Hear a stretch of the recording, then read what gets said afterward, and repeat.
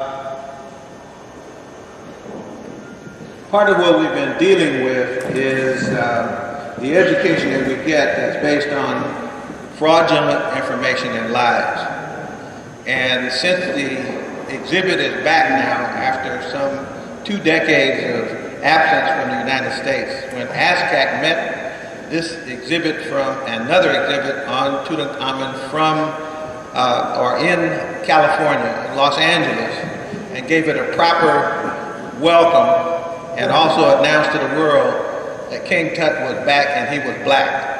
And the t-shirts were there to welcome him, and so they started a debate even on that spot that was picked up by LeGrand Clegg at the De Young Museum, where my wife was a docent, and she was the one responsible for getting that to the De Young Museum. And at that point, LeGrand Clegg did the interview that cost an Egyptologist, they tell me, it cost him his job, Kent Wheat, who was at the University of California, and who couldn't defend himself in the face of a head-to-head discussion on the merits of the case as to whether this was really an African man or not. You would have thought that they would have given up at that point, but since we know that they never gave up when Brother Theophile Obenga and Sheikh Anta Diop did the Cairo Symposium in 1974,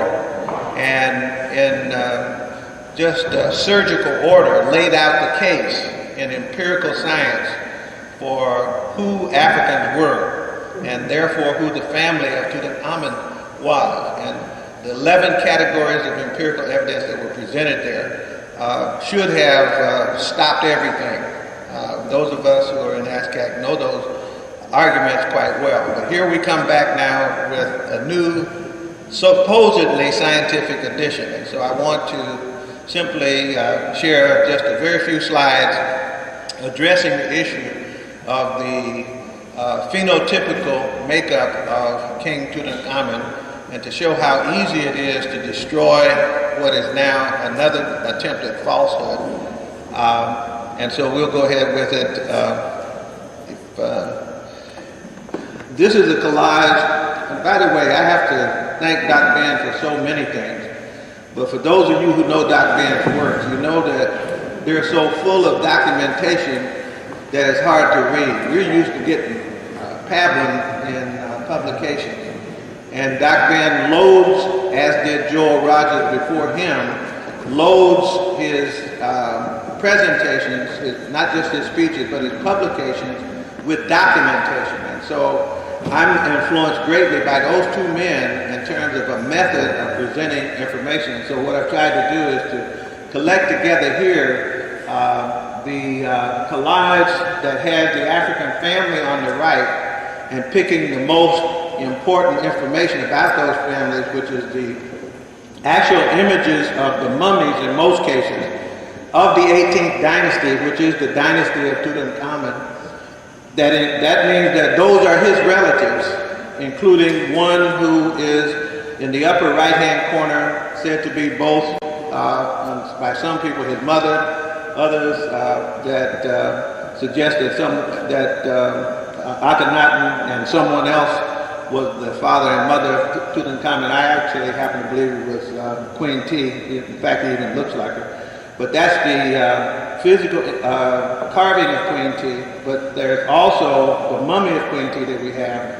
And there are other mummies in here, and those are the types of mummies that Dr. Sheikh Anta Diop was trying to be able to perform the melanin dosage test that was created and presented in Cairo. And the mummies that had been examined by him in the Museum of Man in Paris had indeed shown themselves to have the same melanin content as black people you would expect. We shouldn't even have to go through this, but the fact is that if we need to go through it, we can easily go through it and blow people away. And it's that kind of powerful evidence that then was compared to, here's the foreign people over here on the left. The Greeks on the bottom, Alexander the Great, and before the Ptolemaic queen, Cleopatra VII, and the Persian queen Nefertiti, who a lot of us spend a lot of time trying to claim as African. Whether she was or wasn't, that remains to be seen, but at least one Egyptologist has done a lot of work looking at the fact that she's linked and is the actual Tatu Kippa, who is supposedly, maybe that's why her name is The Beautiful One Has Come.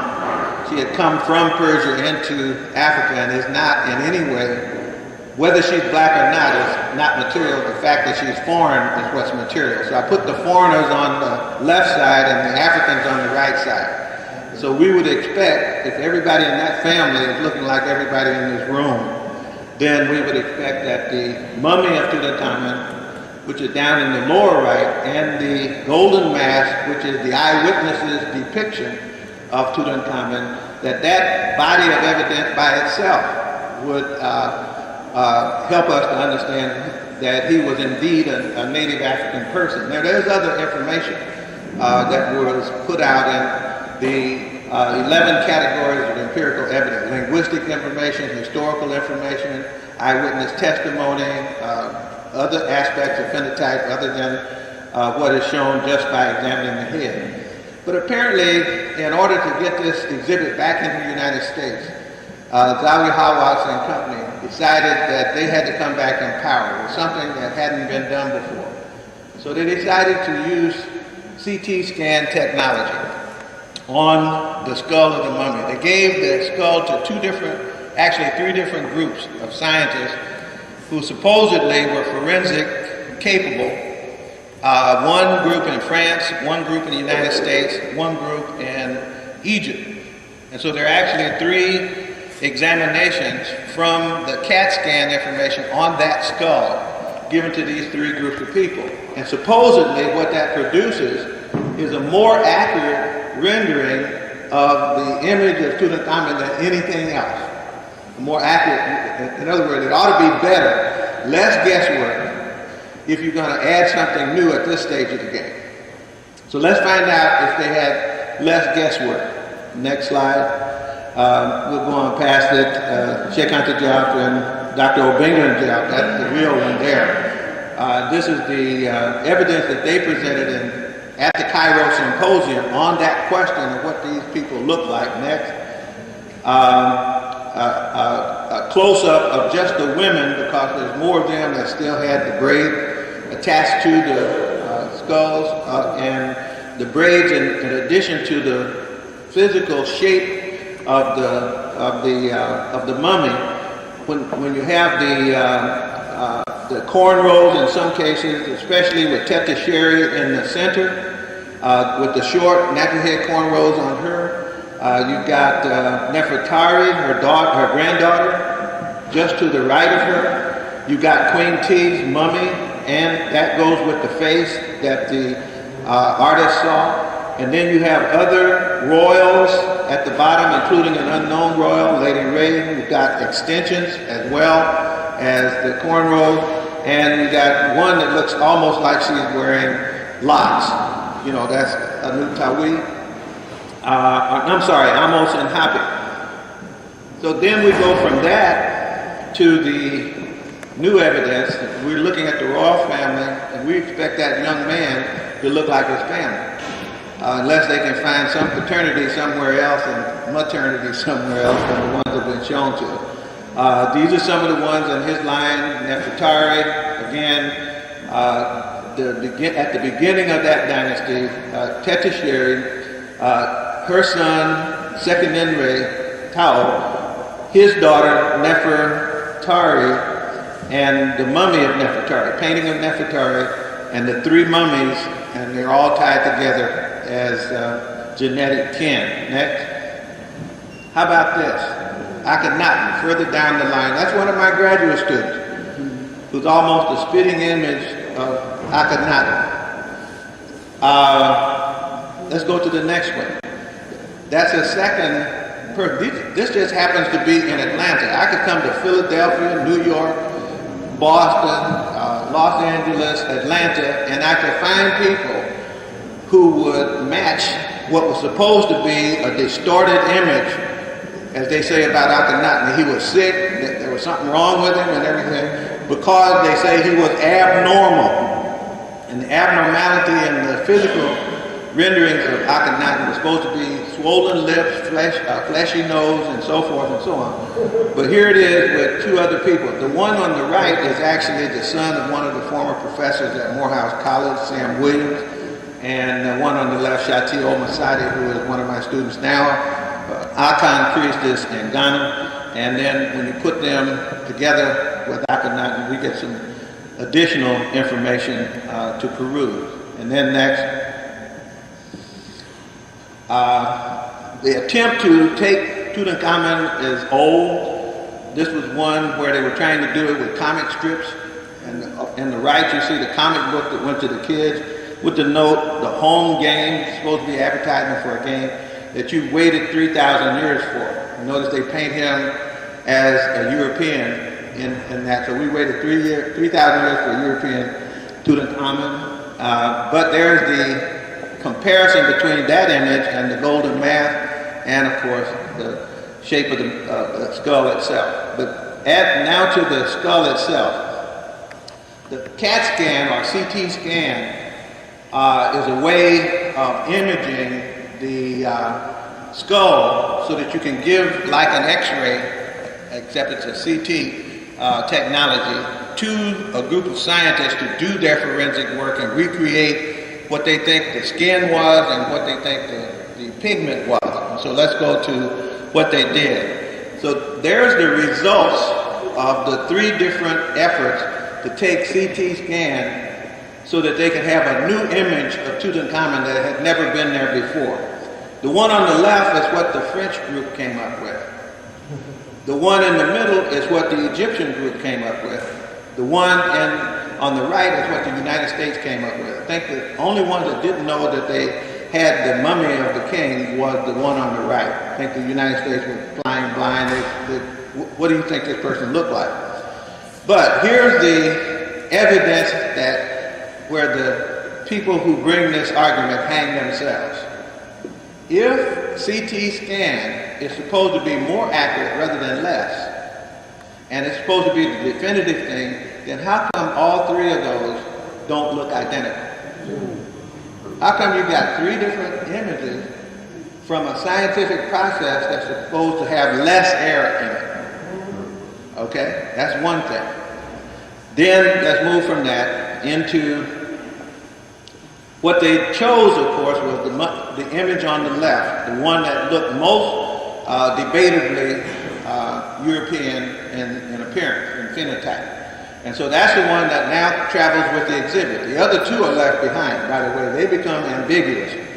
But this one is less ambiguous. And so then we go on to the next thing. And here are the three questions that have to be asked. You have to ask the question, if CT scan is more accurate science, how do we get three distinctly different images? It seems to me if you get three different ones, you haven't added anything to the debate. Number two, soft tissue cannot be determined by the CAT scan. So the nose, the lips, and things like that, the CAT scan from a skull does not give you that information. But they went ahead and added the soft tissue in European form. Third, pigment cannot be determined from CT scan. So they chose to make it white rather than black. That's an arbitrary choice. So it's hard to see how anybody could claim that to be science and force that off. But of course, you got a waiting public that's waiting for a new image of King Tut, hopefully to open the door to the possibility that others could be done in the same way. So in other words, I'm just saying that if you get a chance to ask, and some of the people have been asking at the exhibit area. I've got a couple examples of students who've gone into the exhibit and asked those exhibitors these questions. And people start stuttering and backing up and so forth. But it's also interesting that you don't have what they had in 1974, which was about 20 people who were all coming together face to face on neutral territory to have the debate on what these physical types look like. What you have is the decision unilaterally by people led by the Director of Antiquities to handpick his people and to not have peer review, so to speak, is what I'm saying. And so that's how they got their results. And finally, we say no more extreme makeovers. And of course, Los Angeles came up with this, the Los Angeles ASCAC came up with this poster, and we think that everywhere this exhibit goes, we ought to take the no more extreme makeover image with it. So I just wanted to throw that out there, even though that's not the essence of what it was I came to talk about, but I couldn't resist doing that. Also, I did this.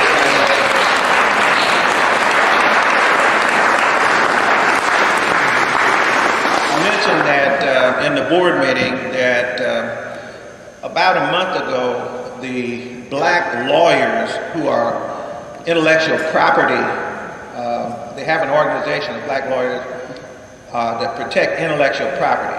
And they decided they wanted to explore the history of science in ancient Egypt.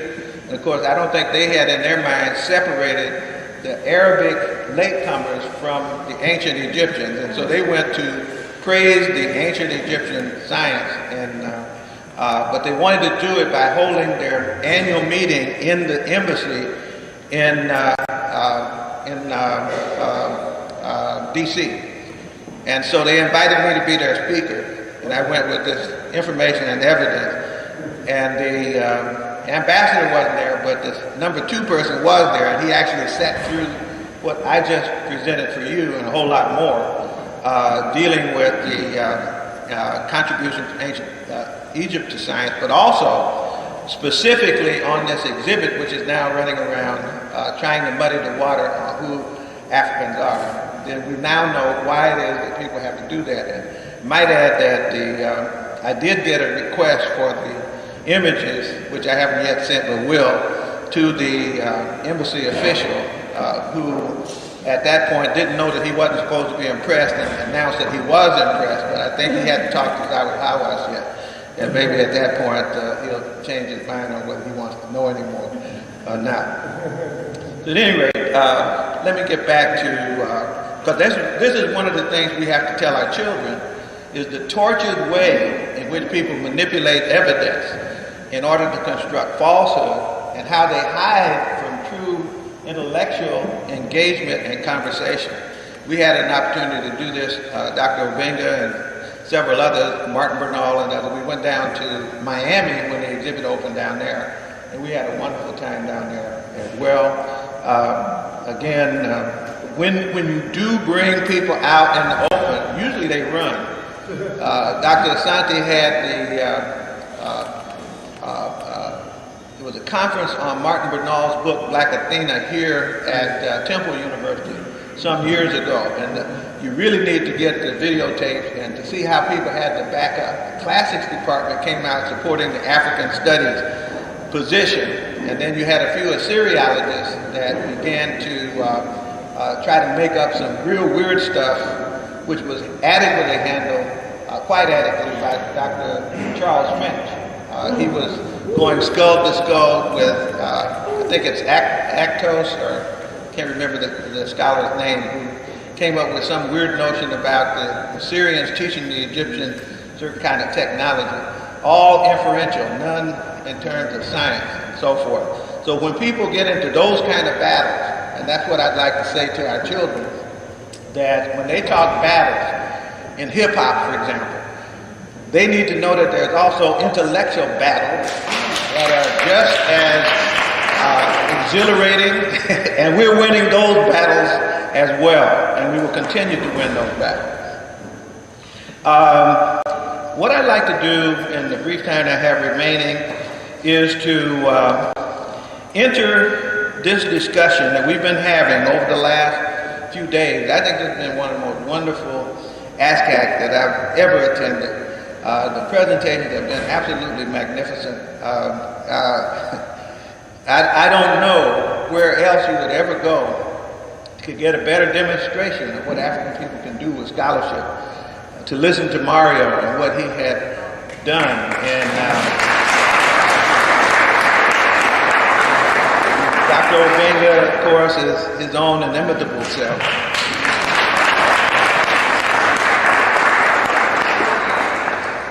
Greg, I just have to say something special about him, because a lot of us do all this dry talk in academics, but to bring dry academics to life, that's what Greg does. He stands on solid ground, but when he begins to connect all the different ways that we know, the ways that we know in music, the way that we know in art, the way we know in literature, with the way that we know in physics and chemistry and mathematics, and brings all that together and then hooks it up with the moral compass that we're supposed to have, you know, and integrates so much of this stuff and then communicates it in a way that even the babies can understand it.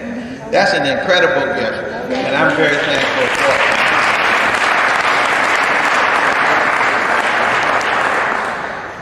But I want to not go back to the pyramids. That's too far back, and this time and plus you've already had it done quite well.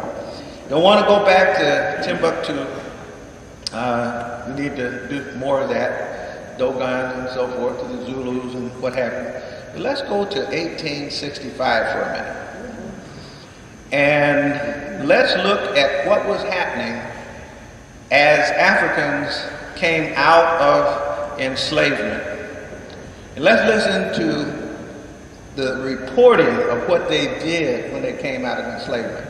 So I want to read just a few of these so you can get a flavor for what was happening in light of what was being said about the Renaissance, the repetition of the birth, in light of what's being said about Ma'at even, in light of what's been said about a lot of things that we've talked about. So here we go. A couple of times I'm going to use the term freedman, but it'll only be because I slipped. What I'm trying to do is to read the quote that I'm taking, and everywhere it says freedman, say African. We got to really look at any kind of writing about us and be careful about any name that we allow to be used. If you say freedman, that does not acknowledge the fact that they were still Africans during the whole time that they were enslaved on plantations. And if you think that there's something called a freedman that's not an African, then you don't look for the cultural hookups and the identity that's necessary to finish the description of what it is you're trying to do. So these Africans came off of the plantation. And here's a quote. It says, a teacher at Port Royal declared that he could not set forth anything in adequate terms to describe the eagerness with which the Africans applied themselves, young and old, to the task of learning the alphabet. They were cold, dirty, half-naked, but eager to learn. Their students were not concerned with what they could receive in food and clothing. Their students were anxious to feel sure that they would have the privilege of coming to school every day.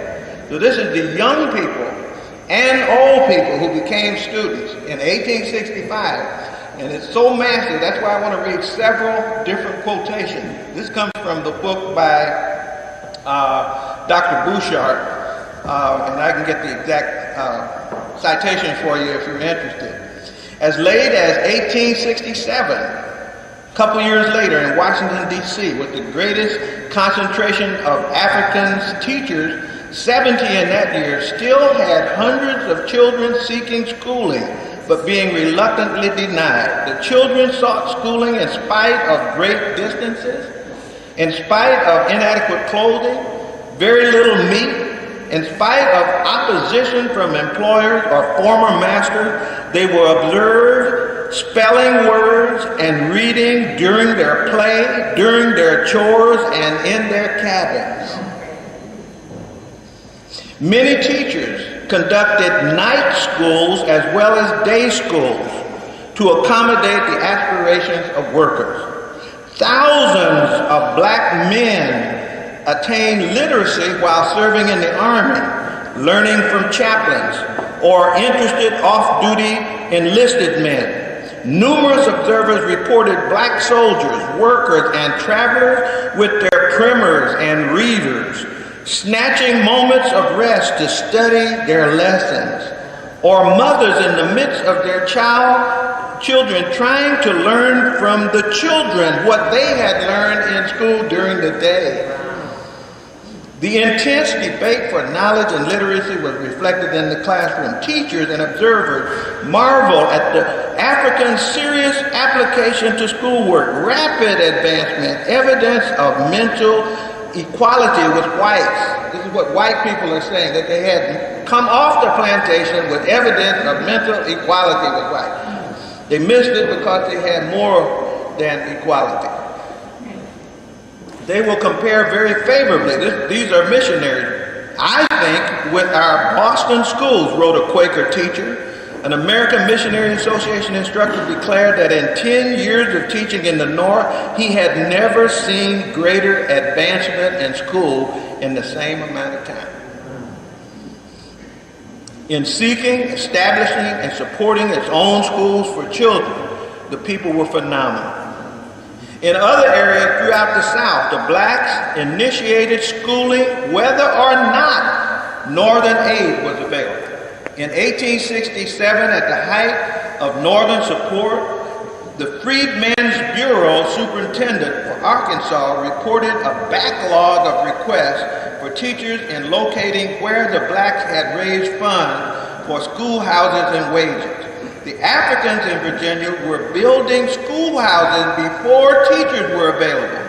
The former vice president of the Confederacy testified before the Joint Committee for Reconstruction that in Georgia, inside the schools established by the Bureau, the blacks were themselves establishing the schools for themselves. While some of these black-initiated schools were adopted by the aid societies, many others about which little is known, operated entirely on the strength of the black community. Furthermore, the blacks were a major source of financial support sponsored by the Northern Society. Northern Society sponsored the school, but we're paying for them. For example, the Africans raised over $23,000 for education in 1867. And built 60 schoolhouses. In addition, they paid taxes that went through to white schools while they're building schools for themselves.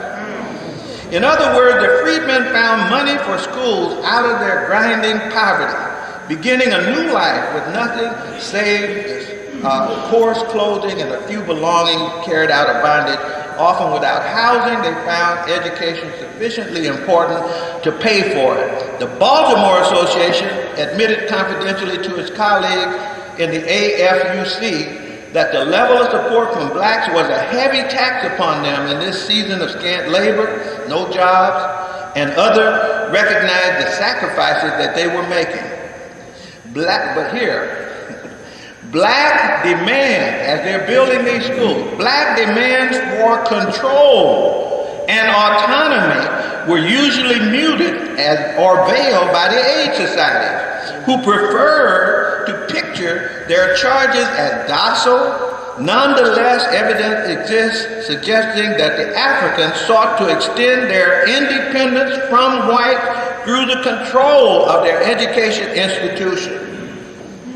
To come off the plantation knowing that you knew better than anybody else how to educate your children. You see it over and over again. At Savannah, Georgia, in 1865, that's right at the emancipation, provides a particularly clear study of the demand for black control over school. There, despite the existence of the American Missionary Association and the New England Freedmen's Society, the blacks organized their own aid society, the Savannah Education Association. The association schools were entirely self-supporting, relied exclusively on local black community for their support, and had all black faculty, including James Porter, who is the one that started the public school system in Georgia, by the way, as a legislator, and friend of Henry McNeil Turner, who was the founder of the Republican Party in Georgia. Those two legislators who were put out of the legislature were the ones that founded the school. That was one of the ones who had started his own school like so many other people. William Gannett wrote, they have a natural and praiseworthy pride in keeping their educational institution in their own hands. there is a jealousy of the superintendents of the white man in this matter. What they desire is assistance without control. This is something. I mean, I'm going to read a couple more because I just wish that our community today had the image of what they were when they came immediately out of the enslavement process. Because we got people who are on their hands and knees going to people, begging them for scholarships, begging them to please bring some of your special expertise in and please teach us how to teach our children. We got black colleges that are going to grant makers, asking them to please send in some white folks to teach our faculty members how to teach the teachers that they're training how to learn the program. In fact, the name of that program is Success for All. Our children aren't in the top 40 because they're taking that program. But can you imagine the Accrediting Association giving a grant to black colleges? Almost everyone that has a teacher education program, even more, can you imagine the colleges accepting that in the case that they take this money in order to be taught how to teach their students how to teach reading, meaning how to teach this way of teaching reading only, and that's higher education somewhere, and you're bragging because you got a grant? That's a different Negro than the one that came off the plantation in 1865. That's right.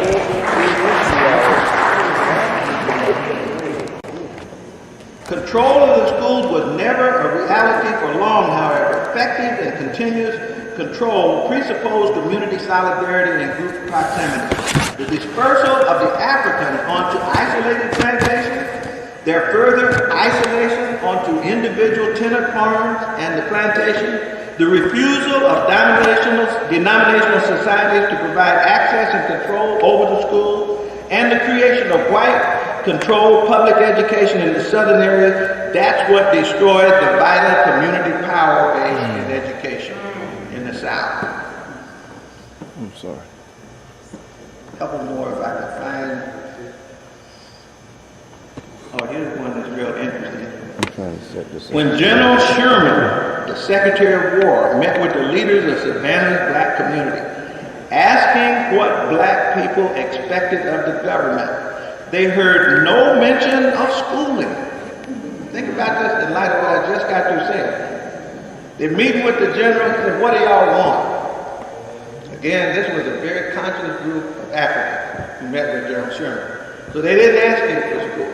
Why would they not ask for school if they cared so much about school? Let's look at this again. What they asked for was land. That's what they wanted. That's what we first needed. The interview was held just weeks after the blacks had already created the Savannah Education Association. They had their education in hand. That's why they didn't ask for education. And they knew that if they asked the general to help them with education, he would send control over the education process into the African community. Those are some slick black folk who knew what was getting ready to happen to them.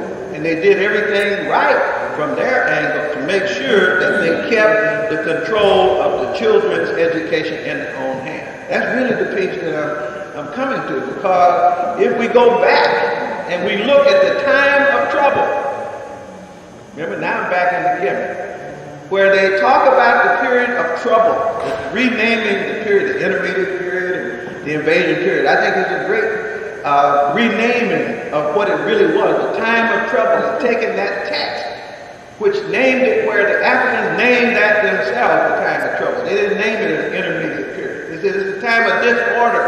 And what we got to do is the Wahimi Masu. We got to go back in the time of trouble and look at what it was like when we were not in trouble.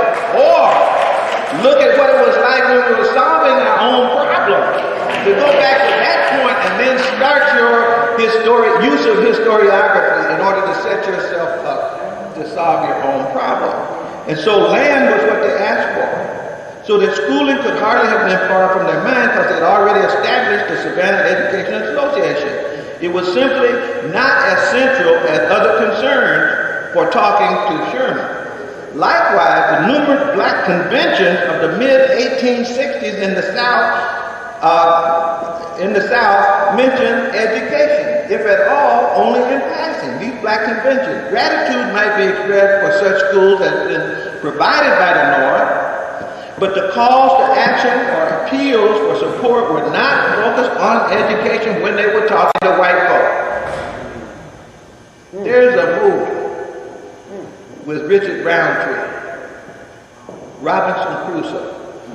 You ought to get the movie, because there's a couple little things in there I prefer not to even look at. But they have this contest between he and his master. Man Friday is being controlled by his master.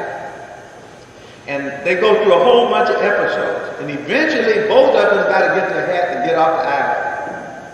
And they land not only on that island or one like it, but they land at Friday's home, where Friday's people open the door and welcome Friday, and open the door and welcome Robinson Crusoe, who now has no power base. But what Robinson Crusoe does when he comes to Man Friday's home, he looks around and finds no use for himself. And then one night, and this is the scene I wish you would get to if you get that movie in your hand, when all the elders are sitting around the fire, and Robinson Crusoe is trying to find a place in the community. And he had asked, and they had nothing for him to do, because he had no skills. He'd been handling slaves who were handling his work. And so he said, well, I know what I can do. I will teach your children. Now, Friday had put up with a whole lot of Robinson Crusoe through the whole movie. He was insulted, beaten, threatened. Everything happened to Friday. Friday never broke, never did anything. But all of a sudden, Friday was a man gone wild. Not the children. We give him any job, but not the job of educating our children.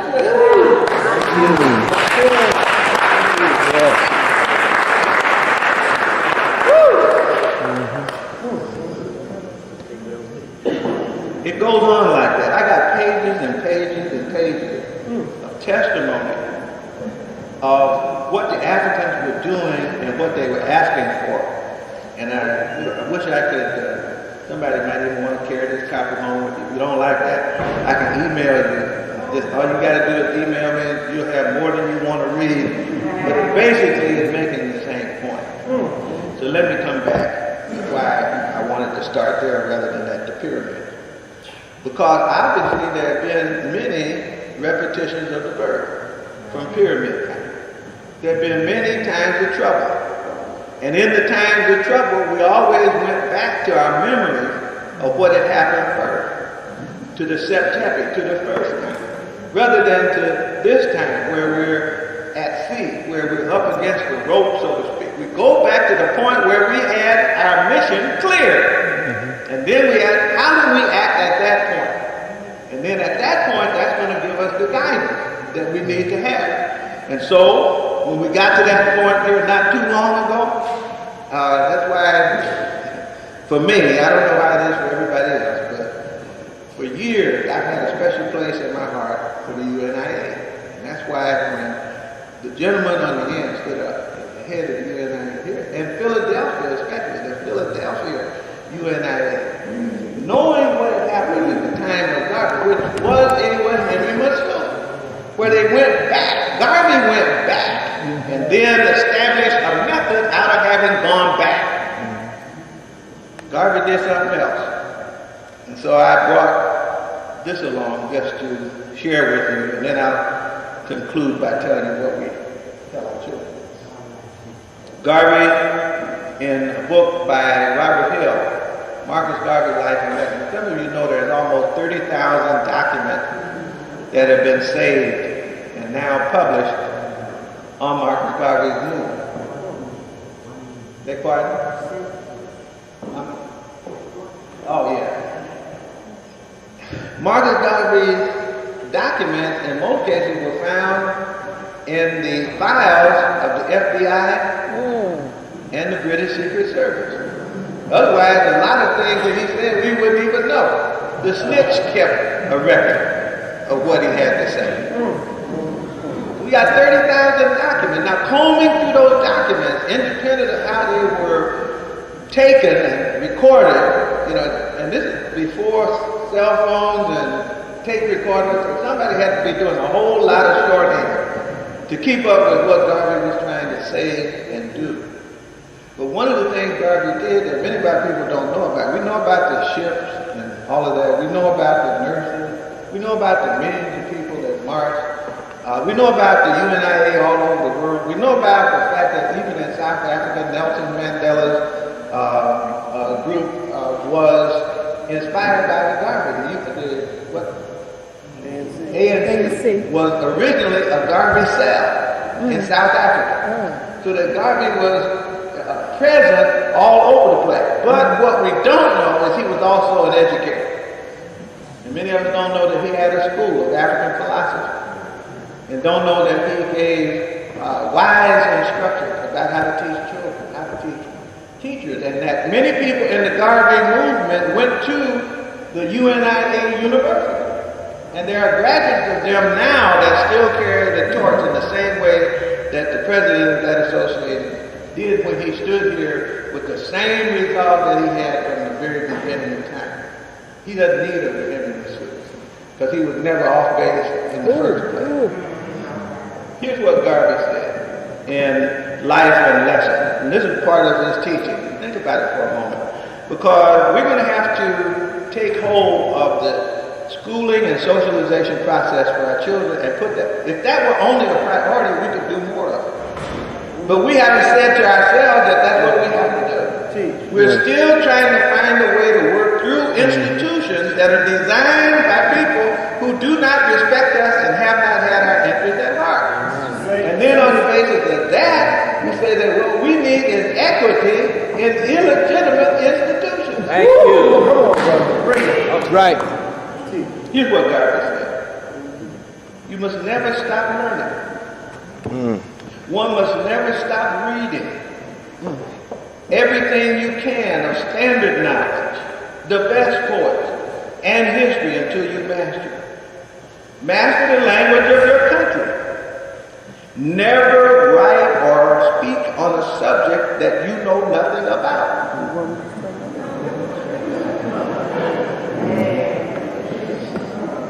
You should read at least 4 times a day. Wow. Never keep the constant company of anybody who doesn't know as much as you or isn't as educated as you and from whom you cannot learn something or reciprocate in your learning. Never go down in intelligence to those who are below you, but if possible, lift them up to you and always try to ascend to those who are above you and be their equal in the hope that you will at some point gain mastery. In your desire to accomplish greatness, you must first decide in your own mind in what direction you seek that greatness. And when you have decided in your own mind, then you work unceasingly toward that goal. Try never to repeat yourself in any one discourse, saying the same thing over and over, except you're making new points, because repetition is tiresome and it annoys those who hear the repetition. No one is ever too old to learn. Therefore, you should take advantage of every educational facility. Anything that you're going to challenge, you must first know about it so as to be able to defeat it. And knowledge is power. Never, therefore, attempt anything without being able to protect yourself in it. All the knowledge you want is in the world, and all that you have to do is go seeking it and never stop until you found it.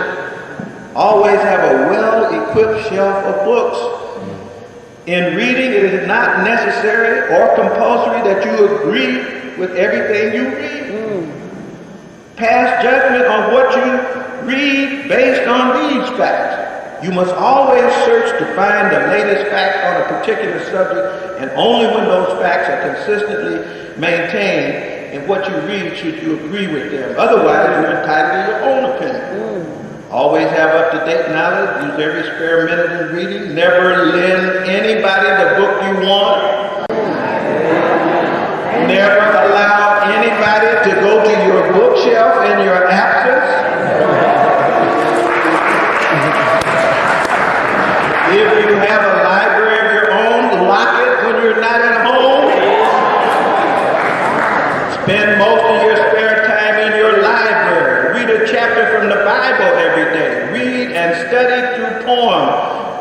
his poem, The Tragedy of White Injustice, and apply the sentiment. Read with observation, never read carelessly and recklessly. In reading books written by white authors of whatever kind, be aware of the fact that they are not written for your particular benefit or for the benefit of your race.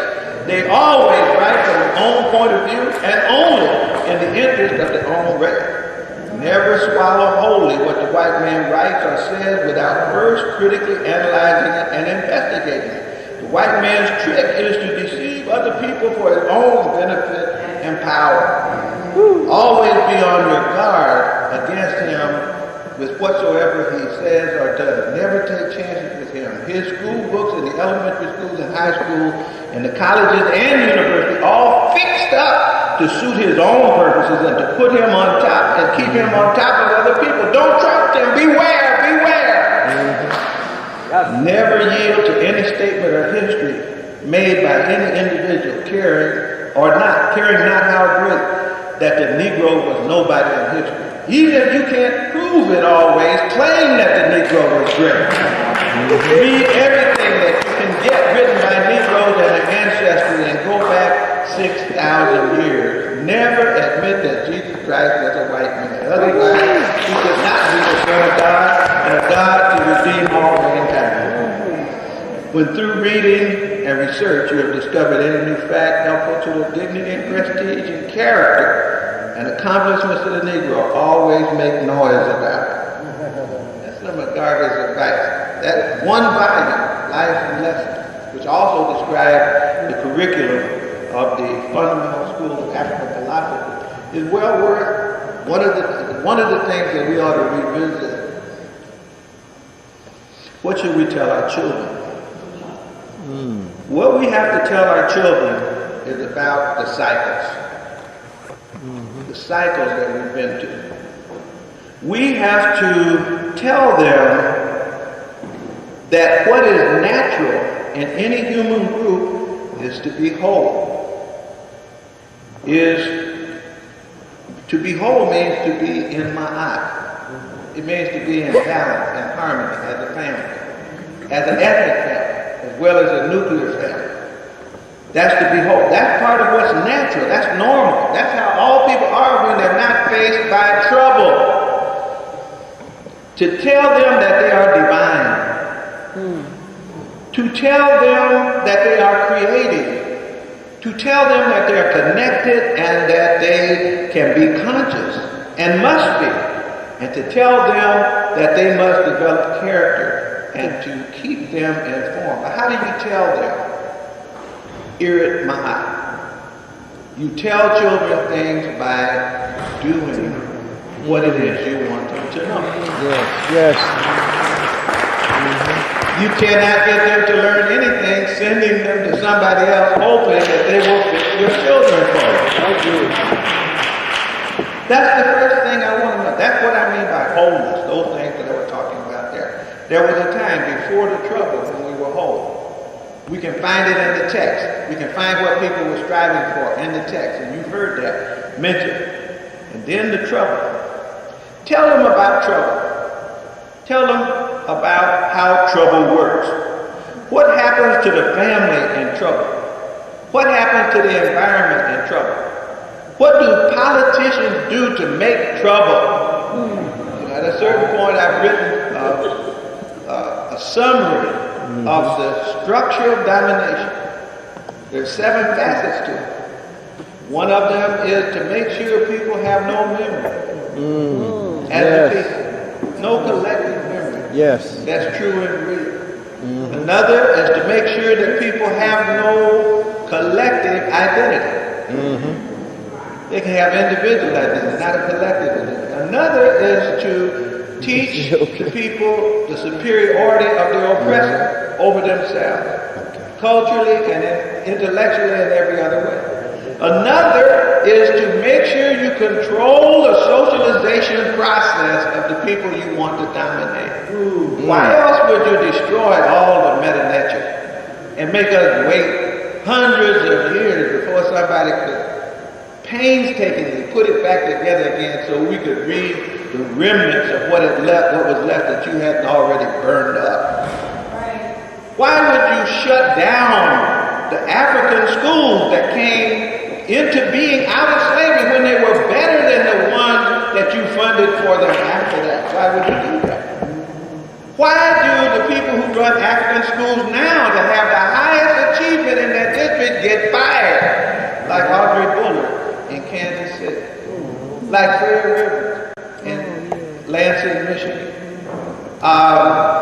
Why is it that the people who are national champions in forensics are treated like dirt by the principal and the school board, like Tommy Lindsay in Logan High School in the Bay Area in California, got the MacArthur Genius Award, and his principal asked him, "What makes people think you're a genius?" And he said, "Because I never thought to ask you that question." He was a genius. What do we tell our children? We tell our children what recovery looks like. We have recovered. The Garvey movement was recovery until it was sabotaged. Garvey had painted a new picture of possibility. He had mobilized energies and created structures that were effective, engaged people and time on task, and even now has left a lasting legacy because people are still running off the energy that was created during that one movement. That was recovery. Many of our children don't know what recovery looks like. The movies haven't been made about Garvey. The movies haven't been made about Haiti. Toussaint L'Ouverture, Bookmans, Makadam. Movies haven't been made about them yet. Especially the movies from the African perspective that will say what went on there. How did they mobilize in time of trouble and overthrow trouble and establish Ma'at again for themselves? It's happened before. It's happened many times. But if our children don't know that, then we will not have informed them wisely. And then our children must be told that their essence ultimately is spiritual. Yes, yes, that they are spiritual. yes. We live in a world which is telling them in every way that they are material and that they must crave materialism, that they are hogs for power and they must crave to be hoggish and powerful over other people. That is not. That's the value of the African world history project. When we go back and uncover the septepe for African people the first time, when we read those texts, Patah Hotel is not talking about, doesn't sound like Machiavelli at all. And every time Africans confront Machiavelli, they put him down. That's what the president of the University of Sankore, our people did in looking at Machiavelli in Sankore. They looked at it and criticized Machiavelli. One of the books that Ahmed Baba was supposed to have written was a critique of The Prince. Machiavelli's The Prince. That's what they said. I would love to know what that would have looked like, because I'm sure it would have been critiqued from the point of view of my eye. In other words, when we go back to wholeness, then we have an image that we could tell to our children, so that they would know what to strive for should they be freed and liberated enough to make some choices for themselves and for their children. But in order to do that, as I said, what you say is not what they will see. There is something, as I conclude, called mirror neuron. Anyone ever heard of it? If you want, when you email me for anything that you ask me for that PowerPoint I got on mirror neuron. That's a new thing in neurology and learning. And what they've discovered from watching apes in laboratory, imitate the behavior of the lab assistants who didn't even know they were observed. And the only way they knew the ape was even watching was by electrodes hooked up to the ape's brain. Because the ape is just sitting there, not doing anything. But down the road, the ape begins to imitate the behavior, picking up the cup and taking a drink, like the person did that they watched. Because they said the apes have something called mirror neurons, that you have pictures in your head of what took place outside, and you don't have to do anything except have your eyes open. And then they went further than that and started examining human beings. And they found out that human beings have even more deep and complicated and massive sets of neurons. And the neurons allow you, simply by watching, not only to imitate the behavior like dance and playing ball and things like that, but also to take in the intent of people and the emotional state and to experience that as if it were you, just by observing. This is some new stuff, extremely powerful stuff. Yes, yes. But it's something you already know anyway. That's what Shinichi Suzuki learned in teaching the violin. His method. Get the book, Nurtured by Love. And in that book, he says the way you teach anybody, get rid of your little snotty-nosed gifted kids. I don't want them. If you think they're gifted, you go teach them yourself. Give me the ones that nobody thinks can learn. That's what Shinichi Suzuki said. And read the book on how he did it. He just takes, and he plays perfect violin.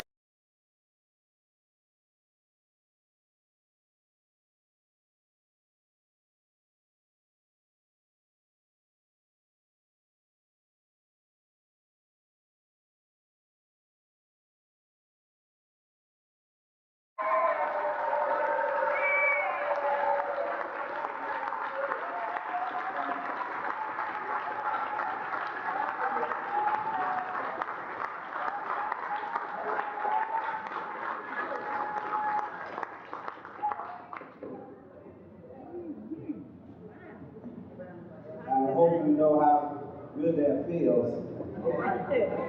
Have that kind of welcome. Like to say hotel.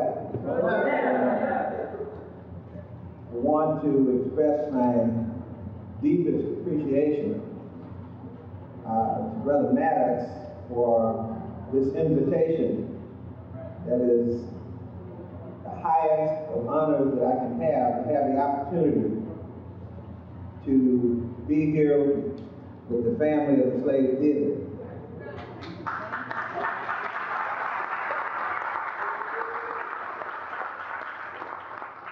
I would also greet Brother Khalid Abdel Muhammad.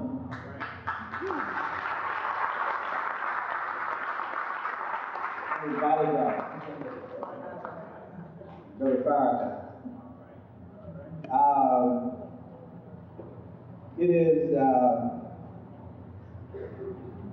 It is getting late for Africa and for African people.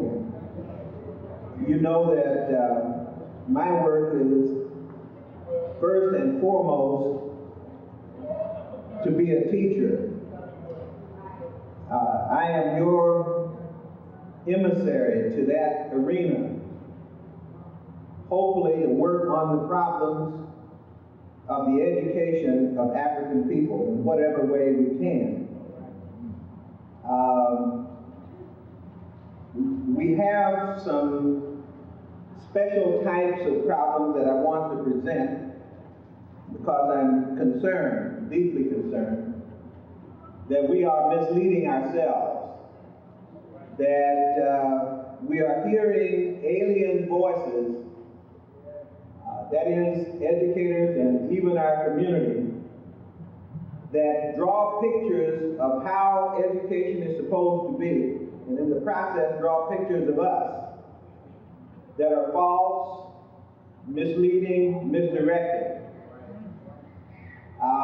Before I get into the substance of what I want to say, I have to go back a little bit because I'm fundamentally a Texas country boy. That's where I started. Barefoot in the cotton field of Van Vleck, Texas. I was in Texas because my father left, or my grandfather left, Georgia. They were in Atlanta, Georgia, and when the slaves were freed in Georgia, He changed his name from Sterling, which was the name of the plantation owner, to Bunker Hillyard after the Battle of Bunker Hill, because he thought that would be a liberation name. He picked up his family in a covered wagon and went all the way to Texas, where he settled down with his 13 children, including his oldest son, who was named Asa. And Asa got into a little trouble in Hackberry, Texas, where they settled. He hit a white man in the head and had to leave. Remember the Ku Klux Klan?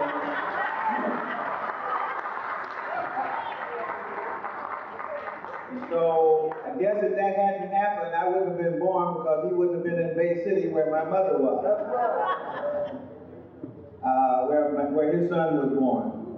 His son is Asa II, who followed him as a high school principal. Asa became the principal of Booker T. Washington High School and did such a good job. When he died, they changed the name of the high school to A.G. Hilliard High School. They liked his work so much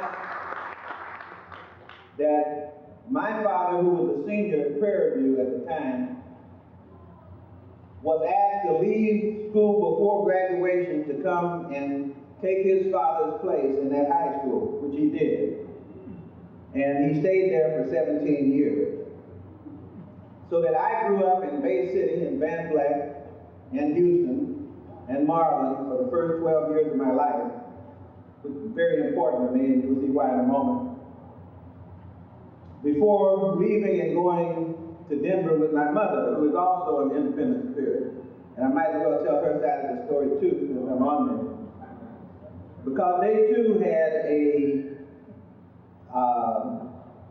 really important experience. One of the greatest love stories I've ever heard. Her great-grandfather was Jim Shankle, who was on a plantation in Mississippi. And he left Mississippi because his wife had been sold to a family in Texas. And one night he ran away from the plantation with a friend, headed to Texas to try to find his wife. And they got to a lot of places, a long story, but I won't make it as long as my grandmother makes it when she tells it. But they were helped along the way by women who would feed them at these different plantations where they would stop. And they got to the Mississippi River, and the bridges were all covered, so they had to swim. And my grandfather found out at the last minute that his friend couldn't swim. And so they went into the middle of the Mississippi River up to their chest, and they found out it was too deep. They hugged. My grandfather said he had to find his wife, so he swam the Mississippi River and walked 400 miles barefoot until he found his wife and founded a town in Texas today called Shankleville, Texas. There's today a Texas historical marker that marks this spot where Jim and Winnie came out to get water one evening, and Jim was in the bushes. He whispered to her, and they were reunited. These are some of the kinds of stories that our families told us, and I know that many families can tell these stories. It's unfortunate that we haven't saved these stories and dramatized these stories and made them the subject of the movies when we get a chance behind the camera. We make every other kind of movie, but we don't seem to make those movies.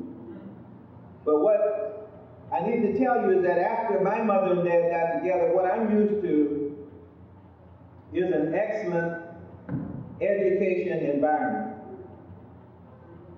And I think most of us were. You see, I didn't have a white teacher until I was 12 years old. But I had excellent education.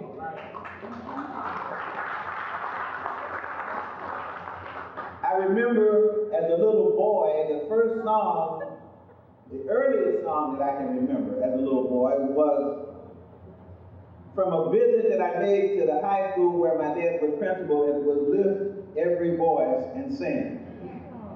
And And after we moved to Denver, they didn't sing that song anymore, but it was always in my head, and I kept trying to remember it. And I can remember the day when somebody sang it again, and I caught the tune to lift every voice and sing. And I'm just happy that we finally picked that one instead of the other one for the song that we sing each time. But again, I remember that environment, this little 8-year-old boy standing in a high school. And I remember those tall children standing there singing this song lustily at the tops of their voices. And it would bring tears to my eyes.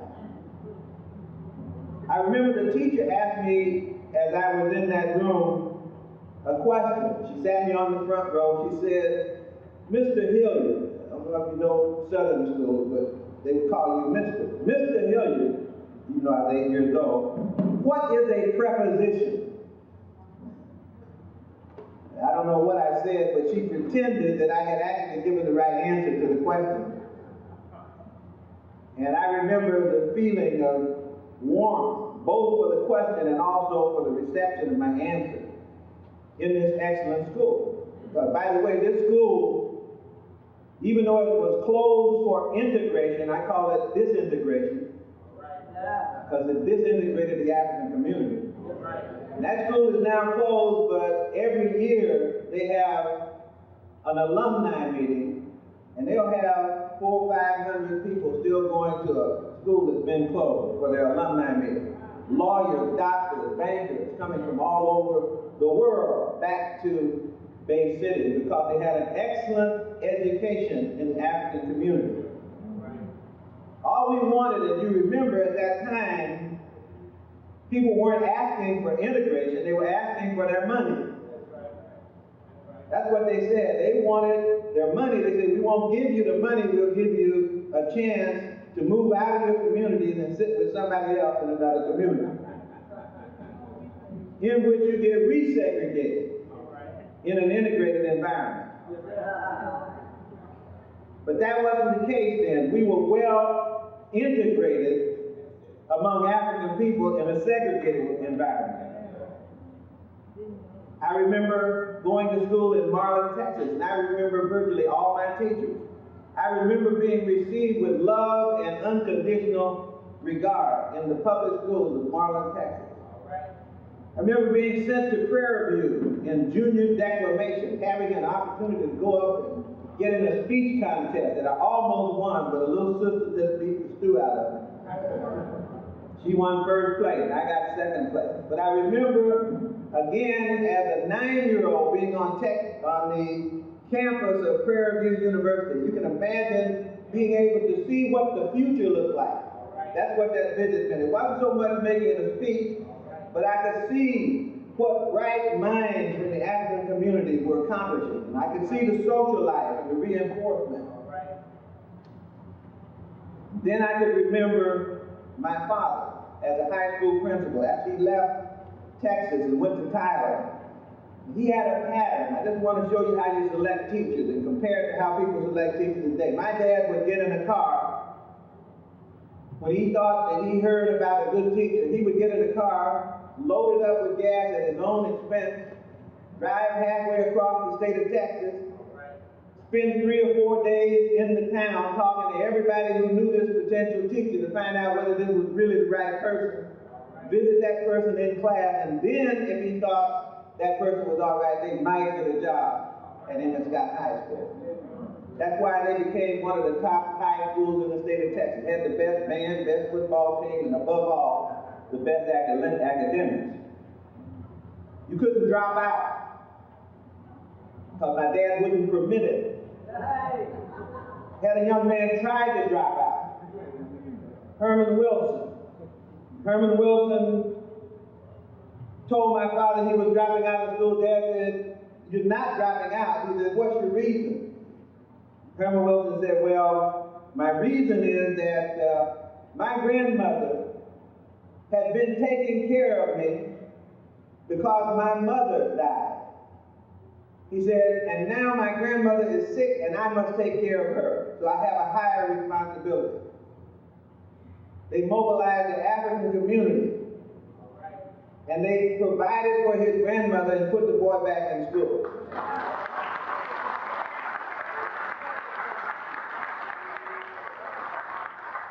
Herman Wilson went to Lincoln University and graduated at the top of his class. Then he went to Harvard Law School and graduated #1 in his Harvard Law School class.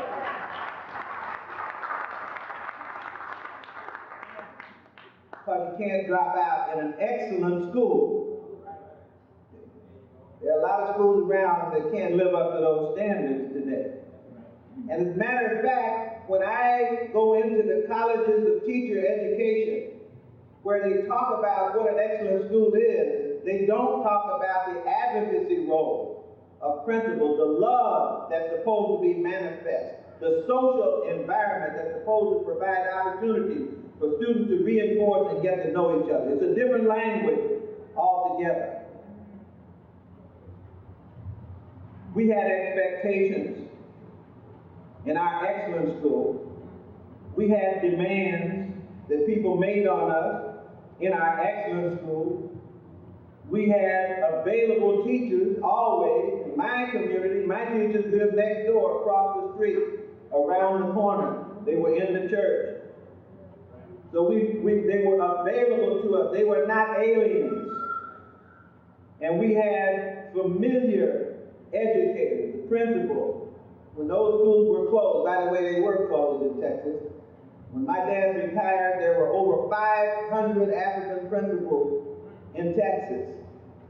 Within a very short period of time, because of immigration, it had dropped down to 5. Now, what did those communities lose? They didn't just lose a school administrator, because all those principals had other functions that they served as role models in a community and community builders. You're looking for the seeds of some of the problems that we have in education right now. You can go right back to that period. I was back in my hometown not long ago, in Bay City, Texas. And I sat next to the superintendent of schools. And he asked me if I could come down and consult with him on how to teach at-risk students. And I wanted to know who he meant, because that's my hometown, and when my father was principal, there were no at-risk students. There was only African students that were there. But now they become at-risk. They're on dope, on drugs, in gangs. But they have higher qualified faculty, more degrees, more certificates from better universities.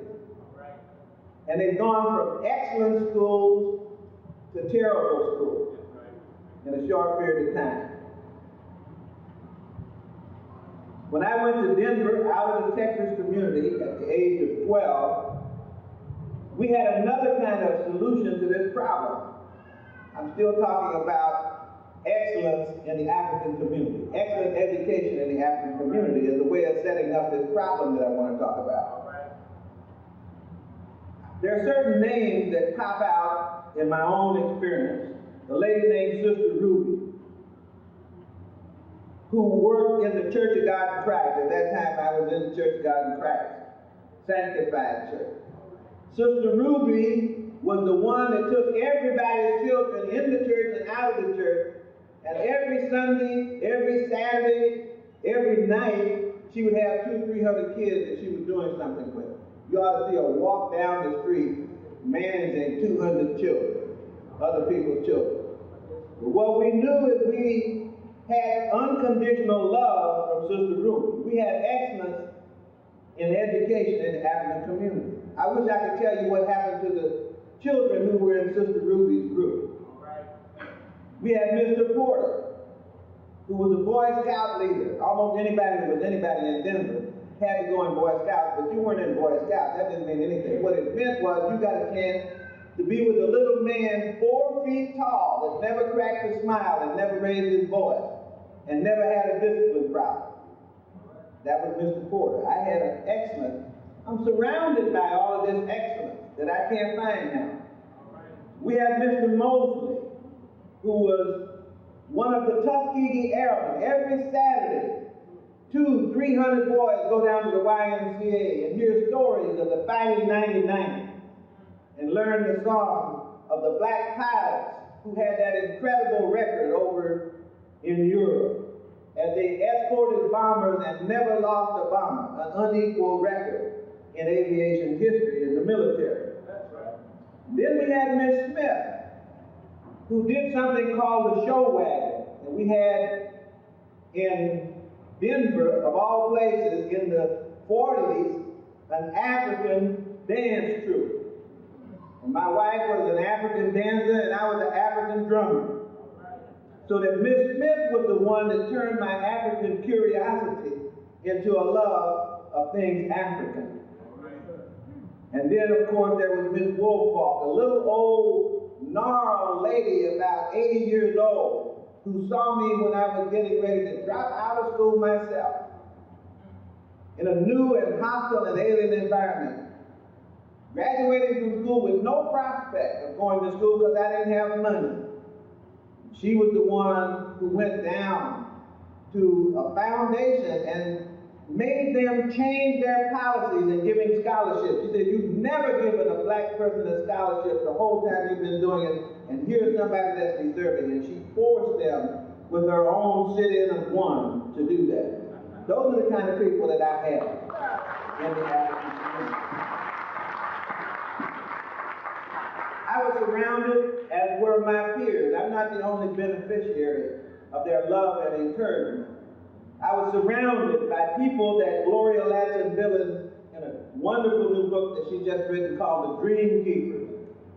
She called them the Dream Keepers. That's what they were. Now, we didn't only have excellent education when Africans were more in charge of their communities. We come from a long excellence tradition in African education. This is the first point I want to make. Because many of the teachers that I see who are African don't know this. You know the Europeans don't know. But the Africans also don't know that we did not come here as educational beggars. That when Africans came here during the enslavement period, that what we left behind was better than anything else on earth. We were the world's best teachers. Go into any of the valleys. Dr. Clark is always talking about trying to understand Africa by understanding. If you don't understand the rivers, then you don't understand the valleys. That's why Langston Hughes writes that poem, I've known rivers. Because it's on the rivers that people create their civilizations. And if you look for the evidence of what the Africans did in education, you'll go to the rivers. You go to the River Nile, and you'll find at least 3 major centers of higher education on the Nile before Europe ever existed. In the country of Kemet, in the country of Nubia, and also in the country of the area of Ethiopia, or what we call Kush. In those areas, we had at least 3 major places where independent African excellence, higher education, high tech, high spiritual education existed, providing the model for the world. So we don't have to come as beggars in the design of excellent education. We come to this with a background of high achievement. Or go to the other river, in the Niger. It is the Niger that starts out in the west of Africa and goes up and touches the Sahara, and where it touches the Sahara, it turns around and says, no, no, and back through the forest and down into the Atlantic River. But at that point where the trees and the desert meet sits the city of Timbuktu. And around that river, 3 to 4 major cities produced higher education, high-tech, excellent education. Jenne, Gao, Timbuktu. And they tell me now that Gao had a better reputation than Timbuktu and the University of Sankore, which is considerable. We begin now to look at what was going on there because people have always tried to depress the meaning of those river universities, mainly because they existed at the height of the slave trade. At the very time that they were taking Africans and turning them into Negroes, and calling them savages these Africans had existing in the same place where they were getting them from, these incredible higher education institutions. Dr. Obinga just put out a book called The Lost Tradition in African Philosophy. And in that book, he gives a list of the books that were written by Ahmed Baba that still exist. I was amazed to find out that Ahmed Baba, the president of the University of Sankore in Timbuktu, had written books on many topics, not just one topic. He wrote on law, he wrote on theology, he wrote on philosophy, he wrote on grammar, he wrote on literature. This is the man who's president of the university around the 1600s now. Remember, slavery started in the 1492 when Columbus sailed the ocean blue. And it's even pre-colonial, but it's in the height of the slave period. We have these African institutions that are great, so great that when they closed the University of Sankore, they didn't destroy the faculty, but they hired them in Morocco and forced them to teach, including Ahmed Baba. Why? Because they had a better faculty in inner Africa than they had on the north coast up there close to Europe. Because we have an excellent tradition in African education. History tells us that the people from Mali came here as slaves, and in this country, many of them spoke Arabic and could write the Quran from memory, and did it.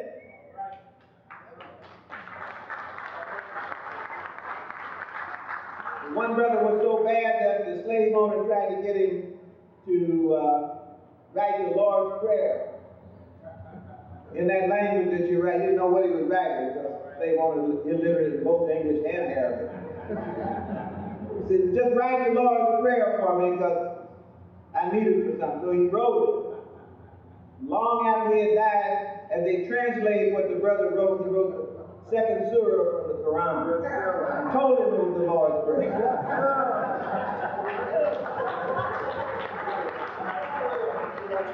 I'm just saying that we didn't come here begging, and we don't have to make up stories. These stories are well recorded on what we can do.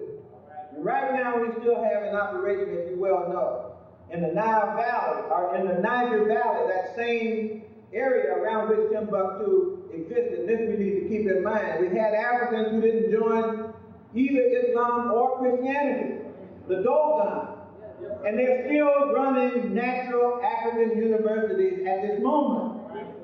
And these are high-tech institutions that know not only something about the natural world, but they know about the physical development of human beings and the mental and the spiritual development of human beings. Something that never existed in the West, the spirit in particular.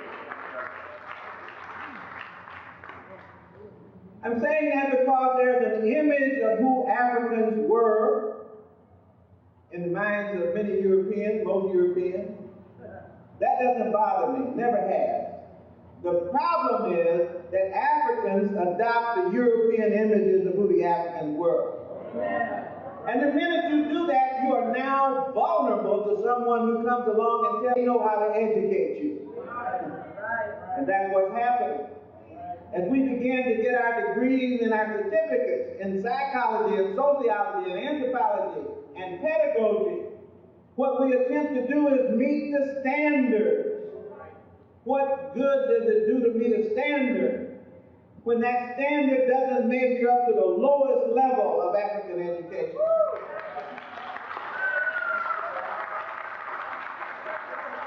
Why do I say that? You'll be waiting for the book by Brother Oba Tashaka that will be coming out soon.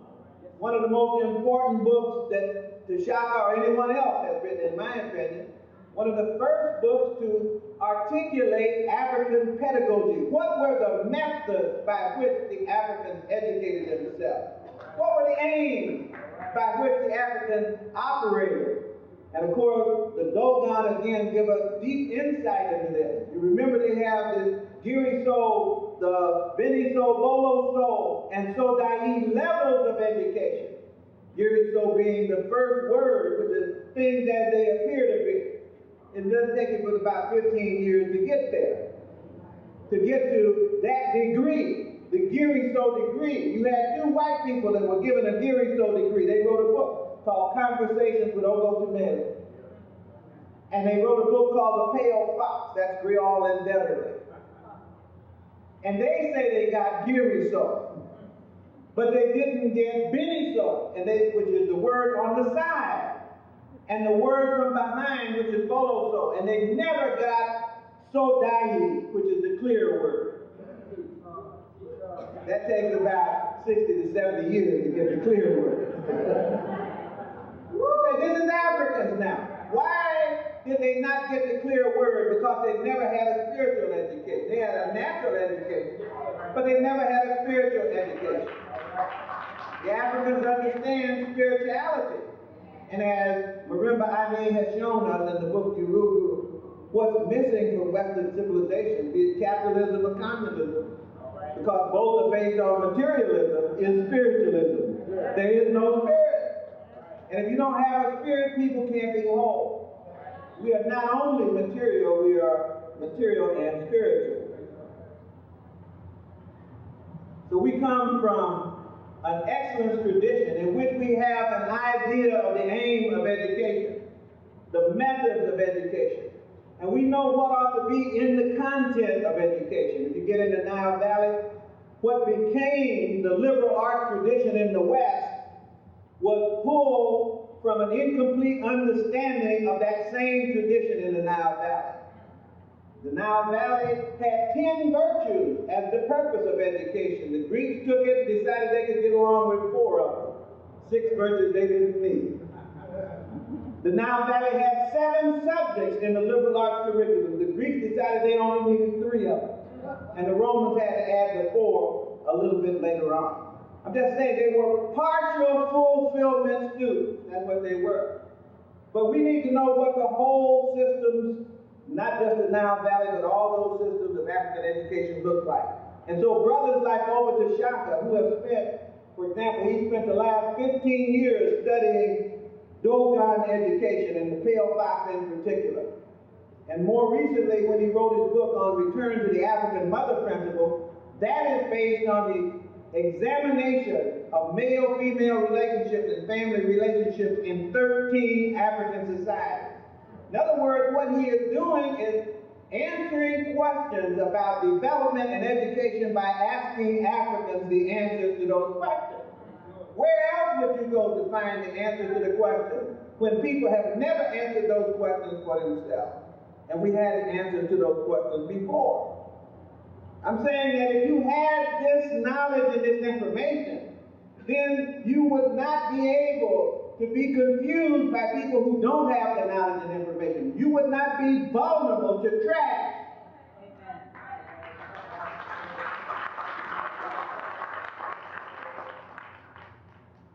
Even after we left Africa, we kept creating excellent schools. We did it here. We had schools before the slavery period ended. Go back into the early 1800s. Carter Woodson in the book, The Education of the Negro, that's before the Civil War. If you find out that Africans, every time they got a chance, they tried to organize a school because they understood that close to the Mahapa. They understood that ultimately, if you don't control the education process, you will never be a free person. We've forgotten that. We've forgotten that. We think that we can get freedom by access to what other people call a good education. We don't have to hold our heads down to anybody because we know what good schools are like, and we created them as fast as we could. We created the African Free School right here in New York City. Look at who went to the African Free School here in New York City, and look at what the graduates did, and see the impact that they had on African people. It's very clear. They created black colleges and universities in order to keep us enslaved. Read the book Pan-Africanism and Education by Kenneth King. The purpose of black colleges was not to give us liberation, it was to contain the brightest and the best of us. The philanthropists were the ones who set the curriculum for these schools. They sent their man down here, Thomas Jesse Jones. Thomas Jesse Jones was sent to work at Hampton University. He was a Welshman. After he worked at Hampton University for a while, they saw W.E.B. Du Bois was having too much influence on the minds of his people, so they sent Thomas Jesse Jones out to imitate Du Bois. Du Bois was doing studies on the black family. Thomas Jesse Jones did a study on the black family. But he became the expert, not Du Bois. Based on that, Booker T was asked by his boss, Samuel Chapman Armstrong, who founded Hampton, who also was the one that said, let your bucket down where you are, not Booker T. That was his dude. And he sent Booker T to Tuskegee to set up a school like Hampton, called Tuskegee Institute. And then, when Thomas Jesse Jones asked Booker T, he said, look, what I need you to do as a black person is to ask for something to fill your need, which I will tell you what it is. That sound familiar? So Booker T did what Thomas Jesse Jones did. He asked, or what Samuel Chapman Armstrong asked for, the president had asked for, and he invited Thomas Jesse Jones to do a study of independent black education. Why? Because they began to get these African immersion schools that were created by African people. They had independent schools. So they decided that if you're going to have independent schools, maybe they need to be accredited in some way. So Jesse Jones was an unofficial accrediting agency, and based on the study that he did of independent African education, he concluded that not one school measured up to standard, and they closed all of them and made the rule that Africans could have a school as long as they had a white board of trustees. That's Thomas Jesse Jones. Now, because he did this, because he had done these studies, he became the expert on black people. And by being expert on black people, he worked for the Phelps-Stokes Fund. The Phelps-Stokes Fund is a philanthropic organization at this time. And as his job in the Phelps-Stokes Fund was to oversee African education. Not just African American. They knew that Africans on the continent and Africans here were the same people, so Jesse was in charge of all of those. How did he get to be in charge? He got to be in charge because by being an expert on Africans, any foundation that had money would have to come to him for a recommendation about whether to give it to a black college or not. If he said yes, give it to a black college, they would do it. If he said no, they wouldn't. Well, what would be the conditions that would make him give money to a black college? An amenable black president. So he literally could handpick presidents of the black colleges here and in Africa. He had a committee that he served on. This committee included a South African named C.T. Loran and a Britisher named E.K. Oldham. That was the Board of Education for Black Higher Education worldwide. And they ran the show and made all the decisions about college presidents, the college curriculum. They made not only those decisions, they made decisions about the YMCA.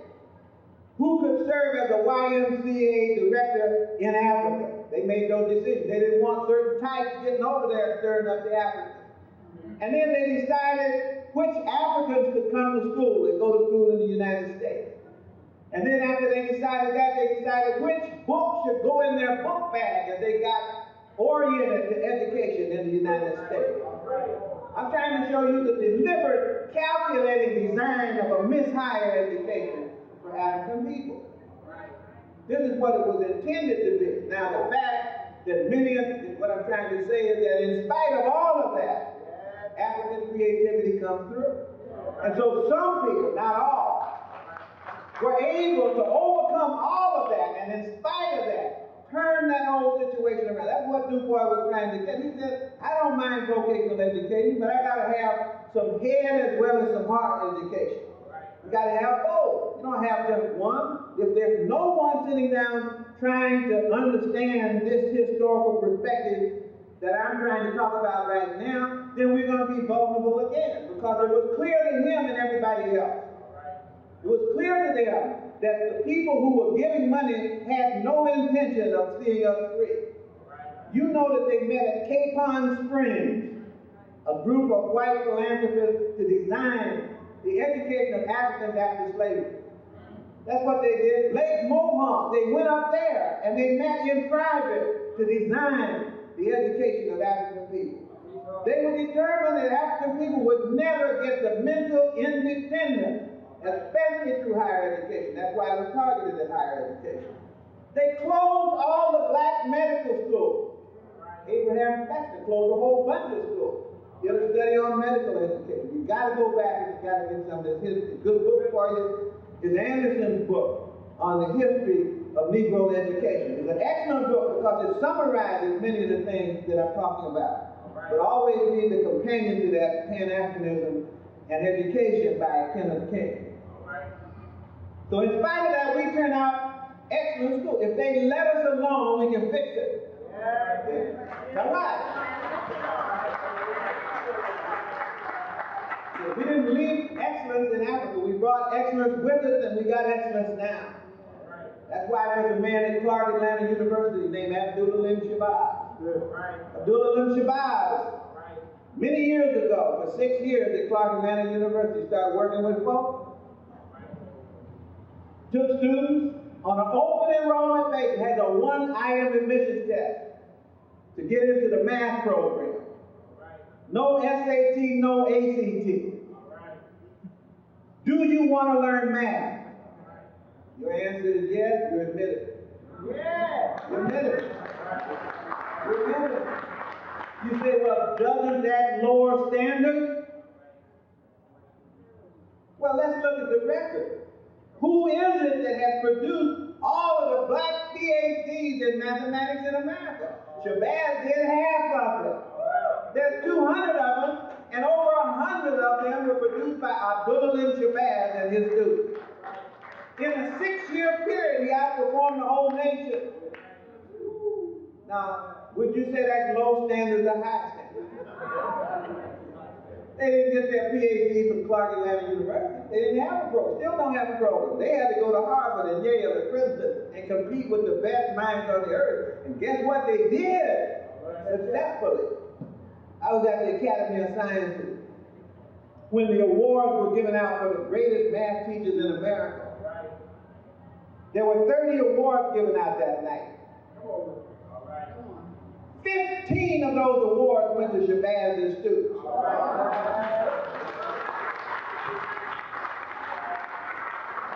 We're talking about an excellent education. We don't need to beg anybody to tell us about how to educate our children.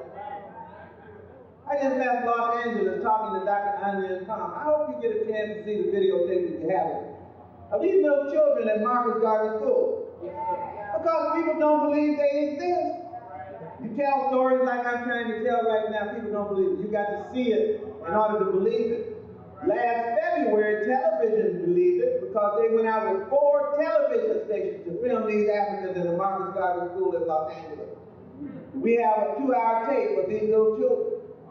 Little 3-year-olds that know their alphabet in English, Swahili, and Spanish, starting their algebra in preschool. Every 5th grader takes and passes calculus. We're talking about serious academic work.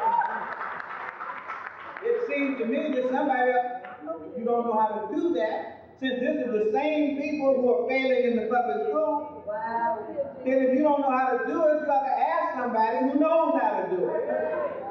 Who do we ask? We ask the very people who put the kids in the shape that they're in right now. So we have an excellent tradition. I don't care where you go. If you leave us alone, we'll make it. Go to Xavier University right now. They have an open admissions program. Over a third of the students can't even make the admissions requirement, but 50% of the students at Xavier major in math and science. 20% of the math and science majors get doctoral and dental degrees. Let's go down to Tougaloo College in Mississippi. Tougaloo College, almost an open enrollment institution, but Tougaloo College is the source of all the black lawyers in Mississippi. 40% of the black lawyers in Mississippi come out of Tougaloo College. Tougaloo don't have a law school. They got to come out of Tougaloo, go to the University of Mississippi Law School and kick natural behind, and they do it. we understand something about the education process. I'm worried. You say, well, why are you saying all this? I'm saying all of this because we don't act as if this is our tradition. We act shame of what it is that we have to achieve. We act like we don't know anything and that we're people who are needing help. And that has to change. We have always known how to meet the mainstream standard. So that's all I've been talking about so far. But there are some African standards that are not in the mainstream. It's one thing to be able to get your PhD in mathematics. We've been doing that all along. There's so many people doing that. In fact, brothers can do stuff without PhD. You think, I told the sister this in Kimber. We were just over there in July. So I told the story of Vivian Thomas. I don't know if y'all know the story. His brother at Johns Hopkins University. His brother was a lab assistant when he was over in Tennessee at Vanderbilt University. Lab assistant to this doctor. Dr. Blaylock is his name, a famous heart surgeon. And this brother did not have a medical degree. But he began to study dogs. And he began to do heart transplants on dogs. And he did 500, 600 dogs until he got good at doing heart surgery. And the brother followed Blaylock to Johns Hopkins University as his lab assistant. Got to Johns Hopkins University, continued to do his work. Then he began to coach the elite of the medical profession in heart surgery. And invented the blue baby operation for heart surgery to cure the blue baby defect in baby. His boss didn't invent it, he invented it. Then taught his boss how to do the surgery.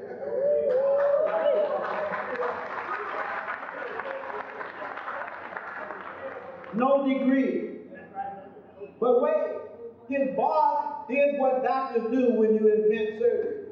Surgical technique. He went to demonstrate that surgical technique. You know how you have a whole auditorium of doctors and TV cameras as you show the world how to perform this technique of which you are the master. But there's a problem if you're not really the master. Because when you get, as the surgeon says, into the Red Sea, that's when they cut your chest open. You start cutting around in there, and Blaylock got lost. Had to turn around in the middle of the operation, call Vivian Thomas out of the audience and say, come down here, sit right here, tell me what to do. Here's a brother with no degrees training heart surgery.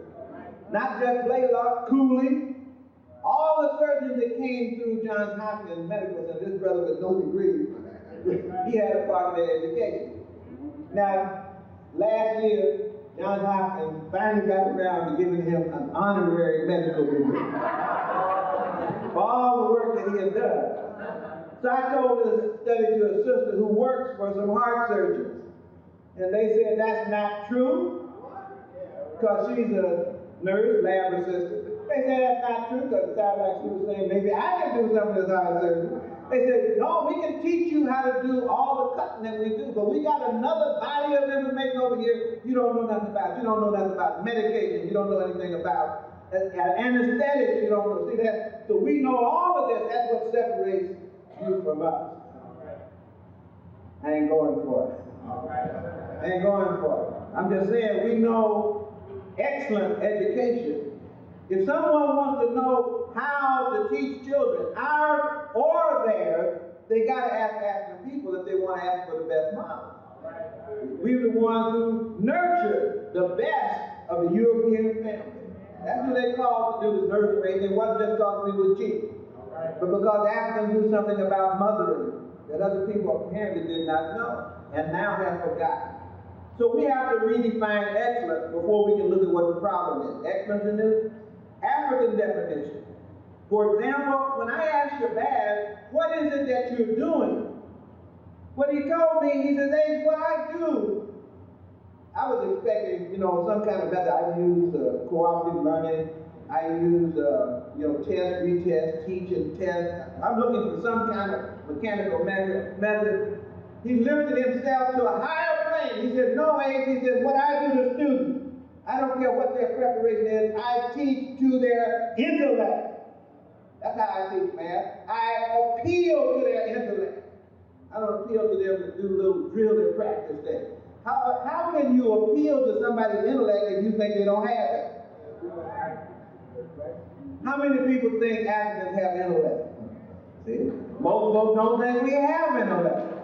I'll be back up here Sunday morning at the American Psychological Association to deal with the bell curve. Because that's a book that's out there to talk about the fact we don't have the intellect. We're going to see who has the intellect. Teach to the intellect. He said, hey, that's not all. You not only have to teach to the African intellect if you want them to be these great scientists. He said, it's not that they have PhD in math. He said, but my people, they live math because math it's the world, and the world is natural. It's mathematics. Math is the world, it's nature, and nature is mathematics. He said, so when you study mathematics, you're studying the whole world. That's what you're doing. That's what I tell them. Appealing to the intellect. He said, but then I appeal to their humanity. How can you appeal to a student's humanity if you don't think they have any? If you're calling them dogs and animals, and criminals and felons and so forth. How can you teach somebody when you don't think that they're human? And then he said, I teach to the spirit. How can you teach to the spirit when you don't teach to your own spirit? I'm talking about the African idea of what an excellent school is. We still got it, and we're all these 400 years into the Ma'af, and we still got an understanding of it. The African also knows that in an African school, part of what you're supposed to do is what my dad did. You're supposed to belong to your students. I used the word yesterday, bond to the student. Wade Noble corrected me. He said, no, he said, I think that bonding, that's got a lot of baggage. He said, why don't you say what it really is that you belong to the students and they belong to you. That's the environment that you try to keep. What am I told in the professional arena now? I'm told not to belong to your student. In fact, if I'm in an IQ test, I'm told to detach myself, sit back, shut up, watch, don't help at all, not to get involved. I'm told if I go to school and I get in Los Angeles, come back paid for working with Africans. Get extra pay just to be able to be, just to be required to be around African people. That's not a bonded relationship with a student. And then you're supposed to belong to the school. Africans know that. I lived in Africa for 6 years. I saw how Africans felt about their school. They felt about their school because they had the elders in those schools that were running those schools. They didn't have aliens in the schools running the school. I'm talking about the traditional African school. When they come at night and pull a little boy out of his house, and every other boy in town that's 13 years old come right out of that house with him, and they get taken out of town by the elders to be taught the essential lessons of the African community. Same thing happened to the young women. In Liberia, they call the Young Men's Society the Poro Society. The Young Women's Society is called the Sandy Society. And Poro and Sandy go out at the same time. And they break up at the same time. And they have this incredible graduation that these kids come out demonstrating what they can do. Because all we see is the dancing and singing and the paint and all the clothing that they have. But what has happened to them is that they have been transformed from base metal into gold. That's what the Africans thought they were doing. Excellent African education means that you're supposed to belong to the community that you serve.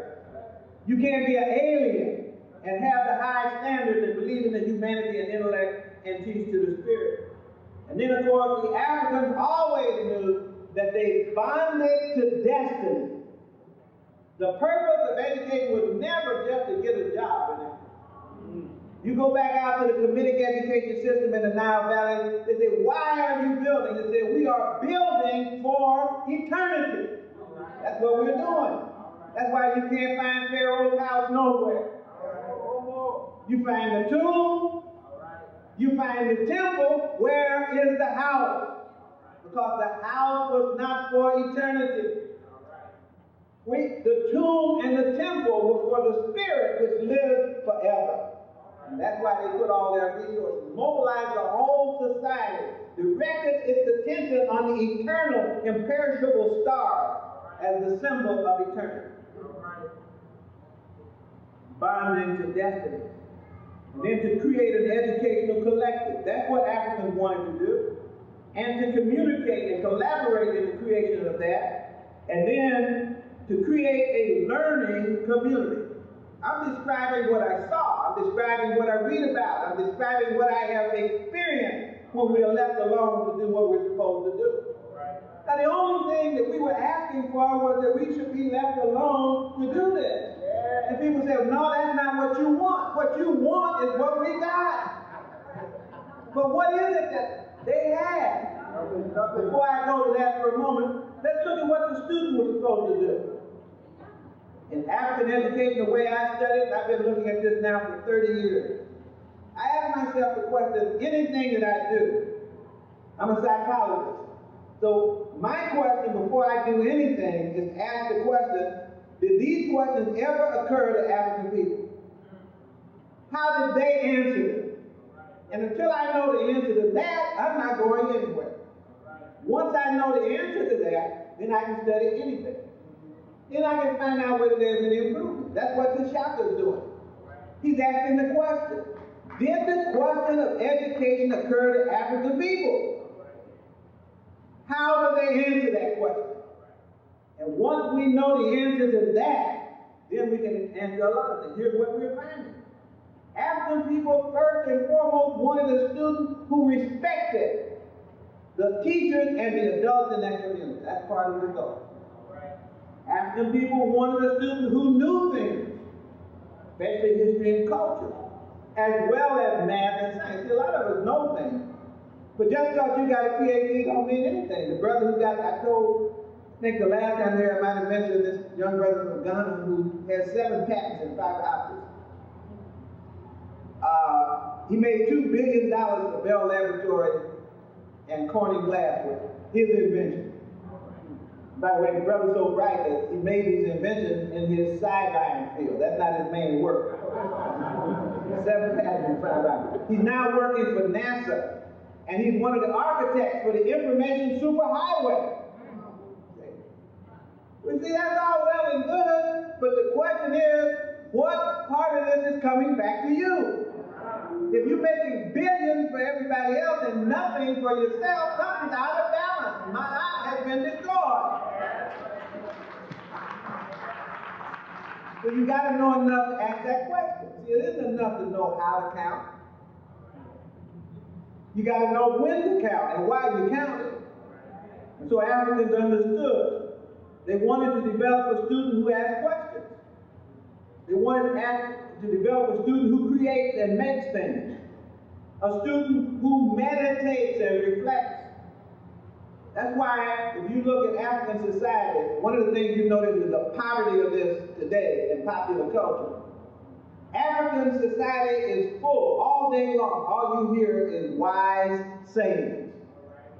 That's all you ever hear. People are always giving you some kind of saying. If a problem comes up, you're thought to be a smart person if you can pick exactly the right saying to make things clear. Reach in while I check these things fall apart. And you will see these wise sayings and how people use them. And so that's something to make the child reflect. You don't just say, stop, don't do that. Say a hard head makes us all behind. There's a little reflection that has to go on. We want a student who belongs. Not one who goes out and comes back to the community so they can show off for the community what they got. Degrees, cars, whatever it is. But one who sees the interest of the community as their own. They want a student who acts. Not one who sits down and merely listens and becomes competent. Naming you the whole national instructional program at one point was minimum competency. There's more to it than competency, but one who speaks Medu Nefer. Medu Nefer is beautiful speech. The interesting thing, that's what the committee people call it. Jake Carruthers has written whole papers about Medu Nefer, beautiful speech. That was the goal. One of the main goals of Kemetic society was that people would speak beautifully, not just speak clearly, but speak beautifully. You know what was funny? When I was talking to Shabazz about what he does and how he teaches, he said, "Hey, you know, when I talk to students, I tell them that math is not an exact science."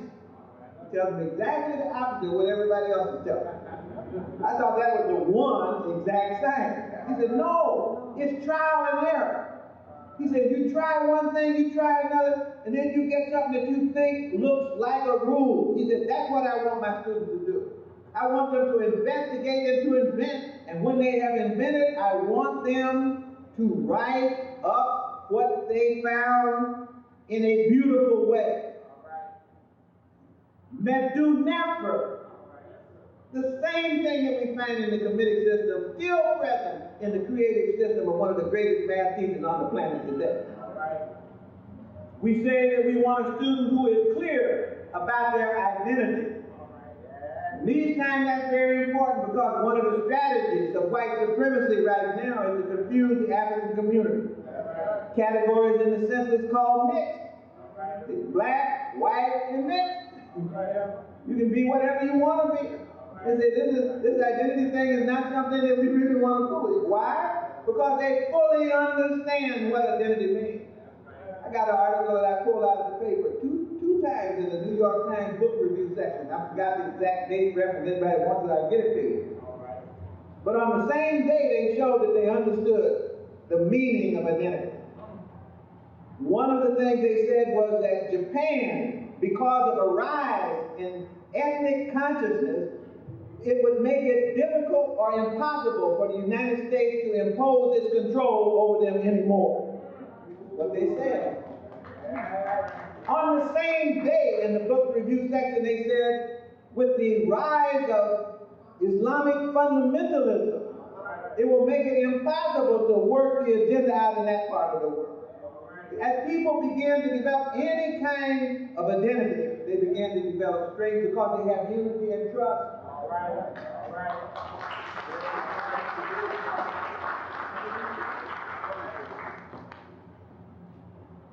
The essence of our great teachers and great schools has not changed. It had nothing to do with simple mechanical techniques. The best teachers in the African family were always visionaries. That's the teachers I had. Septima Clark, one of the great teachers of all time, taught in this literacy program in the South, 11 southern states, and they got almost 11 million people on the rolls to vote. And many of them had to be taught under trees in the yards of churches because they were afraid to let them have their freedom schools in churches, wouldn't let them have them in the public schools, so they sat out under trees and taught reading on laundry bags with Crayolas as writing instruments.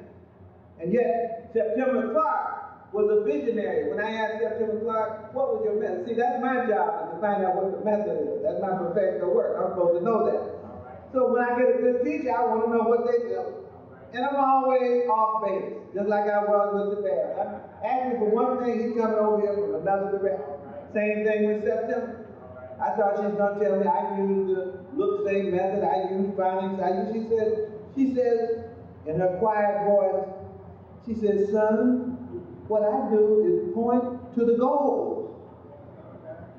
See, I tell them why they're reading. She says, "You are spending time decoding words so that you can read the state constitution of Mississippi, so that you can walk into the polling booth and vote, so that when you vote, you can put a person in there that will liberate you." I point to the goal. That's a visionary. That's the kind of teachers that we have. There's nothing on the checklist for teacher preparation that says visionary in the traditional arena. You understand what I'm saying? Our best teachers were parents and nurtured. That's what the teachers that I grew up with saw me as their child. And they treated me like a child, their child. They felt completely empowered if they needed to do what was necessary to make me do what I had to do. And you know the story. All of you who had any of this old time know that when you got that in school, you really didn't want to go home that evening. Because the word would beat you home, that you had to be disciplined in school. And you embarrassed your parents, you were an embarrassment to the family, and they were going to make sure it didn't happen again when you got home. So the teachers were parents, and because they were parents, our parents trusted them. People want to know why teachers can't discipline the child now. Because the parent looks at the teacher and sees an alien, that's why. Who's going to let an alien beat up on your child? But somebody who's in the family, you see, that's a different story. My mother could call me all kinds, and she said it one time. In fact, I'm surprised that my mother, well, she would have been today, arrested for child abuse.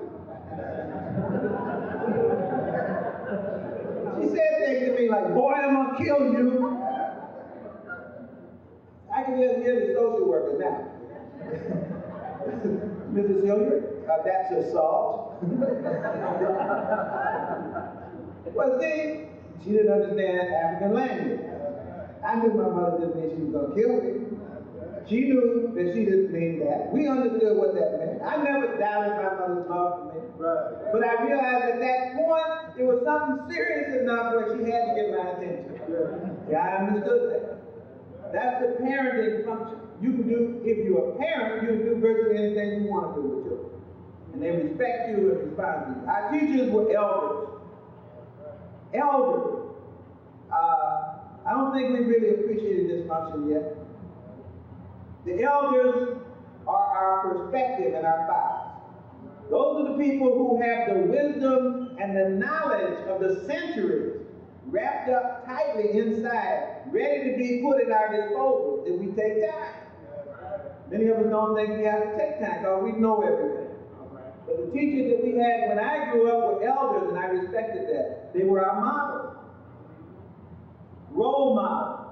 It required certain kind of character to be a teacher. They were dedicated. They were demanding. And our teachers were inbred with a sense of mission and purpose. And above all, our teachers were sacrificial. Now, I went into that long, drawn-out thing about Africa, and that long, drawn-out thing about Africans, even under oppression, maintaining excellence as education. Simply to reinforce what you know, and that is that we know how to teach. If we don't know how to do anything else, we know how to teach. And we know how to do it well, and we've always known how to do it. And by the way, anybody who knows something can teach it. I'm telling you that. The problem that I see is that people, it's not that they have a bad method, it's that they don't have an understanding of what it is that they're trying to teach. If you have an understanding of something, you can teach it without the degree, as Garvey has shown. Matter of fact, in Marcus Garvey's school, only 30 out of 33 teachers, only 30 have college degrees. That's where all the kids learn calculus. So obviously the degrees weren't what caused it, right? Now, against what I've been talking about, why I said these things, I want you to listen to the last 10 years of national conversation on what people are going to do about school. I want you to listen to the language that's used in the last 10 years when people try to propose a solution to the problem, not just for our kids, but for everybody's kids. I want you to listen to this language. What they say they're going to do, they say they're going to have school reform. I don't know what that means. I think it means adding a day, maybe year-round operation. You know, instead of having a middle school, have a junior high school. It's usually some tinkering with the system. But you notice what I was talking about was a whole other category of topics. Minimum competency. There was a whole national movement on minimum competency. Look, I'm talking about the people who are charged with the responsibility of rescuing our kids. And these are the proposals that are supposed to fix the schools that have our kids in them. You can see that it's not going to get there. This is not going to be a tank of gas when I finish. Effective school, school choice, charter school, vocational education, school restructuring. If I see one more person tell me they're restructuring school, I'm going to slap them. Did you restructure? Yes, we restructured last week. How about you? Well, no, we're going to restructure in January. It's a nice language. It doesn't mean anything. In fact, they don't even know how to restructure. You're going to restructure, you got to restructure the structure, not the manifestation of the structure.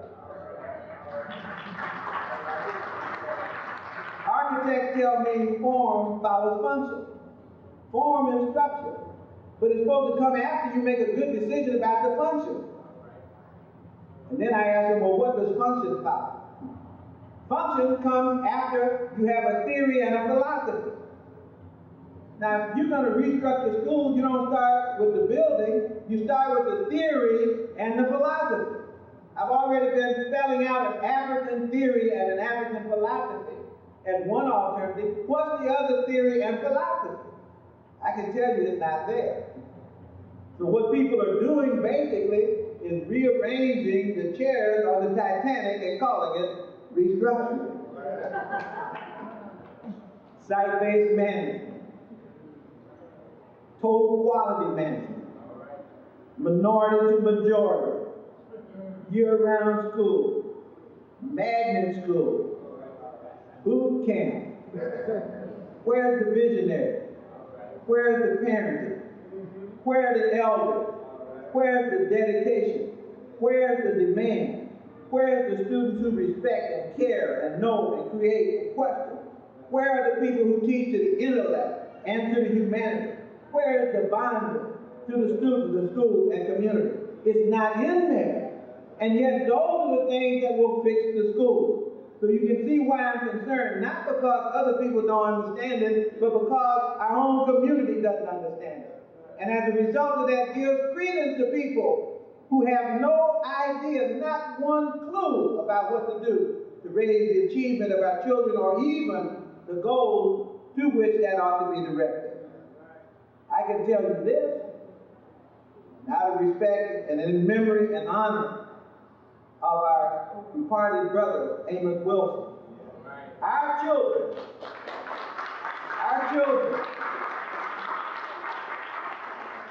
this is African children, all of them, every last one of them, are thinking, motivated geniuses. That's the absolute truth. See, I tell people this, I don't care who the audience is, I tell them the same thing. And then people look at you with a puzzle, because now they look at a little guy laying down with his head on the desk, pencil in his mouth, eyes closed, everything. And you mean to tell me that is a motivated, thinking genius? And I said, yes. I said, all it takes is the right conditions to release the genius that's bound up in that child, and he'll do what Shabazz had them do. But if you don't believe that, you'll tolerate the structure of a school that assumes that 1/4 of the people in America, black and white, are so dumb they will never be able to learn enough to pay for their education. That's what the bell curve is about. That's what they say in it. Our children are the children of the future. You know, one of the things that's so wonderful to me as I look at how brilliant they are. The best place you can find it is with the rappers. You want to see how brilliant black minds are. See, some people can rap and some people can't rap. Try to get Europeans to rap. Try to stop any young brother from rapping. Look, we came here rapping. In fact, they were rapping in the Caribbean before they were rapping here. Used to call it reggae. They were doing all that. Calypso, they were rapping the reggae and calypso. They were rapping in Africa before they rapped in the Caribbean. In fact, what I found when I was there, was that they said to me, man, if you ever get a Liberian a chance to talk, he will win the argument. They said, never let a Liberian man talk in court. Because by the time you finish talking, he's going to convince you up and down, left is right, black is white, whatever it is you need. He's that good.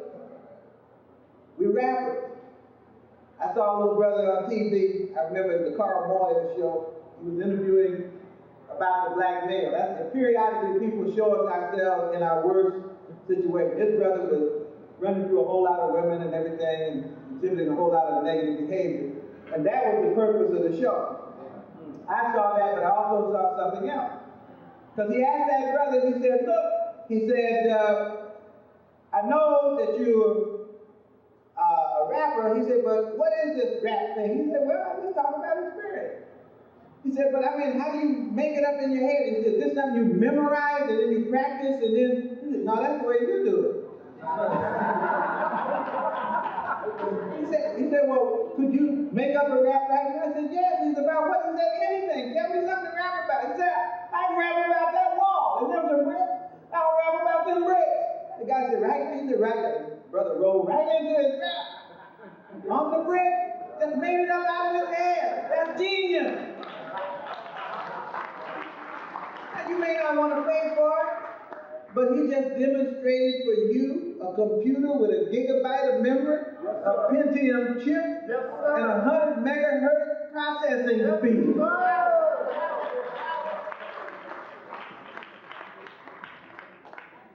Now, the problem that I have is to get our folks to see the problem. That's the only problem I see. We got all this genius in our children. We got all this genius in our teachers. And they're invisible in the African community. People don't know they're there, so they lose trust in themselves. They lose trust in our own leadership. And when they lose trust in themselves and their own leadership, then they begin to trust in strangers and aliens. And the minute they go down that road, they bring back to us these crippled solutions that will cripple us even further. What we need right now is a rite of passage. That will include the kind of thing that Dr. Adelaide Sanford is now leading, the Board of Education for people of African ancestry, where we sit down and think about what it is that we need so that we can specify the nature of the education that we want our children to receive. That's what we need, and we need chapters of that all over this country. It's unfortunate that in some of the biggest cities in the world, with some of the most degrees, I live in one of them, the greatest number of degrees per capita in the world. And where is the independent think tank designing the future of education for African people? We're doing it through other people's structures. So we need that board function. Then we need a board of elders to oversee what we come up with. You need to run past the elders, these solutions. Because sometimes they can see that we've been there before. That's not something you got to do again. And it's not consistent with the ma'at that we're supposed to be representing and reflecting, or whatever it is, but we need to institutionalize that elder oversight function. We've lost it. We don't talk to our people anymore, the old people. And then, of course, we need a teacher training process, a retraining process.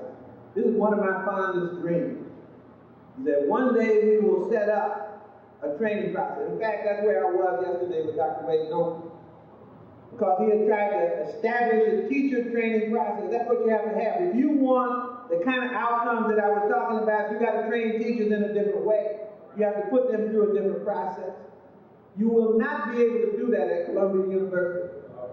You will not be able to do that at New York University. You can only do that in a training structure that you control totally. And that's what we have to have.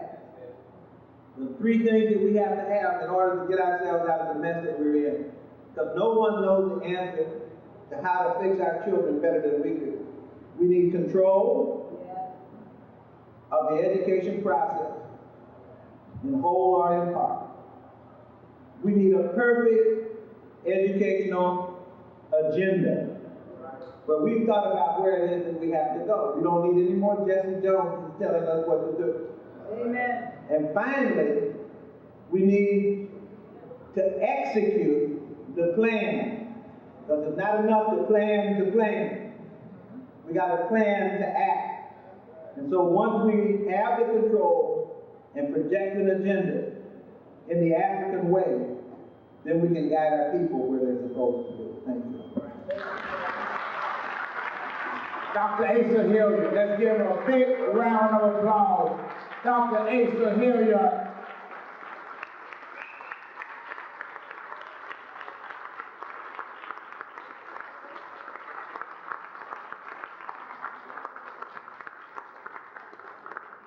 Those of you who are going up the aisle now, stop. Hold some black person's hand if you love them.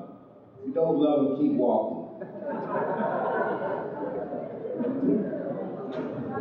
We're getting ready to get out of here. We're getting ready to make an African affirmation. It only takes 1 or 2 more minutes. Black people got to go through African rituals. We got to go through an African commitment. It's not enough just to come and hear and then fall down at the finish line and not make the African affirmation to us. I want to thank Dr. Hilliard tonight for that very inspiring message. I want to let him know that we are indeed making an effort to meet the challenge.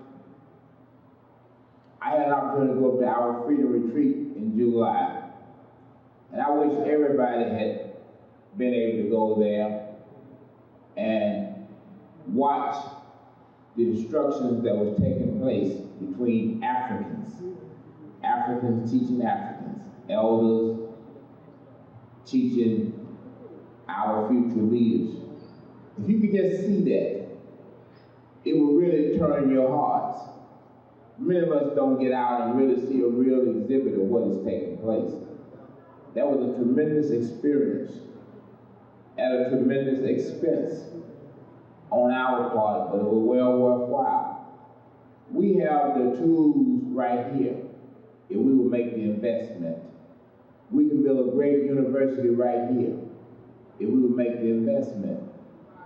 We can turn buildings on Fulton Street into educational institutions right here if we would just make the investment.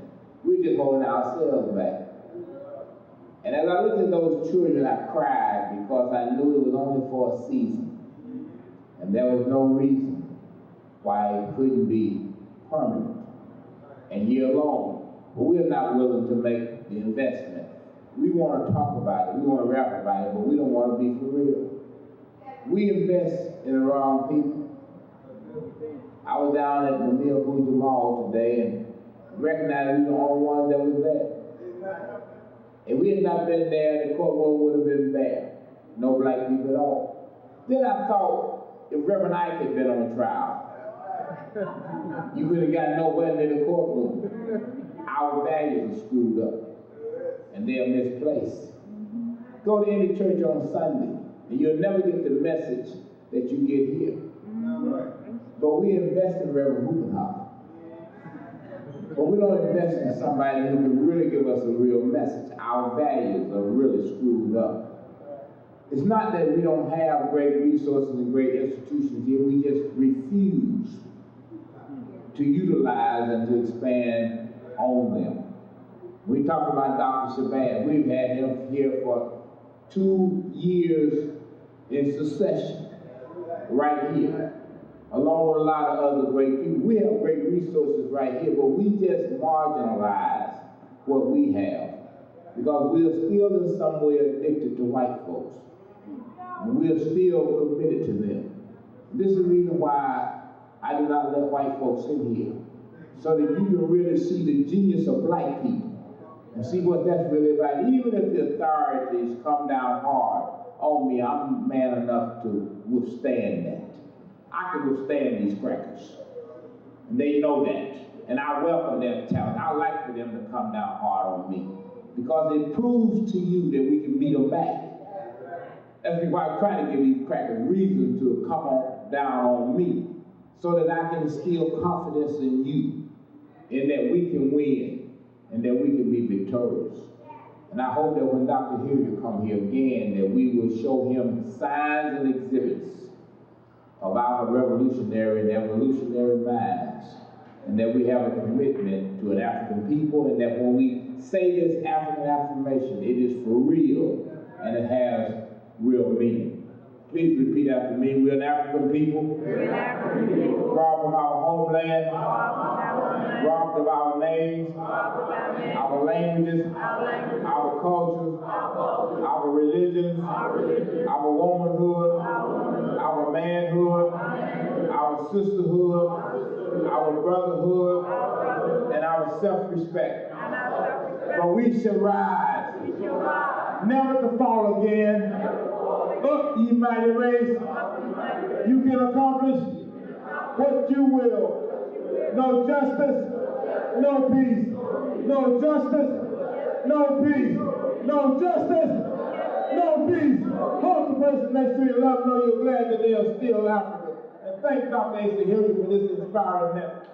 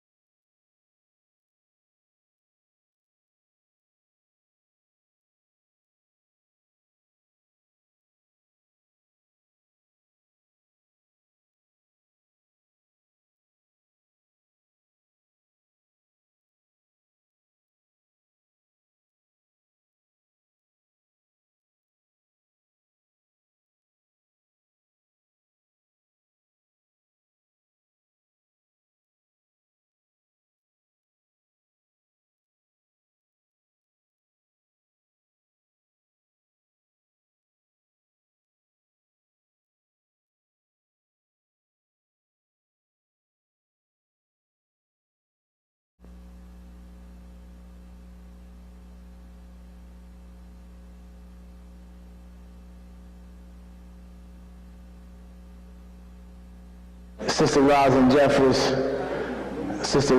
Jeffries. Now, as many of you know, we are extremely fortunate to have this sister. Let's give her a warm round of applause. Sister Rosalind Jeffries, our sister. We can take this photograph because we know Dr. Jeffries hasn't gotten here yet.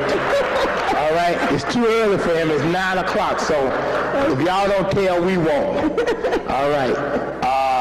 Certainly with such a distinguished guest tonight, it would be most fitting someone that we love who also loves our internationally recognized speaker make an introduction of him. And at this time, we're going to turn the program over to Dr. Sister Rosalind Jeffries. Let's give her a warm round of applause. All right.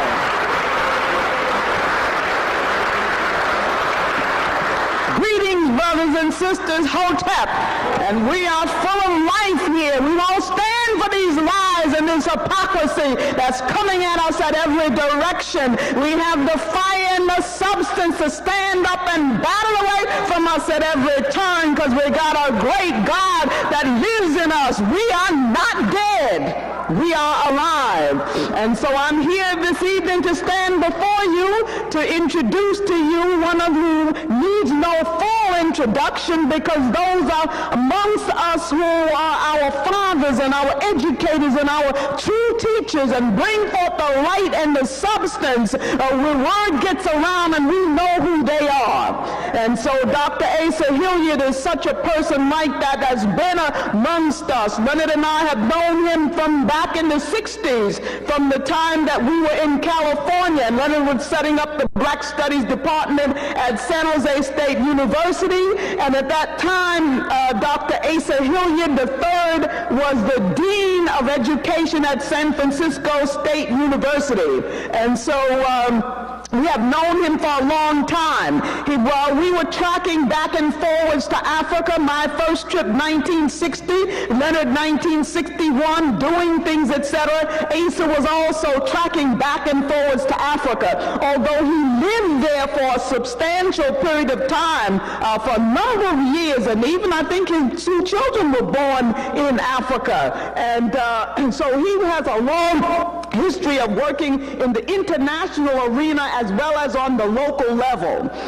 We know Dr. Asa Hilliard is the Fuller Calloway Professor of Urban Education at Georgia State University. And so those kinds of positions, see, even the folks down at that university knew what to do with Asa. Some people you don't know because they're a think tank, their mind works in the right way, their spirit is right. You take those kind of people and sit them down and let them think. And so that his job is one where he's not overburdened sometimes with some of the things that local teachers are. He has the time to go and to develop things and so he has been one developing and decoding information for us for a long time and bringing back and sharing with us the things that we need. If there's one word that I really want to say about Asa too, it's relevance, that he brings information that's not old chewed up stuff you heard before over and over again,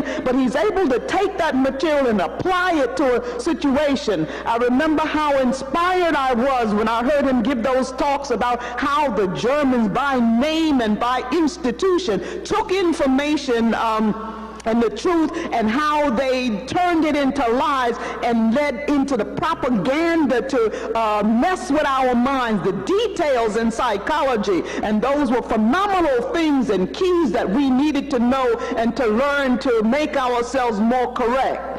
We know that Dr. Hilliard had the conference that he invited me to be a part of down at Georgia State College, which was called the Infusion of African and African American Content in the School Curriculum. That was in 1989. But even before that conference, he had invited me down to work with the school teachers of Georgia State, Georgia as a state. And so he gathered together the top minds and the top people in African American education, history, psychology, and theology, and brought us all in together at that particular conference. And I always remembered when I went down there, Asa doesn't know this, but I was standing on the side and down where he works, and working for getting all of the coordination of all of the things going. And I saw some secretaries that he went to, and they were all smiling and everything. And when he turned his back and went away, they didn't know who I was, just standing there, but they just assumed I was nobody, just standing there. And they just turned just the opposite. I said, look at here, look at these white folks are devils, totally. And I said, is this what Asa has to work with every day, and come and look them in the eyes and look them in the face and deal with these lecherous people that were terrible. And so that we know once again that this is what people have to go up with. In Africa, they have a big staff with an egg in the hand, and that staff they'll hold up every so often. And what that means is that to remind you of how you have to treat your leaders, people like Automatics and like Asa Hilliard, people who put their lives on the line. You have to hold them like an egg in the hand. You can't hold them too tight, because if you do, they don't have the freedom to go and do what they have to do. You can't lock them into little mundane things all the time. You have to let them ride and fly like eagles. But at the same time, if you don't hold it firm enough and tight enough, then there'll be problems. And so you don't want to crush your leaders, and you want to give them the substance and the support that they need. And so So that's what we learn from Africa, how to take care of our leaders and to appreciate them at every turn, to be obedient to their calls. And when they ask you to sacrifice, go ahead and make the sacrifice. I mean, what else are we living for but to sacrifice our life so that things will be better for us all and for the generations to follow? It's an opportunity, and we should be glad to lay down our lives for these kinds of causes that we have. And so I'm going to stop in a few minutes, but I want to mention again that Asa Hilliard did some monumental work with less developed Middleton when he created a series of educational data and material for the South Carolina network that he worked for, that went out around the country, and in particular out from Washington, D.C. It was Asa Hilliard that played a key role. Asa Hilliard was also one of the founding directors and officers of ASCAC, the Association for the Study of African Classical Civilization, and he's the current vice president of ASCAC. And ASCAC has its tentacles throughout the country in small study groups and regional groups, so that we work at the grassroots level to get the information there and then to hook up the various groups. And of course, the culmination of some of those activities, we always remember Dr. Hilliard was talking about, yes, we had the Million Man March, but in 1987, before the Million Man March, we had a 1,000 People's March, and that was the one that went to Kemet. It's not easy, but can you imagine? Even Sullivan, when he was having people come to have a business arrangement, we were interested in that too, but people did not respond the way they did for the 1987 March in Kemet, going to study. And so I was saying to myself, why is that? What was different about the Sullivan call and the call that went out to Kemet? What was different? And that difference was, yes, we want these business deals and arrangements, and we need those things done vitally. But at the same time, we've been filled with people that are misleading us, and hypocrisy in high places, and wickedness all over, and so all those turnover. But the call that came for people running to Kemet was because they were seeking after what?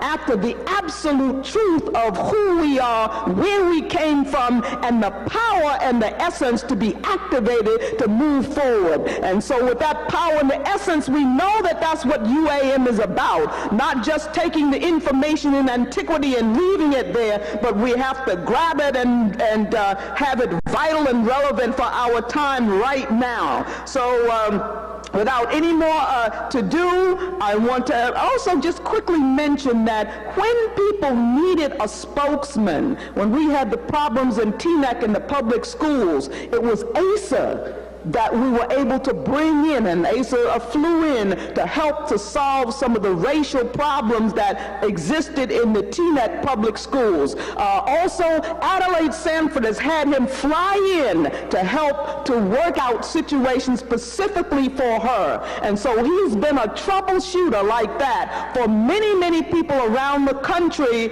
in these educational systems. And so we're thankful for the role that he plays, and we are indeed honored for him. And so the person that's coming forward will be our Dr. Asa Hilliard, and I want you to rise to receive him because he's a person of honor, a person of dignity that is indeed worthy of your respect. Dr. Asa Hilliard, let's give it up.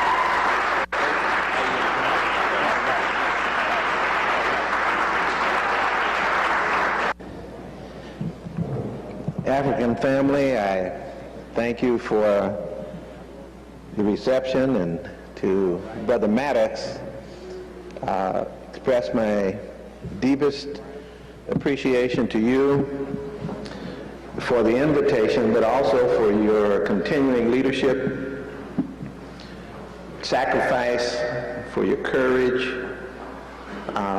for never letting us down. To my sister Rosalind, who my last image of is standing in Elmina Castle Talking to the Stone Walls in August, with her poetic explanation of what had taken place there. And this was with the ASCAC conference this summer. And she and Brother Leonard did a duet in Elmina Castle. And it was a thing of beauty.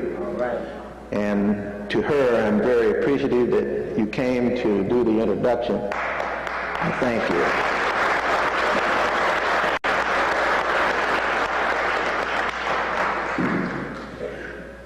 I want to talk about genocide, homicide, and suicide. And I want to talk about to move from those three killers to wholeness through the education and socialization process. I have to think that way because I'm a teacher and I'm a psychologist. I wish I were an investor and an economist and a political scientist, and I would be able to talk more about that part of the job that we have to do, excuse me, but I have to talk about those things that I'm closer to. And of course, these things are very important.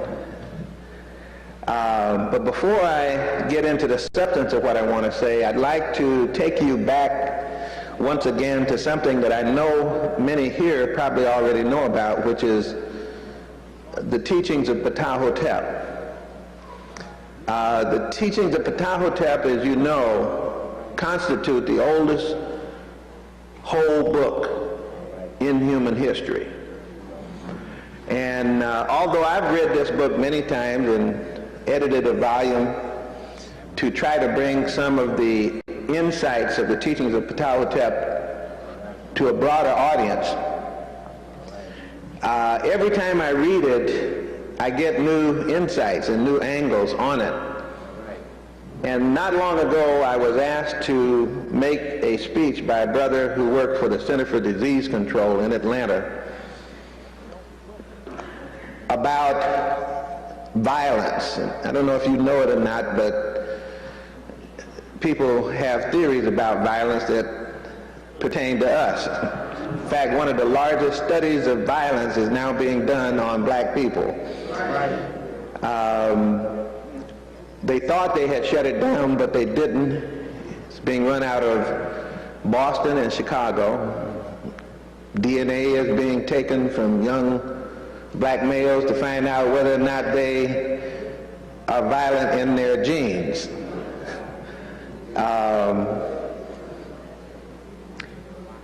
And I turned down the invitation 3 times, in fact. But for the main reason is I don't talk about violence as an expert. I talk about things I try to study about and know about. And I told this person that. I said, I won't do it because I'm not prepared. I said, not only that, but I probably won't take the position that you want me to take. I'm assuming I know what position you want me to take. And he said, well, no, you can say whatever you want to say. He said, the reason I'm interested is because I think that you will bring a different angle to this than the one we're working with right now. So to make a long story short, what I did was to insist that the position that should be taken, of course, should be anti-violence, not nonviolence. Right. Anti-violence, which means we don't want violence. I'm not sure what nonviolence means. All right. And in order to talk about that and to deal with what I thought the real problem was, which is a definition problem. The problem of violence is pictured on the evening news as a young African male leaning over a police car with his hands cuffed behind him and someone hitting him with a flashlight. Someone stabs or shoots another person, and that's violence. But I thought that violence had to be redefined. because I thought oil spills were violent. I thought insider trading on Wall Street that makes old people lose their savings is violent. I thought that lying in Hollywood is violence. I thought that scholarship that closes black studies programs down is violent.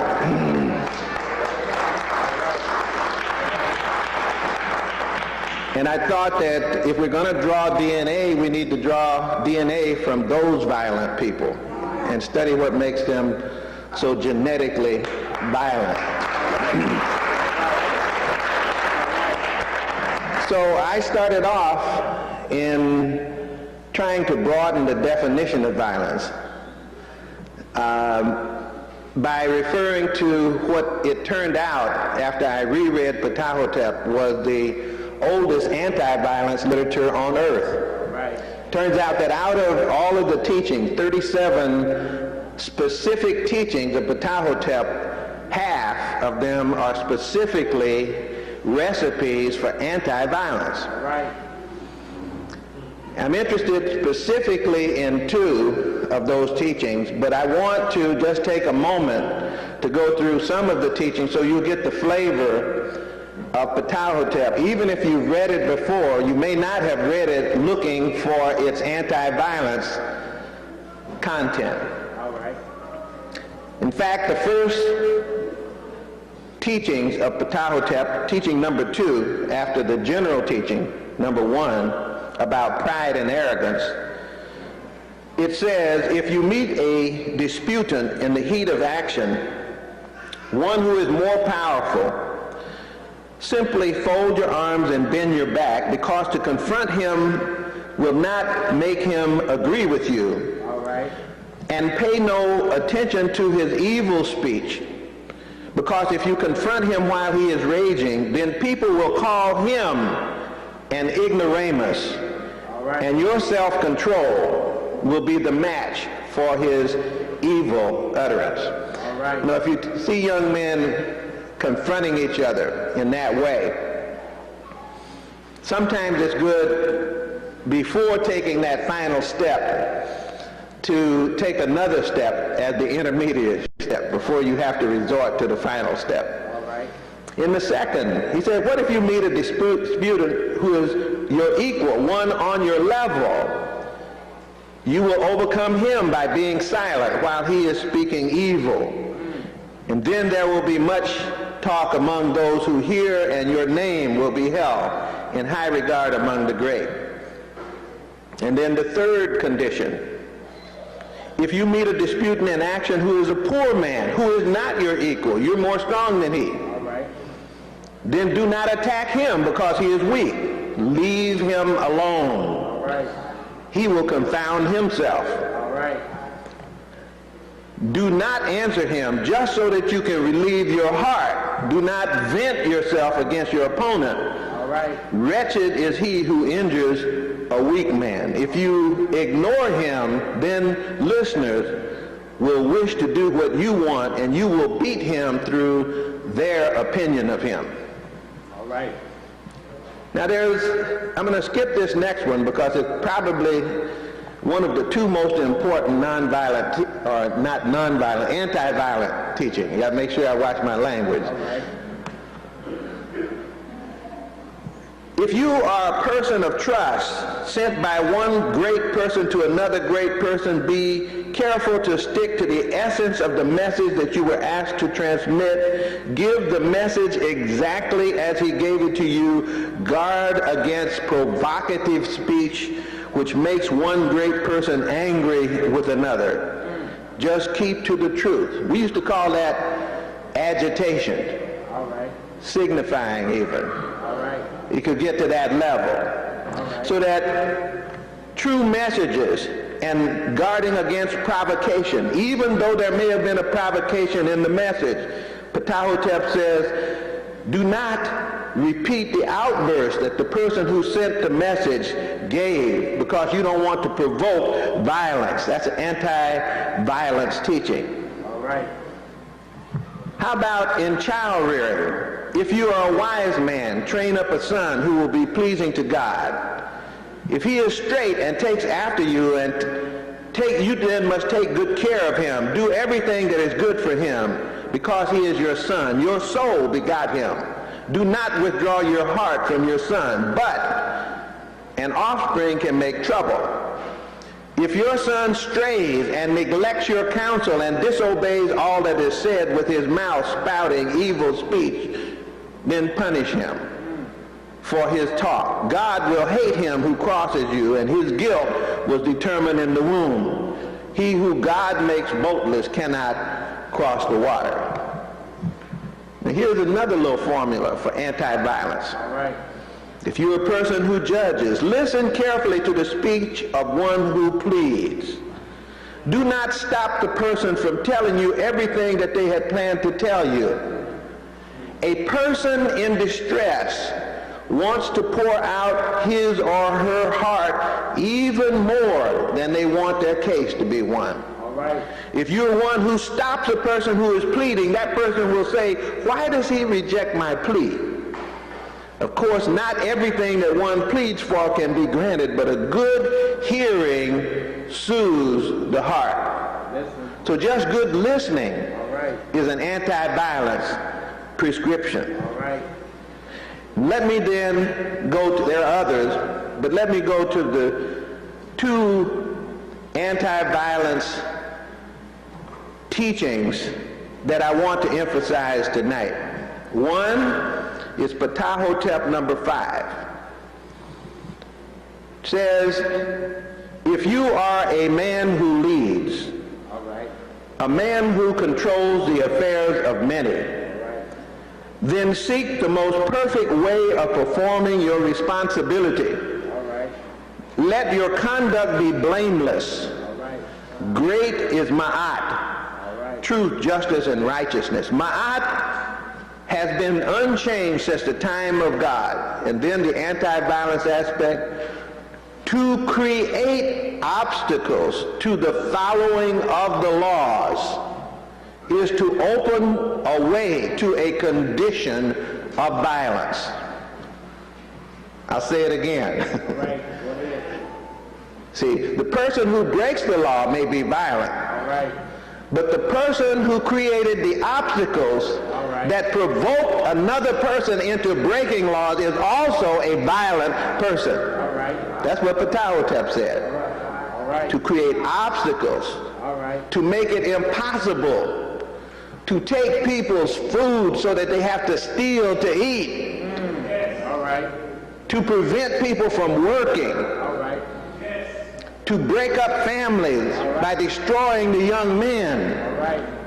is to create the conditions that then produce the violence, and that person is just as violent as the violence that they create. All right.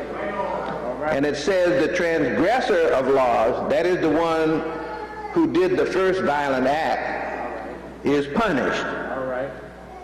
Although the greedy person, and let's listen to that word greed because it will come up in the next teaching. All right. The greedy person misses that fact.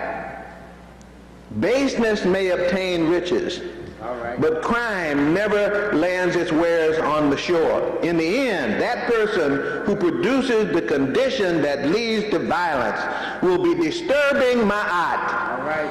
And in the end, Ma'at lasts. Ma'at is my father's ground. All right. And finally,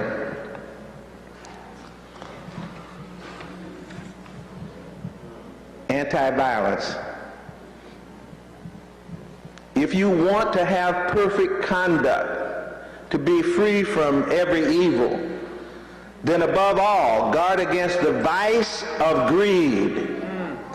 Greed is a grievous sickness that has no cure. There is no treatment for it. It embroils the father. Greed embroils the father. Greed provokes violence. It embroils the fathers and mothers. It embroils the mothers and the brothers of the mothers. It parts the wife from the husband. Greed is the compound of all evils. Right. It is a bundle of all hateful things. Right. That person endures whose rule is rightness. who walks a straight line, for that person will leave a legacy by such behavior. On the other hand, the greedy person has no tomb. So we have two additions to the thought about violence. All right. Not just the one who provokes an obvious violent act, but the one who creates the conditions that produce the violence is violence, and then the one who is greedy is the one who is likely to produce the conditions that lead others to produce violence. Greed and activities in high places. This is at the level of public policy. That's violence at the level of public policy. Welfare reform is violence. To take bread out of children's mouths, to take food out of the mother's mouth, the destruction of the protection from racism in employment is violent. To destroy the minimum affirmative action, rulings that protect the people, is a public policy that creates the conditions that allow people to respond or provoke some people to respond in ways that are inappropriate. I just want you to think about that for a moment, because I'm going to talk about three violent things. I'm going to talk about genocide. I'm going to talk about homicide briefly, and then I'm going to talk about suicide. And I think in order to talk about genocide, I need to be precise. I may have spoken about this once before when I was at the slave, I'm not sure, but I'm going to do it again anyway. I want to read the precise definition of genocide. It makes a difference whether you use a word with knowledge or whether you just use a word as a cliche. William Patterson, in the book that was written by some African Americans, We Charge Genocide. It was a petition to the United Nations for relief from a crime of the United States government against Negro people, published by international publishers here in New York. Book has a publication date of 1971.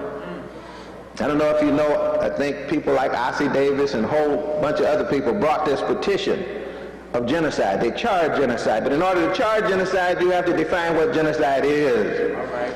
And here's what the United Nations Charter says. The General Assembly of the United Nations adopted something that they called the Genocide Convention on December 9th, 1948. Article 2 of that convention defines genocide as any one of the following acts committed with the intent to destroy in whole or in part a national, ethnic, racial, or religious group as such. To the attempt to destroy in whole or in part a national, racial, or ethnic group as such. The attempt to destroy a community, in other words, by one of the following methods. A, killing members of the group constitutes the genocide that most of us are familiar with. B, it is also genocide to cause serious bodily or mental harm to members of the group. That's genocide. Just causing distress, mental distress to members of a group. And 3, deliberately inflicting on the group conditions calculated to bring about its physical destruction in whole or in part. That means not killing, but creating the conditions that lead to death. That's also genocide. And then D, imposing measures intended to prevent births within a group is genocide.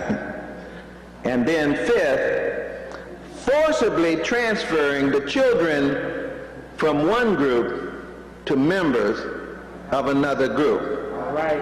Is genocide. All right. That's the UN Charter. That's the UN Convention, I'm sorry. All right. Now, the man who thought up this word, at least the one who was given credit for it, is a man named Raphael Lemkin. All right. He clarified it even more.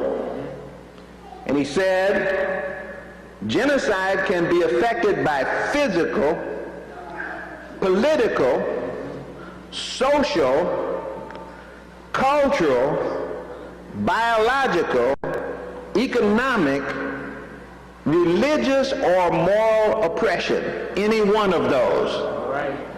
I'd like to have you think specifically about culture. The cultural oppression of a people is genocide. All right. See, there was a wonderful book written by Dr. Yosef Ben Yaakov called Cultural Genocide and the Black and African Studies Curriculum. A lot of people ask why you put a word like that in a title of a book like that. Why wouldn't genocide have more to do with armed struggle? There you go. But cultural genocide is armed struggle. There you go. And our people haven't gotten it yet. All right. There you go. And so when I say suicide, or actually genocide, of course, physical is important, but so is cultural. And then it can be direct or it can be indirect. It can be indirect if people just operate in such a way that they ignore you to the point where you can't manifest your culture. It can be direct if people calculate and design to prevent you from practicing your culture. And why would that be true? Why would that be genocide? Why would preventing people from practicing their culture be genocide? It would be genocide because culture is the tie that binds, the glue that holds a group together, the glue that makes for the possibility of unity, the glue that makes for the possibility of collaboration. Anybody serious in the study of humanity understands this. I don't think our people get it. I've just been talking to some people the last few days that blow my mind. I sat down at the table 2 nights ago with someone, and this woman was saying, well, you know, I thought I was talking to an African, but it wasn't. And she said, you know, we don't really have anything that connects us to Africa. And I sat there with my mouth, I'm not shocked at much, but I couldn't believe this. And she's sitting there with her afro, dressed in African clothes. And she said, no, we don't have it. Of course, she made an interesting choice of a mate. All right. And so that might explain why she's confused about the origin, her own origin. And then she went further than that, and she said, you know, of course I understand that we came from Africa, but there's nothing of Africa left in us. And that our problem is how to fit into this cultural stream that is the majority cultural stream. That's our only job. And she said, that's what I intend to do with my leadership role, is to help people fit into this cultural stream. So I'm shocked because I say, well, you know, other people understand the function of culture. And so many of us have forgotten it. Treat it casually and communicate that to our children. I think the last time I was up here, I probably mentioned the book Tribes by Kotkin. It's very clear, according to Kotkin, that 3 things account for the power of global groups that rule the world. Ethnic identity is strong. That produces the possibility for trust, which then produces the possibility for collaboration. They have a global sense of themselves. And they have a passionate commitment to technology. And these things, with the cultural bond, allows the group to function even when it crosses national boundaries. So that they're global, not local. And we have evolved to the point that so many of our people are local people in a global world and have no knowledge and understanding of a connectedness to anyone outside the local community. Don't understand. Don't see it. And you know what's pitiful? When we were over in Ghana this last summer, is the same kind of thinking is growing on the continent itself. Growing on the continent as alien ideologies compete for the minds of people. When a young man stands up on a bus and says that he was talking to a priest and then he was talking to a fetish priest. I said, who is the fetish priest? He said, you know, the fetish priest. I said, wait a minute, I don't understand. Who is the fetish priest? He said, he's the one that handles fetishes. I said, oh, you mean the Catholic priest? He has the cross, the holy water, and things like that. He said, no. I mean, the African, the Ghanaian traditional priest. I knew what he was doing. That's the term that's used. And I find not only do we use it, Ghanaians use it to their own people. And then I had a young man on the same bus, sat down and bragged about the fact that he was no longer a pagan. I said, wait, if you want to join somebody's church, that's fine. But why does that require you to call your own daddy a pagan and your mother a pagan? So I'm saying minds are being changed because people no longer understand the bond and how it's created and the meaning of having bonds in a global world. So we haven't understood it. So we become ripe for genocide. And so how does the genocide occur? How does the genocide of African people occur? It's very simple. But I don't think our people really at the mass level understand this. I know we understand it here, that's why we're here, but I'm just saying we have not gotten this message out to the masses. They don't understand it. For example, the genocide occurs when someone else can define who you are. Richard B. Moore, in the wonderful book that he wrote, The Name Negro, Its Origin and Evil Use. See, a lot of people have grown into the name Negro and can't give it up now. A lot of people grew into the word colored and can't give it up now. And what else will you grow into that you can't give up now? Because there are those who are naming us now and naming our children, and we're not objecting to it. Raphael Powell, in the book, The Human Side of a People and Its Right Name. I'm just talking about people here in New York who met in committees because this name thing was so serious. Richard B. Moore chaired a committee of Africans to sit down and think about this name thing. Dr. Clark was on that committee. John Henry Clark was on that committee.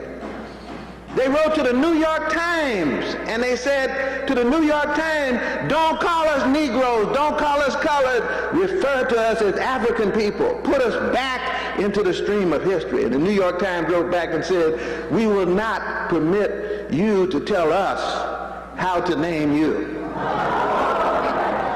Get the book. The letter from the New York Times back to the committee is in the book. The name Negro, its origin, evil use.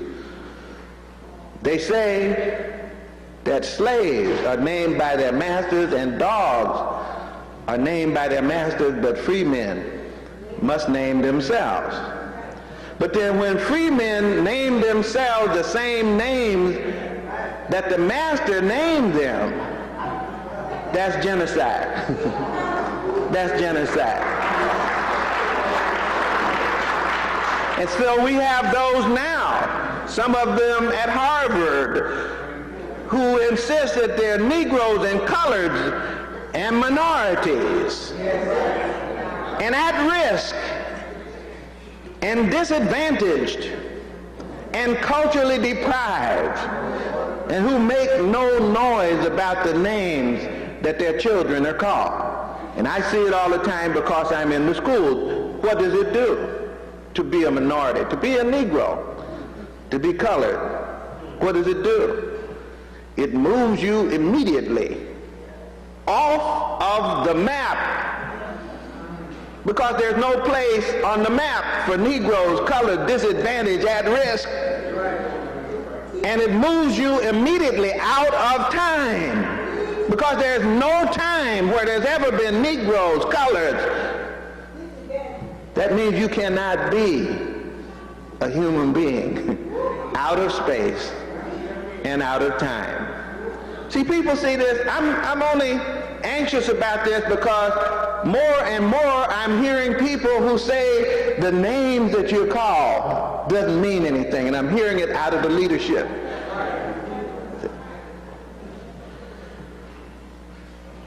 So to destroy community bonds, and I just read to you the definition of genocide as cultural, bonded community, the destruction of a community. To destroy those bonds is genocide. Just a couple months ago, we met down in Costa Rica. And one of the things that was interesting to me at this meeting of Africans, at a homecoming of Africans in Latin America. Now, we got a problem with that term, Latin America. But I'm not going to deal with Latin America.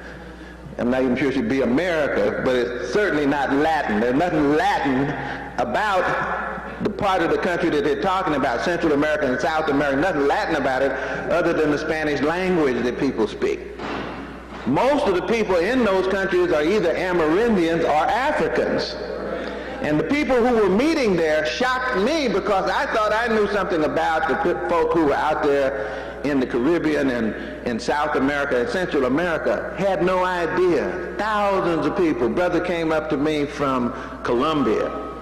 He said, there's a whole bunch. He said, you know, there's hundreds of thousands of Africans in Colombia. He said, and you poured libations. We poured libations in Colombia.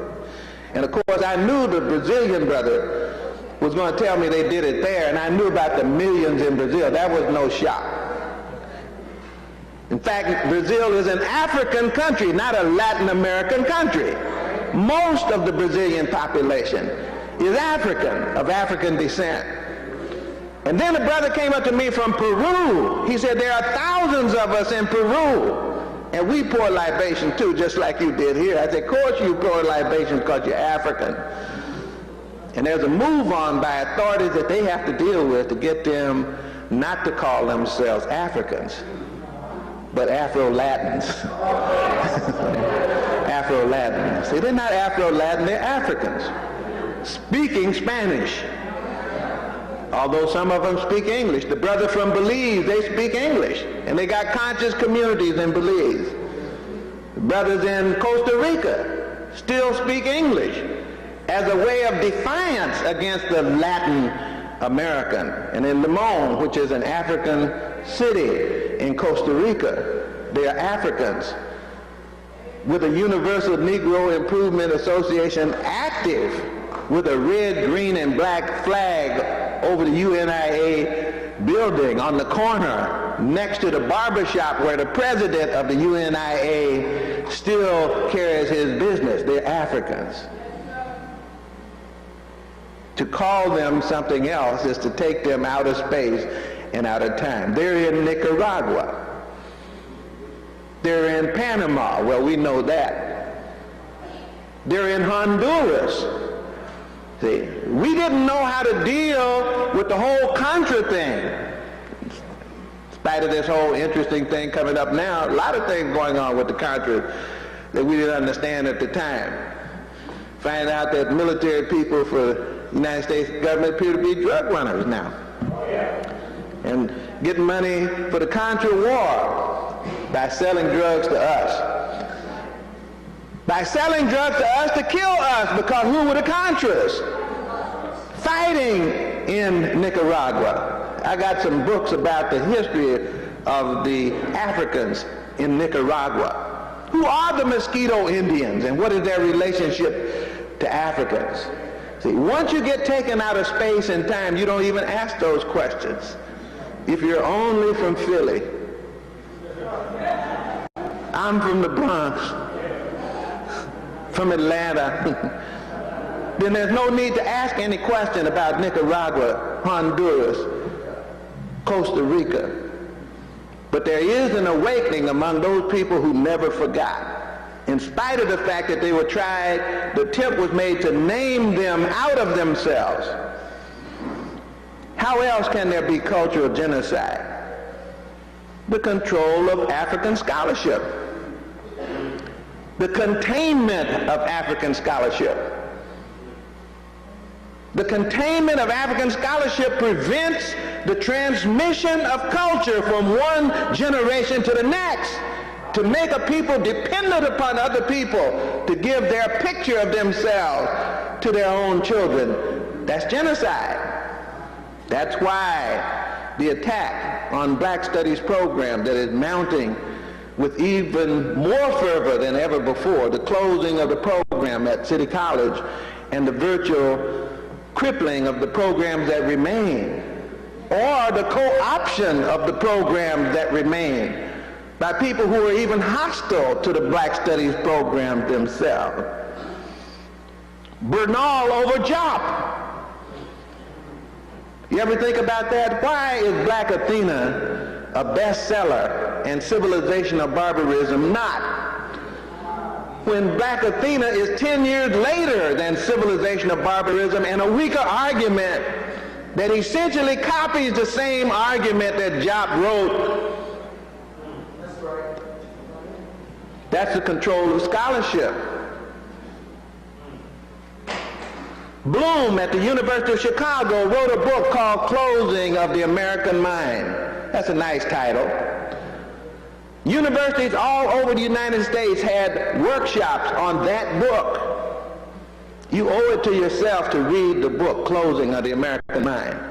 Why would, you know, the workshops that I know of that captured the attention of university presidents would get these books and ask their whole faculties to read them all across the United States. That was one by this Chicago professor, home of the great books of the Western world. Also, a professor used to be up here at Cornell when the black students took over the Black Studies department with guns, took over the president's office or whatever they took over up there with these guns. He was on the faculty then. The book was sponsored by the trustee who was on the faculty then. The Olin Foundation paid for the book. Olin Foundation paid for another book that we will learn about. Mary Lefkowitz's Not Out of Africa. You see? So here's this man, angry at the University of Chicago, writing a book called Closing of the American Mind. The argument is that when they opened the doors to the university in the 60s, they let all these people in with these funny ideas. And now they're writing all these books that are destroying the foundation of Western civilization. See? And then he castigates specifically the Black Studies, African Studies program. Vitriolic, poisonous criticism. You ought to read it. If I had time, I would have brought the whole transcript and just read just how nasty. It doesn't sound like scholarship. It's not scholarship criticizing scholarship. It's propaganda against African scholarship. To control, to say that African people have no right to write their books. Or as Lefkowitz says, to say that anything that people who are writing on behalf of African people say is myth and fraud. In the face of all the fraud and mythology that's been perpetuated by people about African folk. You know the fraud that I'm talking about.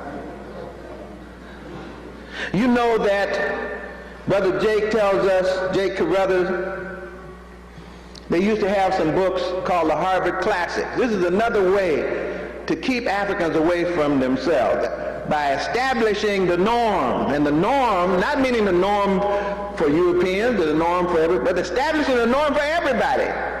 And saying that you're not literate until you've read the right books. And the right books were decided at Harvard by the president of Harvard, Charles Eliot.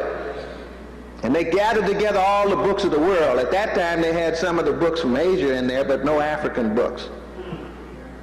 And then later, they had the great books of the Western world by author from the University of Chicago. But the great books of the Western world did not have any Africa in it.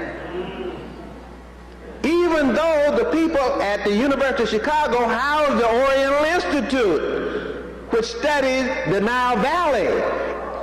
Rockefeller had set up the Oriental Institute, and you had all the Egyptologists sitting right there at the University of Chicago when they wrote the great books of the world, the Western world, and never talked about the Nile Valley. Well, even if you say, well, we're not talking about African books, how can you leave those books out when the Western writers referred to them, like Plato?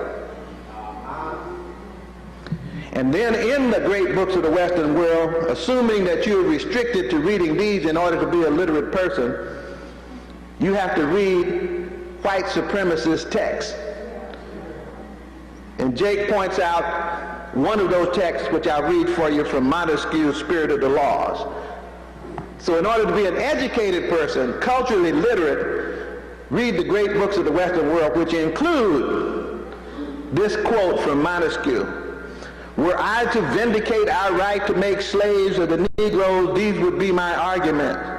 The Europeans, having extirpated the Americas, that means had committed genocide on the Americas, were obliged then to make slaves of Africans for clearing such vast tracts of land. Sugar would be too dear if the plants which produced it were cultivated by anything other than slaves.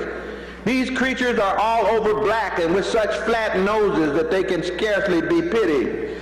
It's hard to believe that God, who is a wise being, should place a soul, especially a good soul, in such a black, ugly body.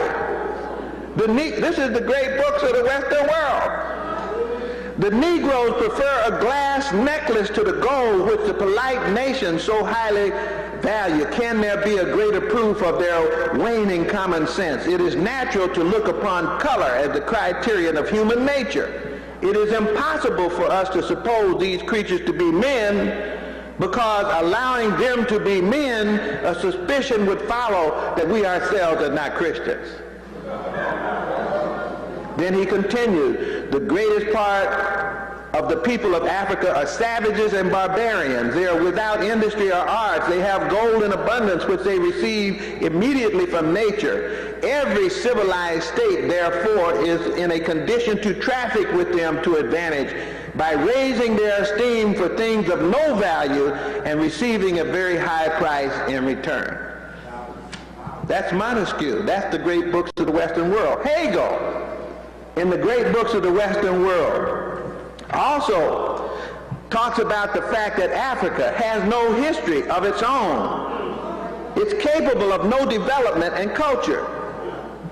The enslavement to more advanced Europeans is necessary to the increase of human feeling among the Negroes, and is an advance toward becoming participants in a higher morality, a phase of education. So at this point, forget Africa and never mention it again, because it's not any historical part of the world. It has no movement or development to exhibit any historical movement in it. That is, in the northern part, talking about Egypt, is Asiatic or European.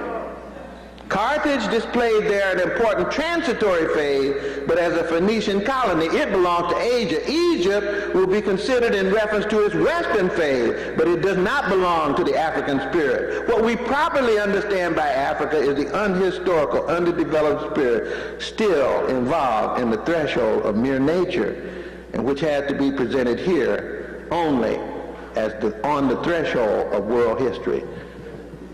So in order to be literate, you have to be anti-African. Ptahhotep doesn't exist. The teachings of Mary Carey do not exist. The teachings of Kunanu do not exist. The great Book of the Dead does not exist. The control. See, these are the things that have to be controlled. So when Africans begin to discover their own literature, then that literature has either to be co-opted, transferred in its authorship to somebody else, or it has to be shut down as not relevant. In fact, one of the ways to close the literature of Africa down is to say it's mythopoetical literature. It's not philosophy. It's not science. And even the science is pragmatic. That's what I mean by the control of scholarship. Mary Lefkowitz, not out of Africa. Malefi is doing a book called Still Out of Africa. Dr. Clark cleaned her house the other night, as you know on the video. I don't know if many of you know that Dr. Finch also did the same thing up at Brown University. She called him a couple of days before, trying to get things adjudicated before the panel, because I think she knew what kind of whipping she was getting ready to get. And I hope that article is floating around. If you don't have it, I'll be happy to get it to you. Finch did a beautiful critique of a stupid position, a propagandistic position. Schlesinger wrote the same thing that Bloom wrote in Closing of the American Mind and Disuniting of America. The very fact that African scholars say something about themselves will have the effect of tearing down the unity of America, according to Arthur Schlesinger. Yeah, if it's based on a lie, it will. If it's based on these lies that I just got through reading, it will. To shut down the research, the publication, the hiring, the tenure of departments of African studies is to control scholarship. And we'll be back to the point where we were when the 60s started. Part of that argument was about scholarship. And you had newscasters on television and radio saying that there was not enough literature to have black studies programs. You couldn't have them because the books didn't exist. At the time that the Schomburg had 50,000 catalog volumes right up here in Harlem, the books didn't exist. At the time, the Moreland Spingarn Library and Research Center existed on Howard University's campus, and dozens of other research centers existed, but we did not exist. People never wanted us to open the books. That's genocide. To establish white supremacy scholarship as the norm is genocide. And I just read to you some of that scholarship from the great books of the Western world. Now we have the new one, Cultural Literacy by E.D. Hirsch. That's the second book that college presidents had their people read. And there was an attempt to establish that as the norm for information that would make you literate. William Bennett of the Heritage Foundation, who used to be the Secretary in Education, William Bennett of that Heritage Foundation said he wanted to eliminate this SAT and the ACT and make a test based on the book Cultural Literacy, 1/4 of whose items deal with Greek and Roman civilization. And then listen to the stupidity of the argument when somebody sits up talking about they mixed and want to make a big deal out of it. I don't hear anybody on that side talking about, yeah, I got 1/4 Negro in me. Even though they do. But why do you suppose that classification system was put together? The destruction of unity. Media propaganda. Why is it that Losing Isaiah can be a popular movie, even Academy Award nomination, and you can't even show Sankofa in a real theater? Not only can you not show it, you had a mobilization of people to make sure it never saw the light of day. That's genocide. The criminal injustice system that takes millions of young men and incarcerates them when unequal penalties are being levied for the same crime. I was standing in February in a West Virginia prison, and this is after the Million Man March, and I told the brother, I said, I just can't, just the image of it, because I was there, and I said, I thought there's 1 million men standing on this mall, but there's 1 million men just like them in the prisons. Same number, same number. And in this prison, they were bringing back the chain gang. And in this prison, the longest line that I saw was men lined up for their meds. That means the population is being controlled by medication. Some prisons I've seen for women, the medications are as high as 70% of the women are on medication to keep them chilled out with drugs. And the school was closed in this prison. The computer class that was filled to overflowing, and they had 7 times as many brothers standing out waiting to get into the computer class as they had seats, and they closed the class because they didn't have the budget to take care of it. And they took the TVs out of the brothers' cells, made them all watch in the common area. And they cut their food out. The brothers told me the food that we were eating, they said, brother, this macaroni and cheese sure is good, because our macaroni don't usually have cheese. I'm just saying, to turn prisons into torture chambers, and then to keep a brother in there longer than he's supposed to be, and then to have that brother come back out with no skills, no education, having been abused for 8 years, and then you say, go on back out there and make something of yourself. And welfare reform, which I already talked about, and taking public money from the welfare program, from the schools, the public schools, and giving public school money to rich people so that they can send their kids to school with $2,000 less tuition.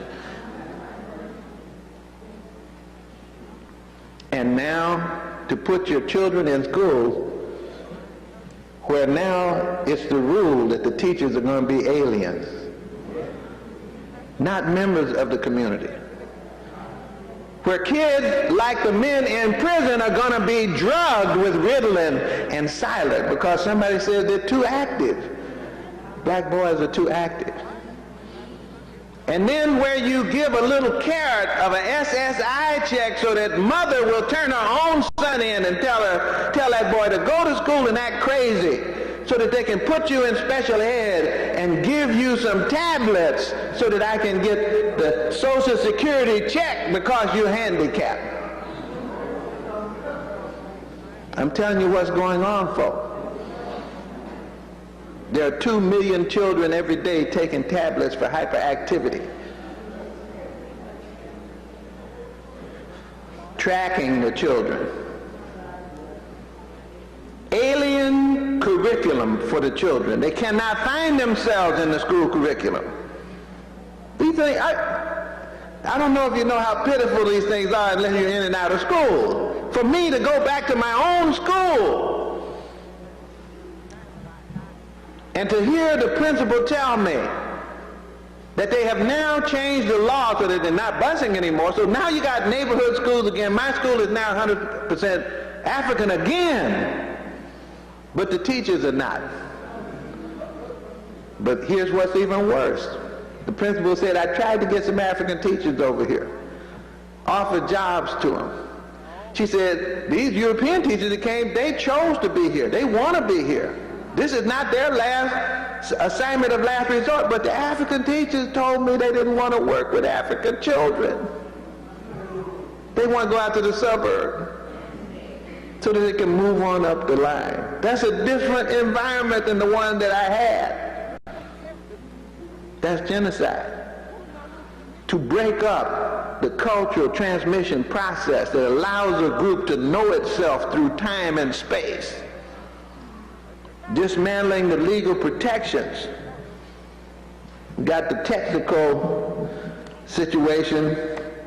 Everybody knows that we jelly beans now. Porch monkeys.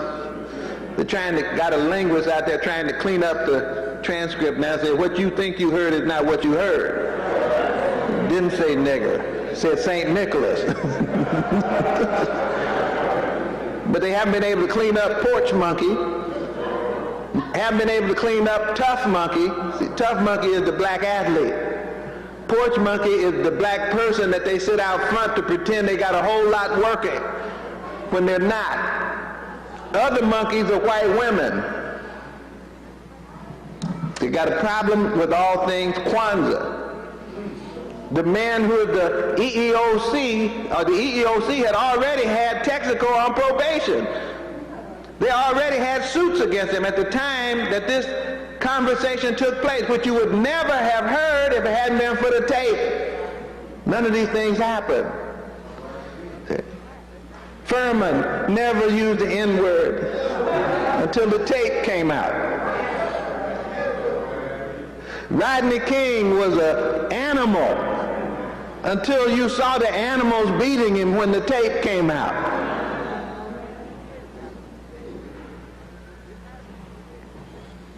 And then, of course, shredding the evidence of the misdeeds deliberately. See, that to me is bigger than the names they call us. The fact that they say we will get rid of the evidence so nobody can see what we do around here.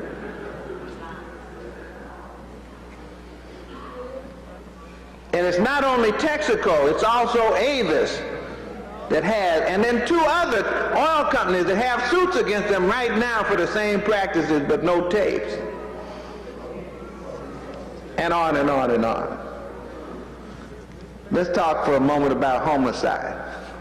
That's just cultural genocide. That's all I was talking about there. Interfering with the capacity of a group, killing the group by destroying the material that bonds it together, that prevents its capacity to mobilize, to act and function on its own behalf with a purpose and a direction that it sees for itself that grows out of its own long traditions. That's genocide. Homicide. Of course, a lot of this we're doing to each other. A lot of the homicide can be direct and indirect. We got too many of our children killing each other. Killing each other for, we know, for the wrong reason. We also know sometimes the homicide borders on suicide. I'll say something about suicide for a moment, but you know, Brother Listerville died this year.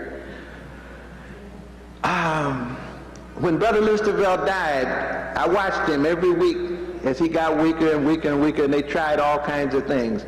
We thought he was healed up until September. We thought that the cancer wasn't coming back, and then one day we were supposed to do a program together, and the night before he called me and said it's back. And then he had to go through a series of bone marrow transplants. And they began to look around for donors. And over the time they finally found donors. In cancer transplants, they try to find 5 characteristics to match. And if you get 4 matches, that's a pretty good chance 5 is really good. And they actually found people that matched Listerville 5 for 5. So we were very hopeful that this match of bone marrow transplant, which he then had to have, they've been giving him his own bone marrow back after they cleaned it up before. But that didn't work, so they had to get some fresh bone marrow. And then they finally decided to look at his family members, and they found out that his son, Bakari, had 3 characteristics that matched the 5 characteristics Dad had. He had 3 of them. And then they decided not to take the matches 5 for 5. but to take 3 for 5 from the son, because they said that in transplanting material that the immune system is more likely to reject even a 5 for 5 match if that person is not family than it is a 3 for 5 match if that person is family. So isn't that something? I hope this is a metaphor.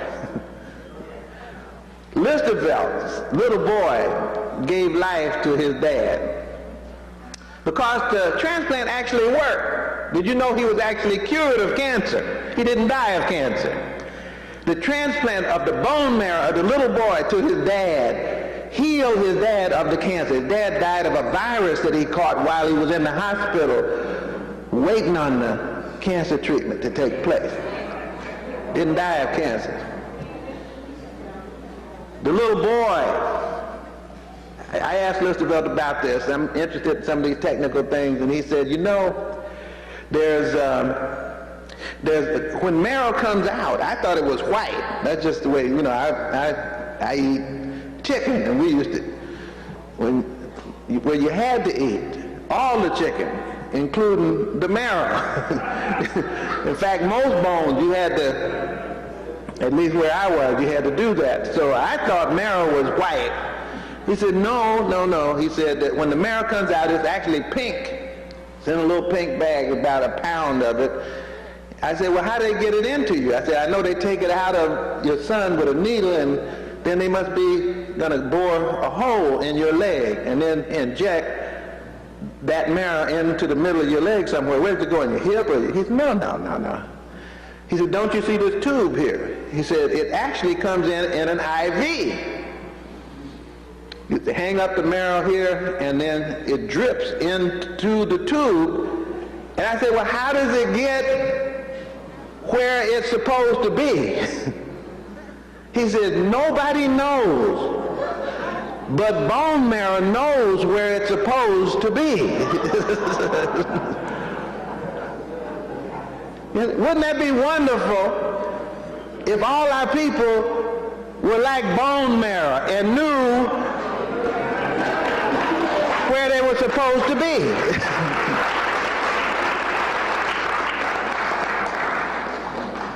Now the father, after he got this bone marrow, did not reject his son's cell because they kinfolk, they bonded physically, and of course culturally the same thing has to happen.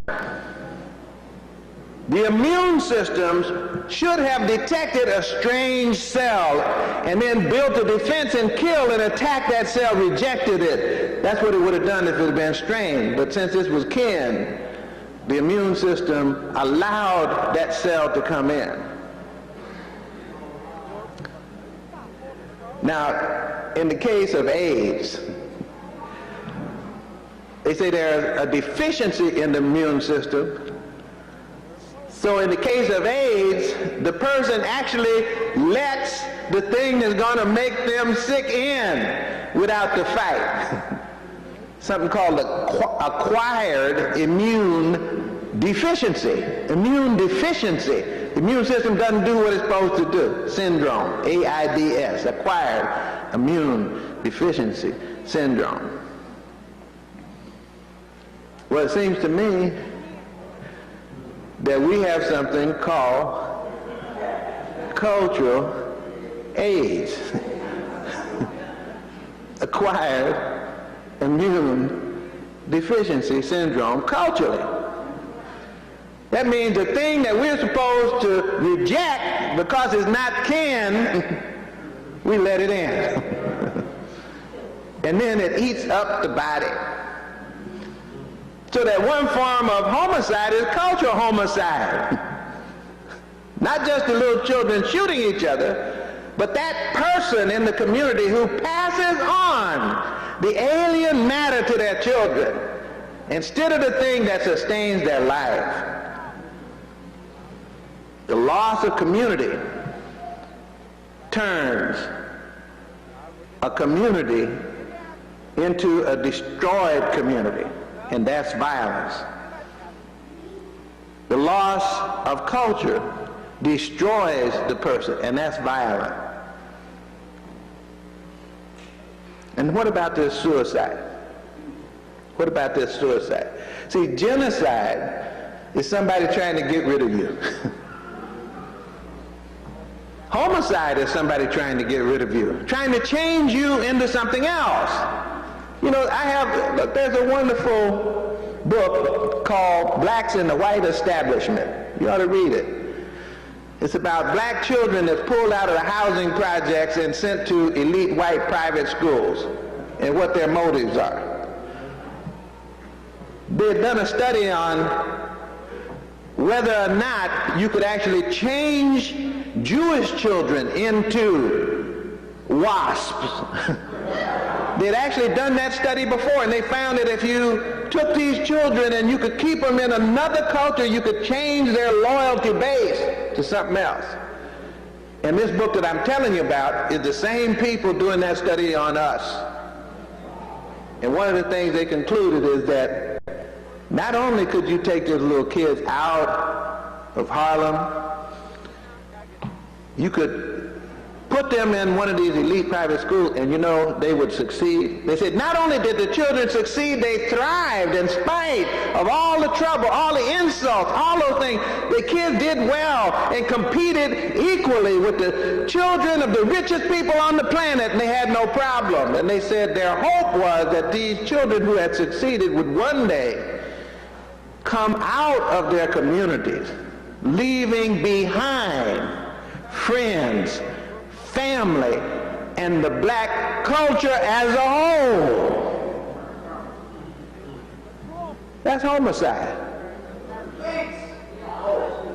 That's homicide. So I'm going to go feel more comfortable with somebody else's family than I do with my own. Of course, then you're ready for a job in high places. Supreme Court.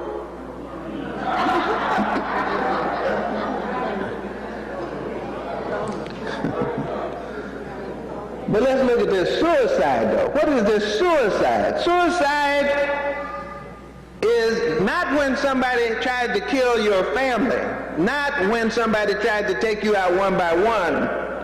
Homicide. Suicide is when you do it to yourself. You ought to know something about suicide. One of the things about suicide that I found out, one day a lady from DeKalb County called me in Atlanta, that's out in the northeast of Atlanta, and she said she had gotten numbers from the Center for Disease Control on the suicide rates for black male, and here's what the number said. Since 1980, the rate of suicide for black males has more than doubled, from 5.1 per 100,000 to 12.4 per 100,000 up to 1985-1990. From 1980 to 1992, suicide among black males 10 to 14 years old increased more than 300%. For black males 15 to 19, 184%. It is the leading cause of death for 15 to 20-year-old black men. Suicide. Now, I'm not talking about cultural suicide at the moment. I'm talking about suicide. I'm talking about offing yourself with a gun with some gas or cutting your wrist or something like that. You know the funny thing about this? Up until a few years ago, black people didn't commit suicide at all. They weren't even in the numbers. And now the numbers are threatening to equal the white population. In fact, they say that more young people die now from suicide than from homicide. This is what the CDC numbers say. And they even tell us why. They say stress factors include humiliating life events. Think about that. How many times our young men are humiliated? Loss of an important relationship. Loss of a job. Self-criticism. Pressure to achieve. Family discord. Family problems. Now, before I give you the interpretation of this and what happened, I want to tell you that there's also some numbers on black women. And they find that the black men actually commit suicide more, but the women actually attempt suicide 18 to 21 times for every time they actually complete one. Which meant they have more attempts than the black male, but they just don't complete it. So both the men and women are in trouble. A study was done, working backwards to interview the families of these young children to find out if we could see why they were committing suicide. You know what the study showed? In fact, they'd asked me to advise about what questions ought to be asked. And the two questions that I put into the questionnaire were the main two questions that showed what the problem was as the research came back in. It turned out it didn't have anything to do with whether they had a job or not. Most of the kids had jobs. Didn't turn out to have anything to do with whether they could read or write. Most of them could read. In fact, their suicide notes were in good English. It turns out, though, that their families never transmitted to them anything about how to live and survive in a racist society. So that when they got to the point where they bumped up against the glass ceiling, they internalized and couldn't take it and did it to themselves. And the second reason, they found that one of the things these young men had in common was that they didn't belong to anything. They're out there on their own. I knew that. I'm not a specialist in suicide. I'm not a clinical psychologist. I'm an educational psychologist. But I know what whole human beings are supposed to have. Whole human beings are supposed to have a family.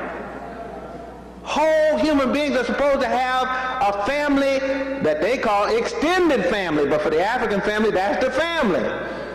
Your collective community is your family. Whole human beings have that. And you take children out, you put them in environments where they disconnect from the groups that mean something to them. The smart ones will try to create gangs and build the families that we didn't build for them. Build the loyalty that we didn't provide. Build the accountability, the identity that we never gave them.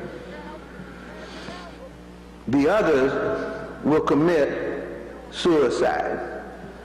But you see, what I'm concerned about are those who commit cultural suicide. See, any self-destructive behavior is suicide. This lady I was telling you about, who didn't have any Africa, said that we didn't have anything left of Africa. We're not distinct. We should give it up and join the others. I told her, I said, you don't know that you exist, but Cadillac knows you exist. She said, what do you mean? So I have this thing right here that I have a newspaper article on Cadillac, focuses on black buyers. It's in USA Today, Monday, February 28, 1994. Now, why would Cadillac focus on black buyers? Because we used to buy 25% of their cars. And it dropped to somewhere way down at the bottom. I don't know what it is now. So when Cadillac found that black people weren't buying Cadillacs, white people were buying them. Once they put the North Star, white people jumped out of Lexus and back into Cadillac. But black people said, no, we'll just stick with Lexus.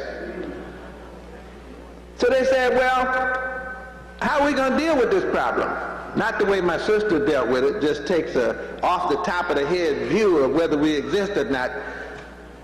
Cadillac hired some anthropologists and sociologists and psychologists to study black people. And they found out certain things about us. And then they came back to their dealers, and they say they put their dealers through a course in racial sensitivity so they don't offend black consumers who return to Cadillac showroom. Said the names of the people that they studied came from mailing lists of black publications. Like, they got the mailing list from Essence, they got the mailing list from Black Enterprise, they got the mailing list from Emerge, and they got the census data. And then they pulled a sample from that, and then they studied those people and what their habits were, and adjusted Cadillac's marketing practices to target it specifically to an African community. Why would you do that if they don't exist? They were told not to dismiss black buyers who may dress or talk differently than white buyers. See, that might seem like common sense, but it goes against the fears of salespeople who train in the automobile business. Salesmen have been taught to size up the tire kickers quickly and not spend much time on those who they think are unlikely to buy, unlikely to afford a car. And they usually use attire and speech as the keys to making these judgments. They say, you can't do that. Brother may be talking funny with about 15 grand in cash in his pocket. You don't know what he's got. And so they had to teach Cadillac that. Cadillac actually had focus groups for blacks. They got young blacks to find out what they thought about Cadillac. And they did what they had to do. R.J. Reynolds did it too. R.J. Reynolds said black people are a special group. This sister who couldn't even see herself in the mirror saw less than the cigarette company saw. They knew that they weren't selling cigarettes like they wanted to the black community, so they got their anthropologists, sociologists, and psychologists out and studied them. And they knew something about your ego. They knew that poor folk like us like rich names for the things that we wear. So they made a name of a cigarette just for black people called Upscale. Upscale. And they study you and know you like menthol. So they put menthol in your cigarette. But they know you don't like too much. So they put weak menthol, light menthol, menthol light in an upscale cigarette. And you like filter tips more than white. So they put filters on your upscale menthol light cigarette. And they even followed you around and picked up your empty cigarette package that was on the ground and noticed that you open your cigarettes more often than whites from the bottom of the pack because you don't like to crush your filter tip before you smoke your menthol light upscale. So they decided they would pack the cigarettes in the package upside down just for black people who don't exist, according to this sister. Who don't exist. See? Everybody knows we exist except us.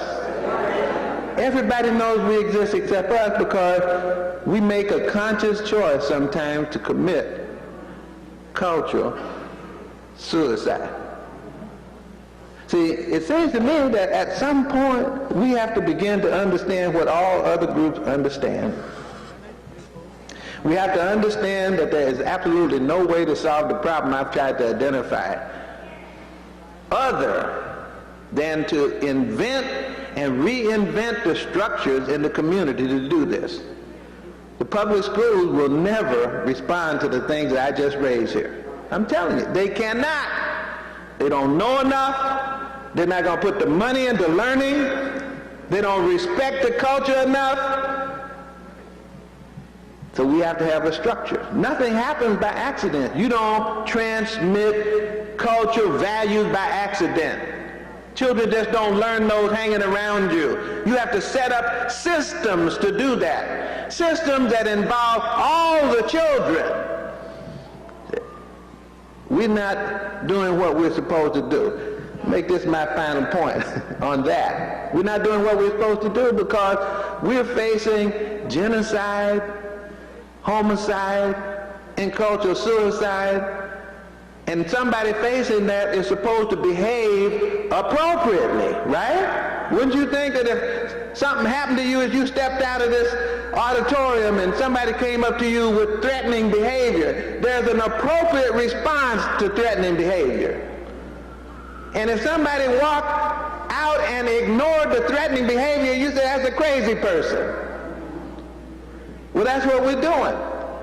I told somebody up in Florida a couple of weeks ago, the PhDs, they have a program in Florida, the McKnight PhD program. They got over 200 Africans getting PhDs out of those Florida colleges down there. Brother down there, real sharp, Ike Tribble. And some of us get to go down there and talk. Dr. Clark was down there this year because there are certain messages they don't get from where they are. And so I told them about the problem is not getting a PhD. The problem is not committing suicide or not permitting genocide or homicide culturally to be practiced on you. You see, appropriate behavior, it seems to me, is not our standard response. And I've kind of psyched it out. I've gone around the country to see what we're doing. And every place is not like slave theater. I tell you. A lot of people's response is what I call tables of 10. I'm getting ready I want to write a book about it. I'm not going to say I'm getting ready to write it because I might not write it. But it just would be a good book for me to write. Tables of 10. Because that's the typical response of black people to the problem. It's the easiest thing that we can do. It's the only thing we can do without working. And that is to get in our organizations and rent a hotel from the people who make money off of us and have a banquet where we sit down at tables of 10 and where we pass out plaques and have a speech and eat and dance and go home after we have given 2 scholarships of $5,000 after we paid $500,000 for the dinner at tables of 10. It doesn't take anything. So maybe you only do one of those a year. Or maybe you got a whole network of friends and maybe you're in 3 or 4 organizations, and I don't want to name the organizations, but you know what they are. Tables of 10 is not a structure for socialization. It's not the structure that will engage the children. It's not the structure that will inform the adults. We don't have a structure. We are laid back at our tables of 10, wondering what they're going to do next, wondering what they're going to do for us, wondering what they're going to do to us. It seems to me that somehow we've got to get not just certain information to the community, we've got to get the analysis to the community. Our community doesn't have the analysis. And for that reason, much of our leadership is misleadership, because it leads us to the tables of 10, but not to the solutions of our problems. No more cultural genocide, no more cultural homicide, no more cultural suicide. Sankofa. Thank you.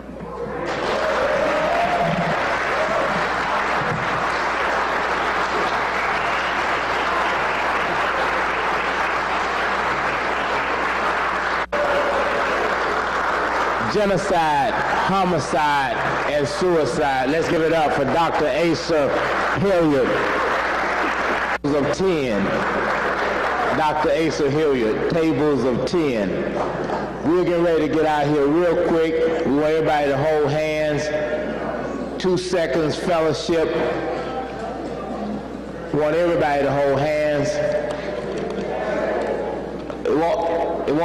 Your train's not going to leave about 15 minutes from now. I just called the conductor and told him to hold it up.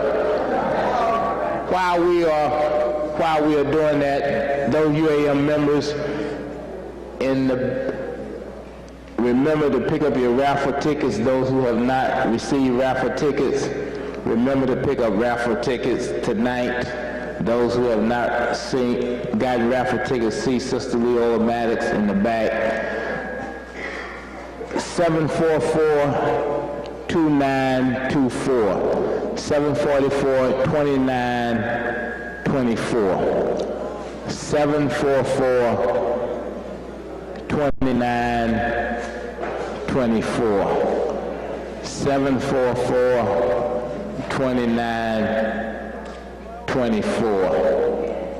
Going once, going twice, gone. Nobody got that, right? All right, just put it one more time, Jordan. All right. 744-2922. Jones, a warm round of applause. Brother Bill Jones, let's give him a warm round of applause. From First World. Brother James Smalls, let's give him a warm round of applause. Professor James Smalls, let's give him a warm round of applause. Now it's about 10:40. He ought to be here by now. Dr. Leonard Jeffries. Dr. Leonard Jeffries. All right, Dr. Leonard Jeffries. Is he in the house? All right, I was out in Queens and you did not make CMATAP, brother, as you promised. Oh, y'all did? Oh, y'all got there on Dr. Jeffries' time. All right. Y'all came in late. All right. All right. We're glad to have everybody out tonight. Thank you very much. We certainly appreciate Dr. Asa Hilliard. Let's give him a warm round of applause. Dr. Asa Hilliard. Asante Sana. Asante Sana. And certainly we will go back and take a new look at the Shabaka text. Asante Sana. Now, we are about to go. We'll be back next week with a brother from the Shawnee tribe, Barney Bush, from the mountains of New Mexico. And we'll be here discussing Native American history and culture, and we'll be talking about their struggles to save their culture and their history, which will be very much in line with what Dr. Hilliard talked about tonight, and we'll be reminiscent of the struggles up at City College. We certainly want to come back next week and hear him, and we want Brother Seydu to be here with us next week. I see you back there. All right, be back next week, Brother Seydu. All right, and finally we want to thank Sister Rosalind Jeffers for giving us a great new dimension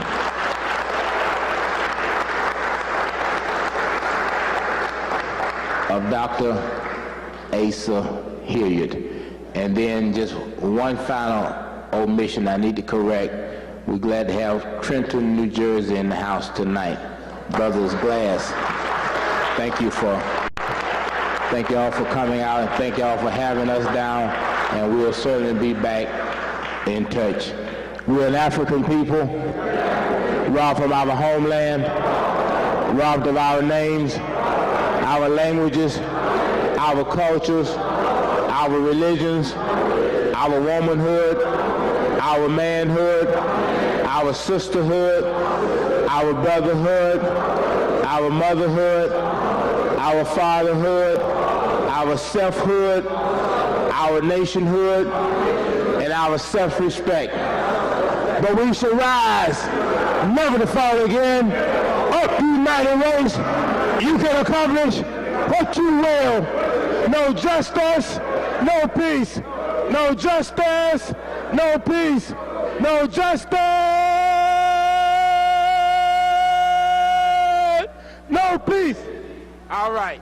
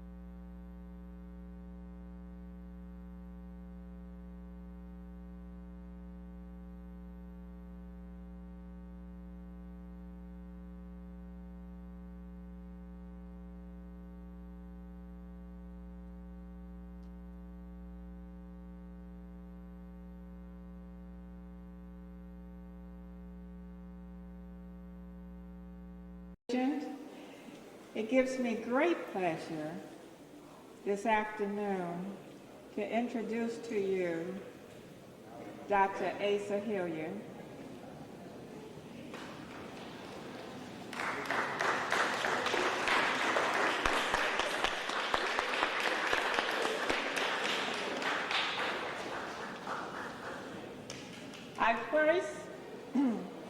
I first saw Dr. Asa Hilliard in the early 80s, probably around 85, speaking at our first ASCAT conference in New York. I first met him in 1987 when we went to Kemet, and I think we were on the same plane, and we were all, when we arrived in Kemet, we were all hugging each other, saying, "We're home, we're home." And we hugged each other, saying, "We're home," being so happy we're home. Dr. Hilliard is a professor of educational psychology, was born in Galveston, Texas on August 22nd, 1933. This is his biography that I got from the internet, by the way. And some things were revealed to me, so I'm going to reveal them to you. After completing high school, Dr. Hilliard attended the University of Denver, earning his BA in 1955 and his master's in counseling in 1961. And a doctorate of education in educational psychology in 1963. He began teaching in the Denver public school system, where he remained until 1960 after receiving his bachelor's. That year, he began teaching as a fellow at the University of Denver, where he remained until he earned his PhD. Joining the faculty in San Francisco State University in 1963, Dr. Hilliard spent the next 18 years there. While at San Francisco State, he became the first department chairman and spent his final 8 years as Dean of Education. He served as a consultant to the Peace Corps and as superintendent of schools in Monrovia, Liberia. Leaving San Francisco State, Dr. Hilliard became a professor at Georgia State. Today, he is the Fuller E. Calloway Professor of Urban Education, serving both as the Department of Educational Policy Studies and the Department of Educational Psychology and Special Education. He is a founding member of our association, ASCAD. He is our first vice president. He has served as an expert witness in court testimony on several federal cases regarding test validity and bias, and he's a co-developer of an educational television series, Free Your Mind, Return to the Source, African Origins. In 1995, he was selected as one of 30 movers and shapers of early education. He has written hundreds of articles on a variety of topics, including ancient African history, teaching strategies, and public policy. He's the recipient of the Outstanding Scholarship Award from the Association of Black Psychologists, a Knight Commander on the Human Order of the African Redemption, and the Distinguished Leadership Award from the Association of Teachers of Education. He and his wife, Patsy Joe, who is mayor of East Point, Georgia, have 4 children. Some of the books he has authored are The price they paid, desegregation in an African American community. The Maroon Within Us, selected essays on African American community socialization. Teaching/learning anti-racism, a developmental approach. Know thyself, and he also introduced the teachings of Ptahhotep to us. Without further ado, it gives me great pleasure, and I know this will be a great learning experience for you, Dr. Asa Hilliard.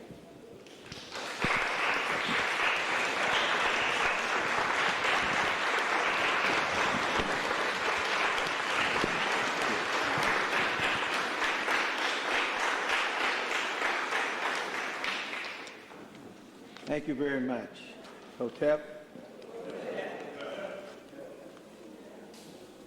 In recognition of our Creator, the one who is hidden and who is the source of all life, power, and health, in recognition of our ancestors, the ones through whose loins we came, who set the pattern for us, who solved every problem that we need solved, and whose example, if we examine and follow, will work for us today as it worked for them in the past.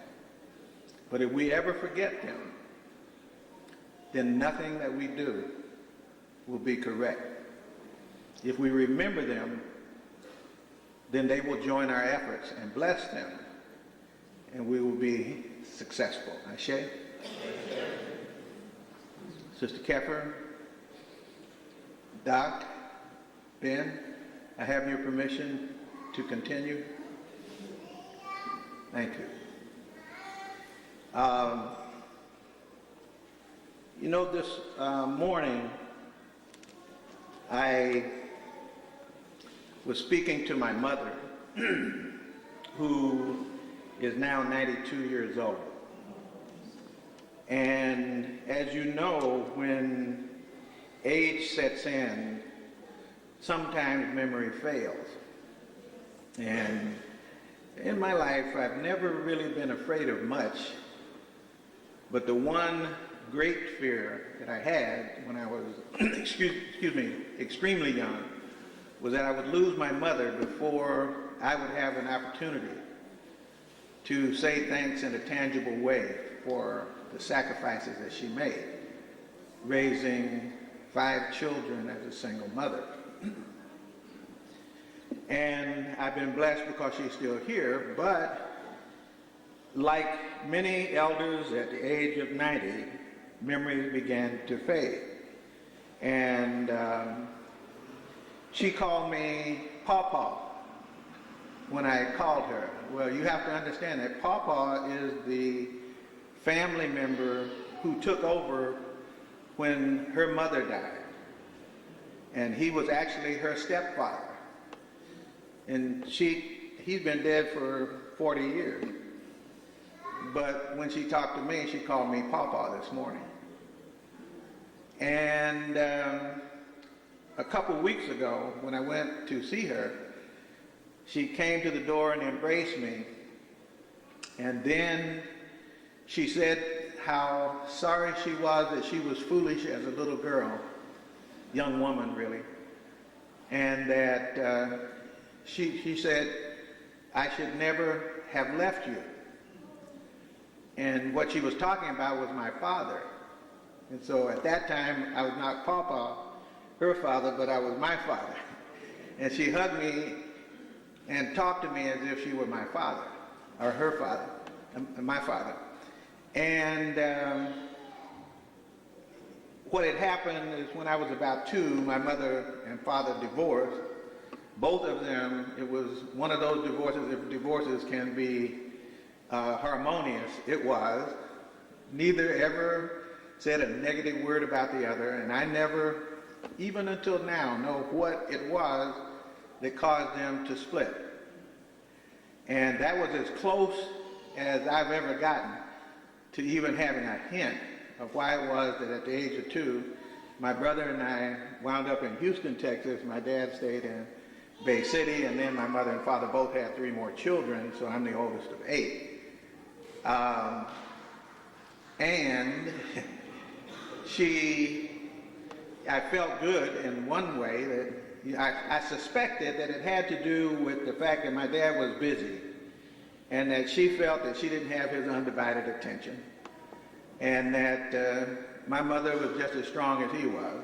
I have 2 very strong parents, and my mother is very independent. Even now, she will not live with anybody, so we had to build her a house so she could live in her own house. And even now, with her failing memory, she will not move, although I built a house in my daughter's yard so that she can go next door, or they can come by and she can put the kids out, my grandchildren, whenever she gets ready. Now, how do I deal with someone whose memory is failing? Well, every time we meet, what I've learned is that she's always disoriented now, but all I have to do is start reminding her of the jokes we used to tell when I was little. And as soon as I get to those jokes that we used to have, we used to name people. We call them by funny names. Everybody had a funny name, and we would have the biggest fun in our house with these secret names that we had for people. And every now and then we'd slip up and call somebody by their secret name that they didn't know they had. And so that would be one of the things that would get my mother laughing. And so once she went all the way back and got those memories, then we work up to the present, and then she could remember what happened this morning, yesterday, everything else. So it was a living case of Sankofa, going back to find out where you are, to get oriented. And I remembered that when I was coming here, because that's really what we're doing in ASCAC.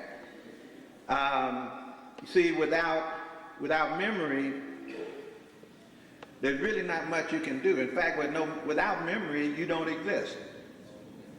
So this is not something, this memory search is not something just so that we can memorize the 7 principles of Ma'at, that we can, the features of it, the behavioral aspects of Ma'at, that we can memorize those. That's not it. That what we're doing in memory is really coming to life, because 99.44% of who we are is what we were. And the present moment, as of this moment, what happened, what I just said, is memory already. So we really live in memory and with memory in order to be able to go forward. And so when Bill Bennett made his comment about the fact that you could eliminate crime by killing all the black babies and then add it quickly, but it would be horrible and wrong and so forth, I might have accepted that if I didn't have a good memory. But I have a great memory for the fact that Bill Bennett has a very close associate at the Heritage Foundation named Charles Murray, who wrote The Bell Curve. And I remember that the Bell Curve was sponsored by the Bradley Foundation, and that the Heritage Foundation houses Bill Bennett and Charles Murray. And Charles Murray, I remembered in the Bell Curve, chapters 21 and 22, where Murray does the same kind of thing that Bennett does, implying that most of the people with low IQs, which is us, are worthless people, which he says, and really there's no way to get rid of them, which he says, and so therefore you have to stick them all in one community so they can stay together and the rest of the world can go about its business. So if you read the Bell Curve, that's the one you should read. So I remembered that, and therefore I could put a different spin on Bill Bennett. And I remember that Bill Bennett was also the one who endorsed the book Cultural Literacy, which is now something in the public schools called Core Knowledge, which is a curriculum that is being sold that glorifies Greece and Rome. And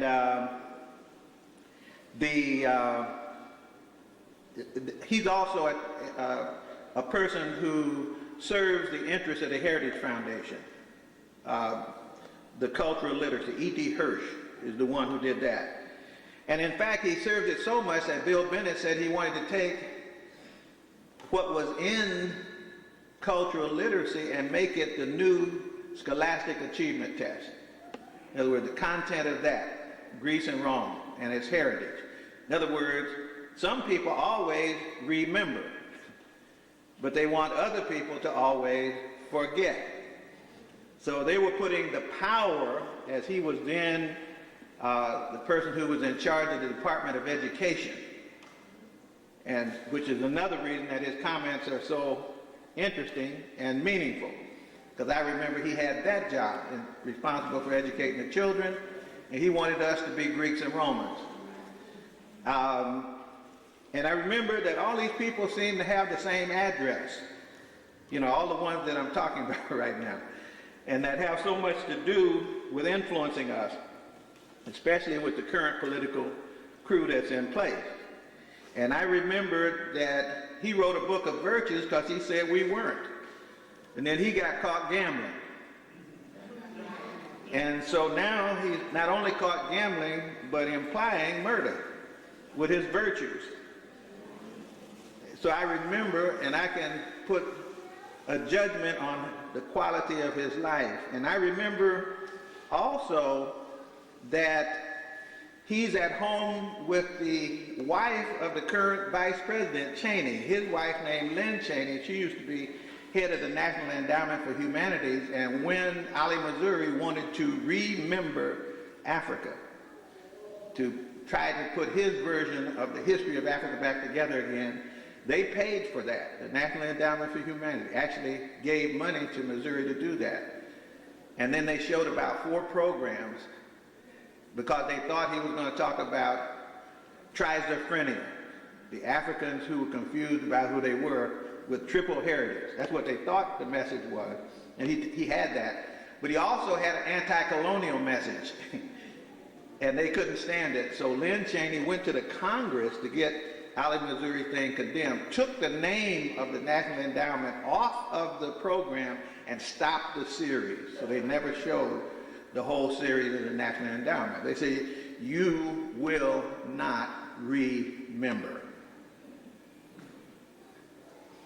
So I remember not remembering.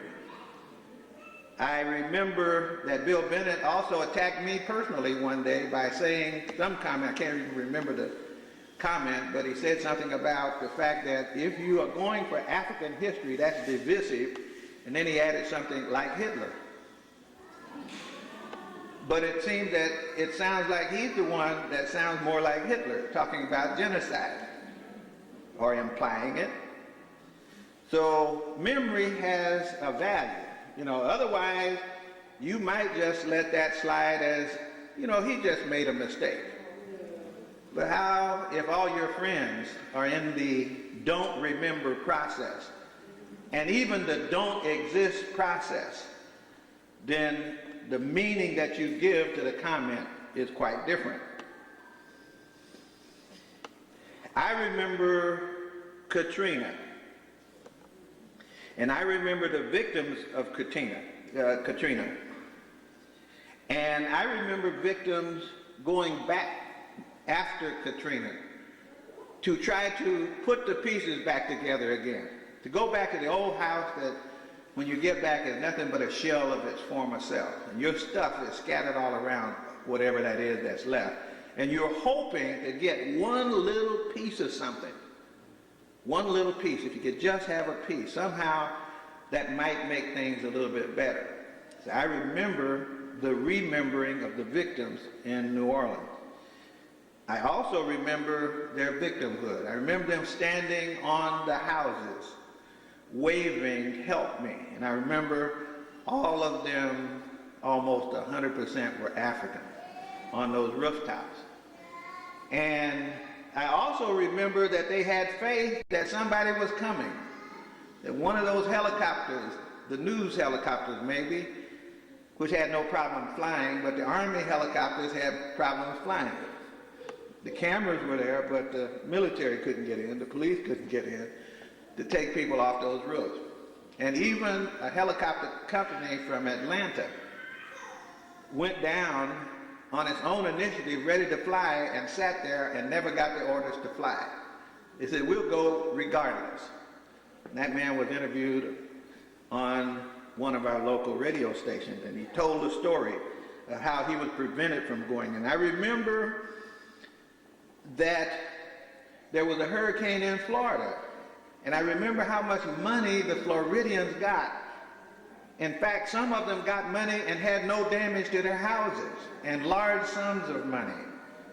And they were going to max the victims from New Orleans out at $2,000 per family if they would sign away their rights. I got good memories on some things. And I remember a public official saying that New Orleans was now gone, and implying that that was great, because he said, we've been trying to do this for a long time, and finally God did it. And I remember that in New Orleans, that hundreds of people tried to cross a bridge to safety. And the sheriff shot over their head and said, this is not New Orleans. You can't come this way. You got to go back into the flood, go back into the danger, because we don't have room for you here. And I was hoping that African people would not forget, but would remember all of these memories. You see, because there are other crises coming, and we'll be still on the roof, like many of us now, waving our hands in hopes that someone is coming. And when even one white political person mother died because he thought they were coming too, and he broke down crying, saying, nobody's coming to save us, nobody's coming. I said, well, if they're not going to save him and his mama, then all those Africans on the roof, they can forget it. And so maybe that's some kind of message that we ought to remember in order to know that we ought to remember. You see, because there are people that you know and I know who say, why are you studying all that black stuff? That was in the past. Well, there's one reason. I just got through telling you. Now, I remember other people's memories. I remember that every town I go into has a museum that preserves the memories of Europeans. Has libraries, thousands of books that preserve the memories of Europeans. We might have a book or two in there, Up from Slavery, you know, something like that. I remember that they have monuments all over town, even some resembling African monuments that Africans don't even remember are African, and Europeans don't remember are African, and their buildings are built on African patterns, but since neither of us remember, then we don't even know how to put a value on it, but they are remembering. I remember that there are those who are forgetting, deliberately forgetting. I remember Lynn Jeffries for the state of New York trying to remember in the curriculum of inclusion. And I was a part of that effort, and you would have thought they were dropping a dirty bomb on New York. Wall Street Journal, New York Times, all these places went after Lynn, and they couldn't find anything wrong with the curriculum, so they decided to go get him for a speech that he made somewhere and pull a line out. They've been saving that for the day they needed it, and then when they needed it, then they diverted attention from the effort. And so I remembered the efforts put into not remembering. And I remember that Schlesinger wrote a book, The Disuniting of America. And I remember the first picture in there was my Lionel's picture. The second picture was my picture. And the third and biggest picture in there was Lynn. That's what they were scared of at the time. Then there was a picture of Dr. Clark. Then there were a few others. And of course, what Schlesinger was trying to do was to remember something that had never happened, a united America. He said, so this was a group of people who by remembering, notice now, what was the crime? Remembering. Because if you remember, then he sees that as dismembering America. But if we remember, we see that as unifying Africa. And of course, that's the problem, the existence of African people. I remember that New York has burial grounds. And somebody remembered. I know that Brother James Smalls has been involved with that. I believe Brother Lynn and others, and they've been digging up stuff. And I remembered that just a few years ago, people said there was no slavery in New York. And now I just got a book from Amazon the other day, came to my house, about this thick, on slavery in New York. And it turns out not only was there slavery, this was one of the biggest slave areas of any city, any large city. New York had a thriving, decades-old slave trade and operation that we forgot. Everybody forgot. Until they dug up, they kept digging. It's interesting, isn't it, how we don't have the money to do all this digging, but people who do dig keep digging up our stuff. They dig up pyramids, tombs, temples, mummies, and all of that, hoping that it's theirs, but they help us to remember. So it's interesting that in the New York Burial Grounds project, that one of the things they dug up was people who remembered, because on their coffins they had the Sankofa symbol right there on the coffin. Same symbol that they put in the wrought iron in North Carolina, because they were the people making those iron fences. They put Sankofa in the fences, saying they wanted to go home. The Georgia Writers Project that interviewed Africans said that everybody dreamed about going back. And that's where we get these kid stories now, but they were adult stories then. The people could fly. And that's what they said. All you had to do is remember certain words that had power, and you could lift yourself up and take yourself back, because the goal was to go back. Go back to what? To go back in forward time, actually. To go back, to go forward. In order to, what is the back? It's back to unity, back to coherence, back to sanity, back to power. So you can do what? So I can use it now. That's why you go back and get an egg out of your behind if you're a chicken, or the bird, the Sankofa bird, takes the egg out of behind. What is the egg other than the symbol of potential? The egg has all that it will become in it. It's already been fertilized. It has all that it will become. All you got to do is sit there and give it a warm environment. It will become its potential.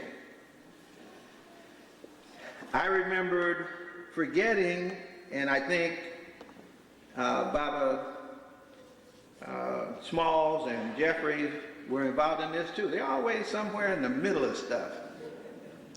And that was taking Crystal and Carson back home when the DNA found out that they actually had an African from Jamaica and an African from New York City by DNA that come from Ghana, connected with Ghana. And they took them home in style, put them on the water in a ship, and brought them to the dungeon back through the door that has now been renamed Door of Return. They said you weren't coming back. They said, but we back. And marched them through that door, and then up into the interior to the last place where Africans got a bath before they came down to be brutally treated and handled in the enslavement. So I remember that too. And there's so much to remember. I remember forgetting. I remember that when I grew up, Timbuktu was a word that described something bad that would happen to you. Africans said that. Africans from Timbuktu, I'm sure the DNA will show, the grandchildren of Africans from Timbuktu, without memory, came to think of home as alien and came to think of an alien place as home. Memory is a funny thing. But then all of a sudden now you can go back and find out stuff that I couldn't find out when I was a child. Some of our greatest historians, they knew it was there, but some of them didn't have the documents to fill out the picture. They knew the story. They knew that Timbuktu had great university, for example. And when I get ready to show some slides in just a moment, hopefully you'll be able to see some of them. You notice that my slides are foggy, and that's because we were bringing the projector in and it rolled down the stairs, and so it jammed the lens, and so I can't turn it in focus. That's why it looks like that. So I'm hoping that you'll be able to see enough that you'll bear with me. Now, if you're sitting up close, you can see it on the screen of the computer. And if you're taking photographs with the cameras, I would suggest that you focus on the lens, on the screen of the computer rather than up here, because you're not going to be able to get any of the real good stuff, at least for the quality that the camera needs. Hopefully, it'll be big enough so that you'll get the gist of what I'm trying to present. But this forgetting, this Timbuktu, how many manuscripts are there now? Or are there any now? Yep, turns out the archives of the university are still operating. Apparently they never shut down. They're still in Sankore Mosque, and there's about 18,000 manuscripts in Sankore Mosque. When I got to go there, I saw those manuscripts, and actually we got to handle some. And then recently, New York Times said that they didn't discover, but they noticed or were told that there were about 100,000 manuscripts in Timbuktu, not in the archives, in the homes of the children and grandchildren of the professors at that university. They preserve those. Most people keep those books in their houses. Yeah, well, that's not strange, because to Africans, books were the most precious thing you could have. And that, according to Ahmed Baba, he had the smallest library on the campus. And there would be 1,600 and more books in the libraries. That meant in the houses of the professors, in their personal library, so that you didn't have to have all your stuff in the university library. And then the New York Times, in the same article, says there are 1 million manuscripts in Mali. That means all over Mali, the other two university towns, Jenny and Gao, and other places where scholars were. That means scholars all over Mali. That meant literacy all over Mali. Almost everywhere you went, Mali was the one place where you have literacy in terms that we understand now. Most places had literacy in other terms, symbols and things like that. So I remember that we forgot that, and that this is a shock. So last week, into my office walked a preacher from the Interdenominational Theological Seminary and a young man from Mali. And they had a suitcase with 25 of the manuscripts from the library of Timbuktu. Because they're right now he has lots more, and he had a letter from the Antiquities Department indicating that he had the permission, these were authentic, and so forth. And then they told me something that they had not done. They said they had a lot of people want to give them bunches of money, but they're not us, and they want to take the manuscripts and do what they want to do with them. You know, those manuscripts need to be digitized, for example, and translated, and then taught, because some of them are really important. Like one manuscript that we saw They told us, the librarian said, this was a manuscript written by Ahmed Baba, and that the manuscript was taking issue with Machiavelli's The Prince, which is the book that the Bush administration and the corporate people in America, for the most part, you can buy it right now. You can buy the Machiavelli The Prince in the bookstores in the airport. Why? Because that's the value system in a dog-eat-dog world. Now you can see why Ahmed Baba would take issue with it. That's why I wish that they hurry up and translate that document so we can see what his arguments were. This is pretty important. You know, not only were these Africans literate, and I just read the other day where some of them came from Spain, having been driven out when Ferdinand and Isabella drove the Moors out of Spain, that some of those Moors went to the library. They'd been university professors in Spain and had been driven out, and some of them went, obviously, to Timbuktu and served as professors there. And there's whole bunches of stories. I've always wondered how they built such an expertise to be literally a world class. They try to minimize what Timbuktu was. It was just a little country college. No, it was a world class university. And now the manuscripts tell you that. So what they gave me when they left, after we talked and tried to brainstorm what we could do to support the effort without having people lose their rights to control the material and ownership and things like that, they said, well, here, we've not done this before, but I'm going to give you this manual. They gave me a manuscript out of the library for 6 months. I get to hold it for 6 months. So last night I spent 3 hours, and that's why I missed my flight trying to get here to see you. I spent 3 hours on my computer starting, I thought I was going to be done in about an hour. I started at 11:30 a.m. and I didn't finish until 3 hours later, scanning the pages, 290 pages of a little bitty book like this. Brilliantly written and with lots of diagrams and obviously a whole bunch of subjects. It looked like math and everything, written by a woman. Written by a woman. Somebody is worried that we will remember. Somebody's worried about a value system where men and women are scholars. Somebody's worried about a value system that's anti the prince. Somebody is worried about a value system that brings the people into consciousness of themselves and allows Africans not to be ashamed from diaspora to their home base.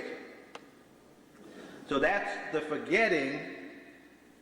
So we didn't know how many, we didn't know how great the writings were, and all of a sudden, all this stuff is coming to life. Just like DNA is bringing connections of Africans to light, Oprah has now found out that she's Zulu.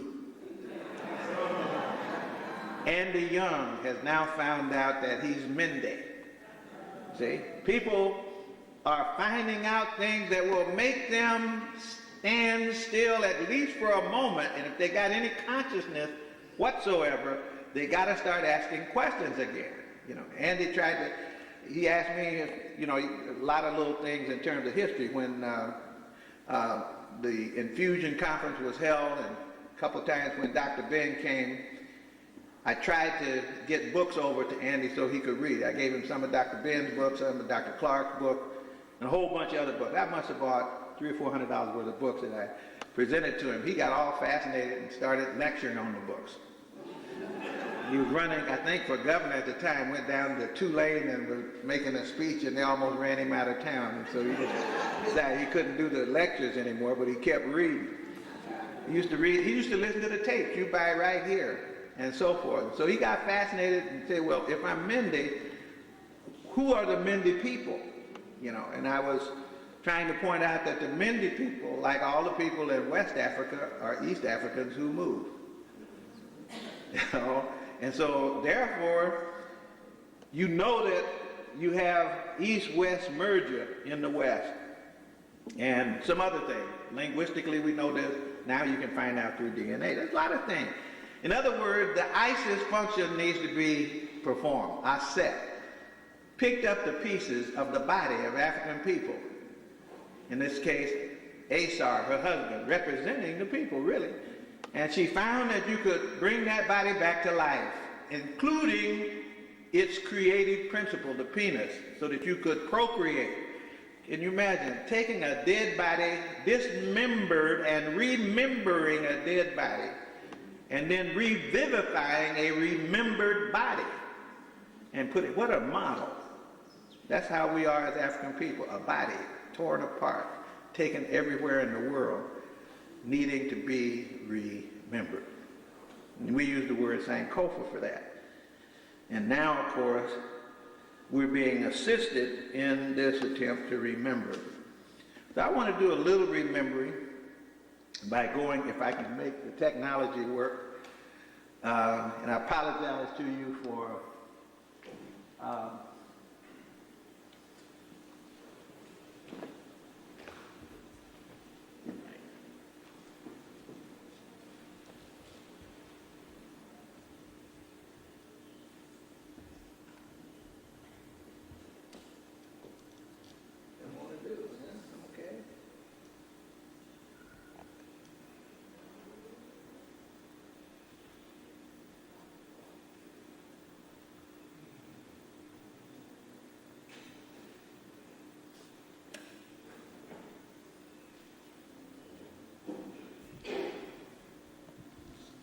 okay, I'm going to have to do it the hard way, I guess.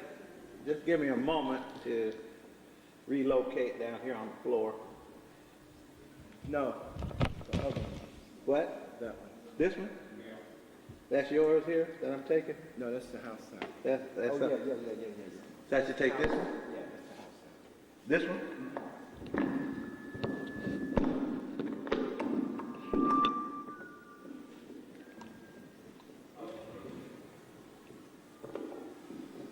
Could you help me by holding that? I have a remote, but not remote. Won't help me if you do it.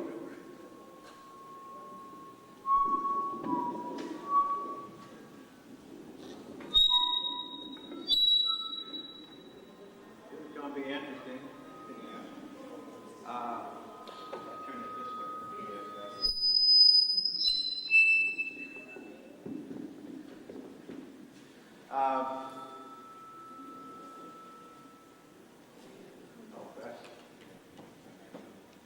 Anybody see any of that?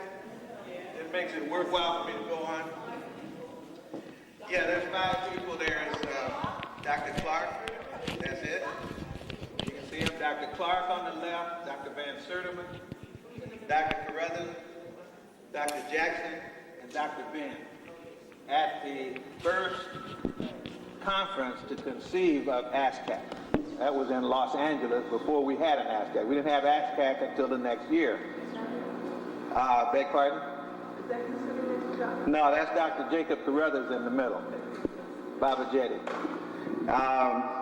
There were some other people, by the way, at this conference. That's not everybody, but obviously this is the powerhouse.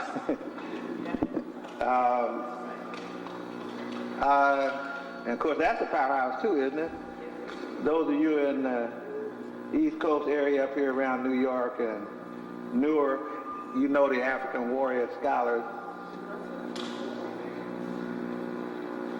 And what I want to do is not start at Kemet this time, but start in Mali, in Timbuktu. And I want to show a few things and try to make a few points on Sankofa and remember it.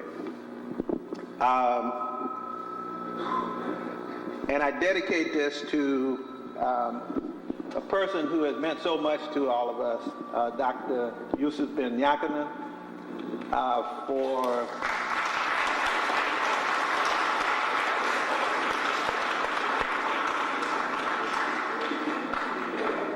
for a lifetime. And it would take me years, as you all know, to describe the sacrifices, the number of innovative ideas. All you have to do is go through Dr. Ben's books. And you don't even have to read the book, just read the titles of the books. And those titles were earth-shaking by themselves. Black Man of the Nile. Just go back to the year it was published and say Black Man of the Nile. You can say it now. It was hard to say then. And of course my favorite, I've said this every time, cultural genocide and the black and in the Black and African Studies curriculum. That's what we were talking about, where people try to cause us to forget and prevent us from remembering. The African origin of the world's major religions. Yeah. Now everybody's saying that. Then nobody was. And of course, one reason that I'm doing this by visuals is that I started imitating Doc Ben as best I could when he was doing the same thing in his books. If you remember, his books had text and photographs sprinkled all through the books so that you went not just to the interpretation but to the evidence. And so I'm indebted to him and to Joel Rogers also, both of them, for following that pattern. And it's made a big difference in terms of the ability to get certain types of points across.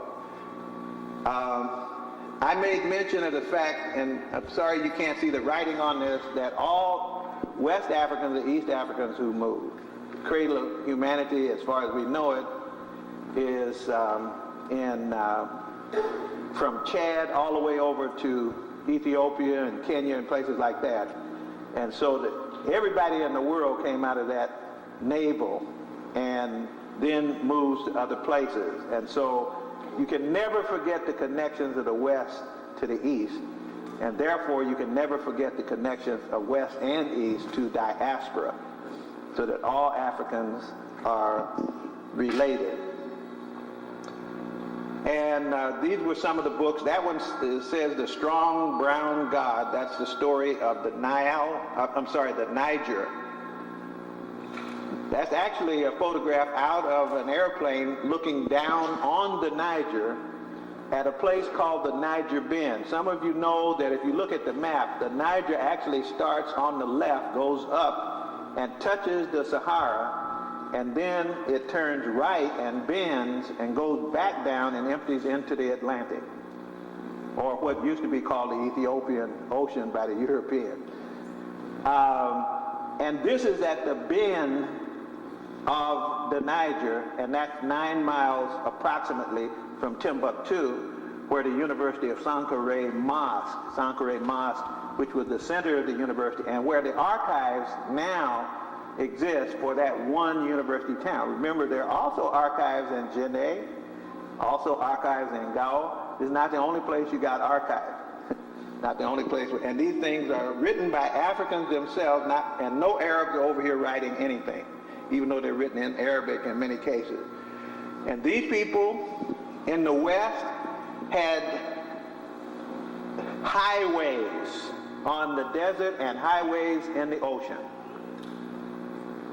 Highways on the desert and highways in the ocean before the slave trade.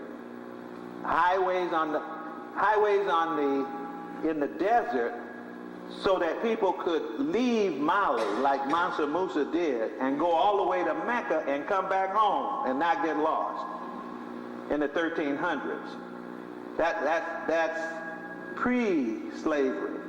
And even before that, they could go where they wanted to go on the desert and on the ocean. This is important because they have books. There's a book called Ancient and Modern Britons by MacRitchie, which is sold on some of our vending shelves, that tells the story of the Formorians, the African sea rovers who went up the coast of West Africa into Europe, into Scotland and England, and settled in those places, and in many cases settled and even intermarried into the royal families of those places, people who were respected. Yes?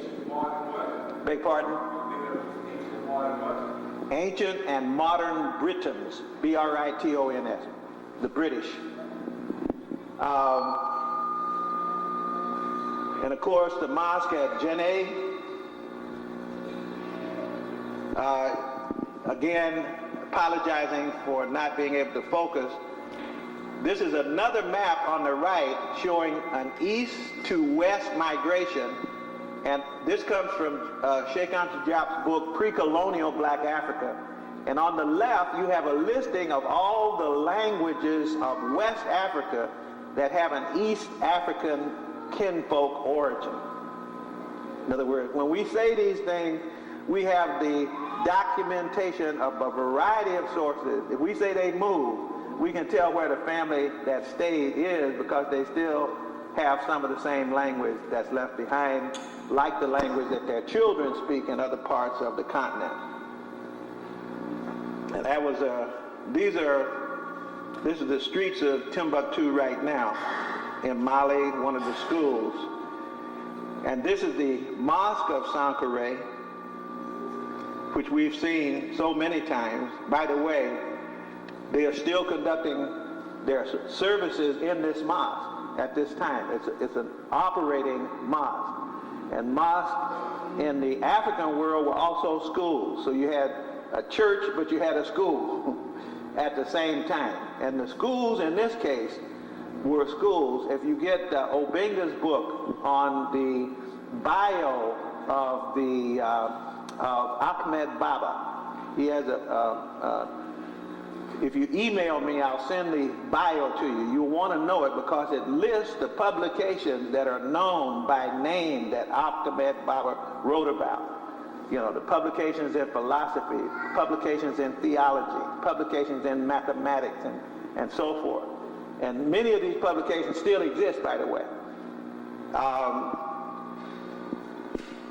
And that's the actual home of Ahmed Baba, which is still standing in Timbuktu.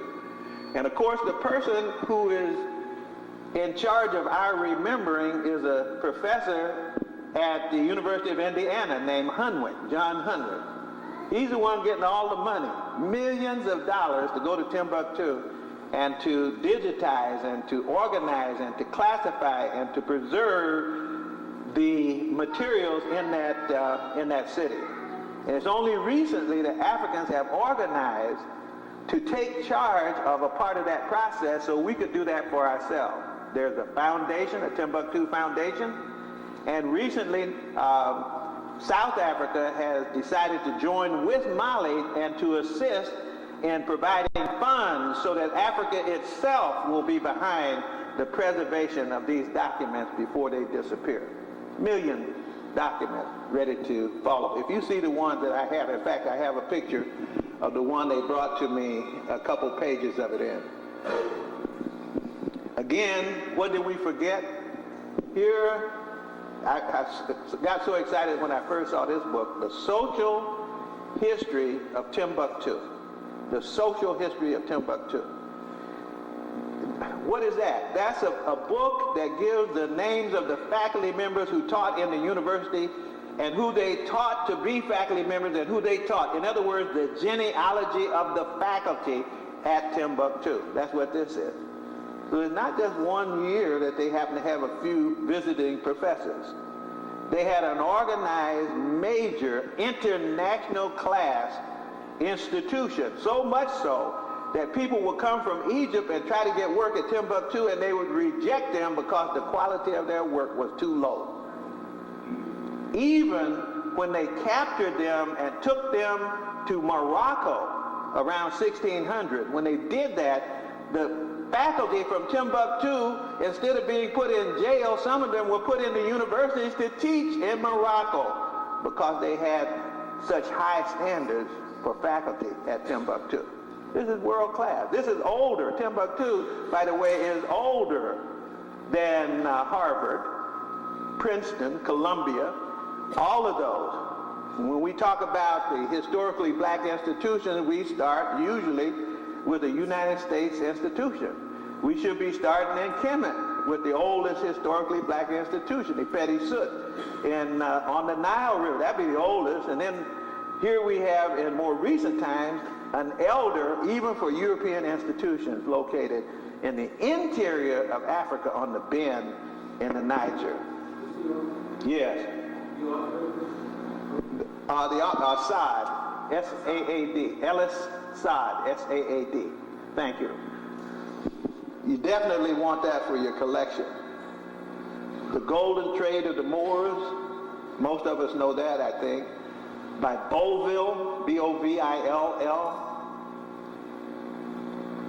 And of course, the famous one that everybody wants, The Moors in Spain by Stanley Lane Poole. The Moors in Spain by Stanley Lane Poole. And I don't think I got a picture of Timbuktu the Mysterious by Felix Du Bois. There's a whole Timbuktu historical literature that's worthy of keeping inside our houses for our children, so that they will know what was going on there. Some of these stories are absolutely awesome. This Paths in the Rainforest that talks about how linguists trace the migration of people from one part of Africa to the other. And this is Christopher Ehret's book, An African Classical Age, Eastern and Southern Africa and World History from 1000 BC to 400 AD, the antecedent of the migration that go to West Africa. And remember I told you that Hunwick, H-U-N-W-I-C-K, is the professor at the University of Indiana who now has cornered the market on Timbuktu's money from this country that goes into finding and preserving manuscripts. Of course, if you find and preserve manuscripts, if you translate manuscript, then the manuscripts say what you say they said. Now, I was in Timbuktu talking to the keepers of the manuscripts, and they told me that the manuscript that we had our hands on was the manuscript written by Ahmed Baba countering Machiavelli's The Prince. And when Hunwick was told that that manuscript existed, he said it didn't exist. He said it didn't exist, yeah. 15 minutes? Okay, all right. Is that a Jeffries 15 minutes or a regular 15 minutes? Okay, I'm gonna have to go on a little faster, I guess.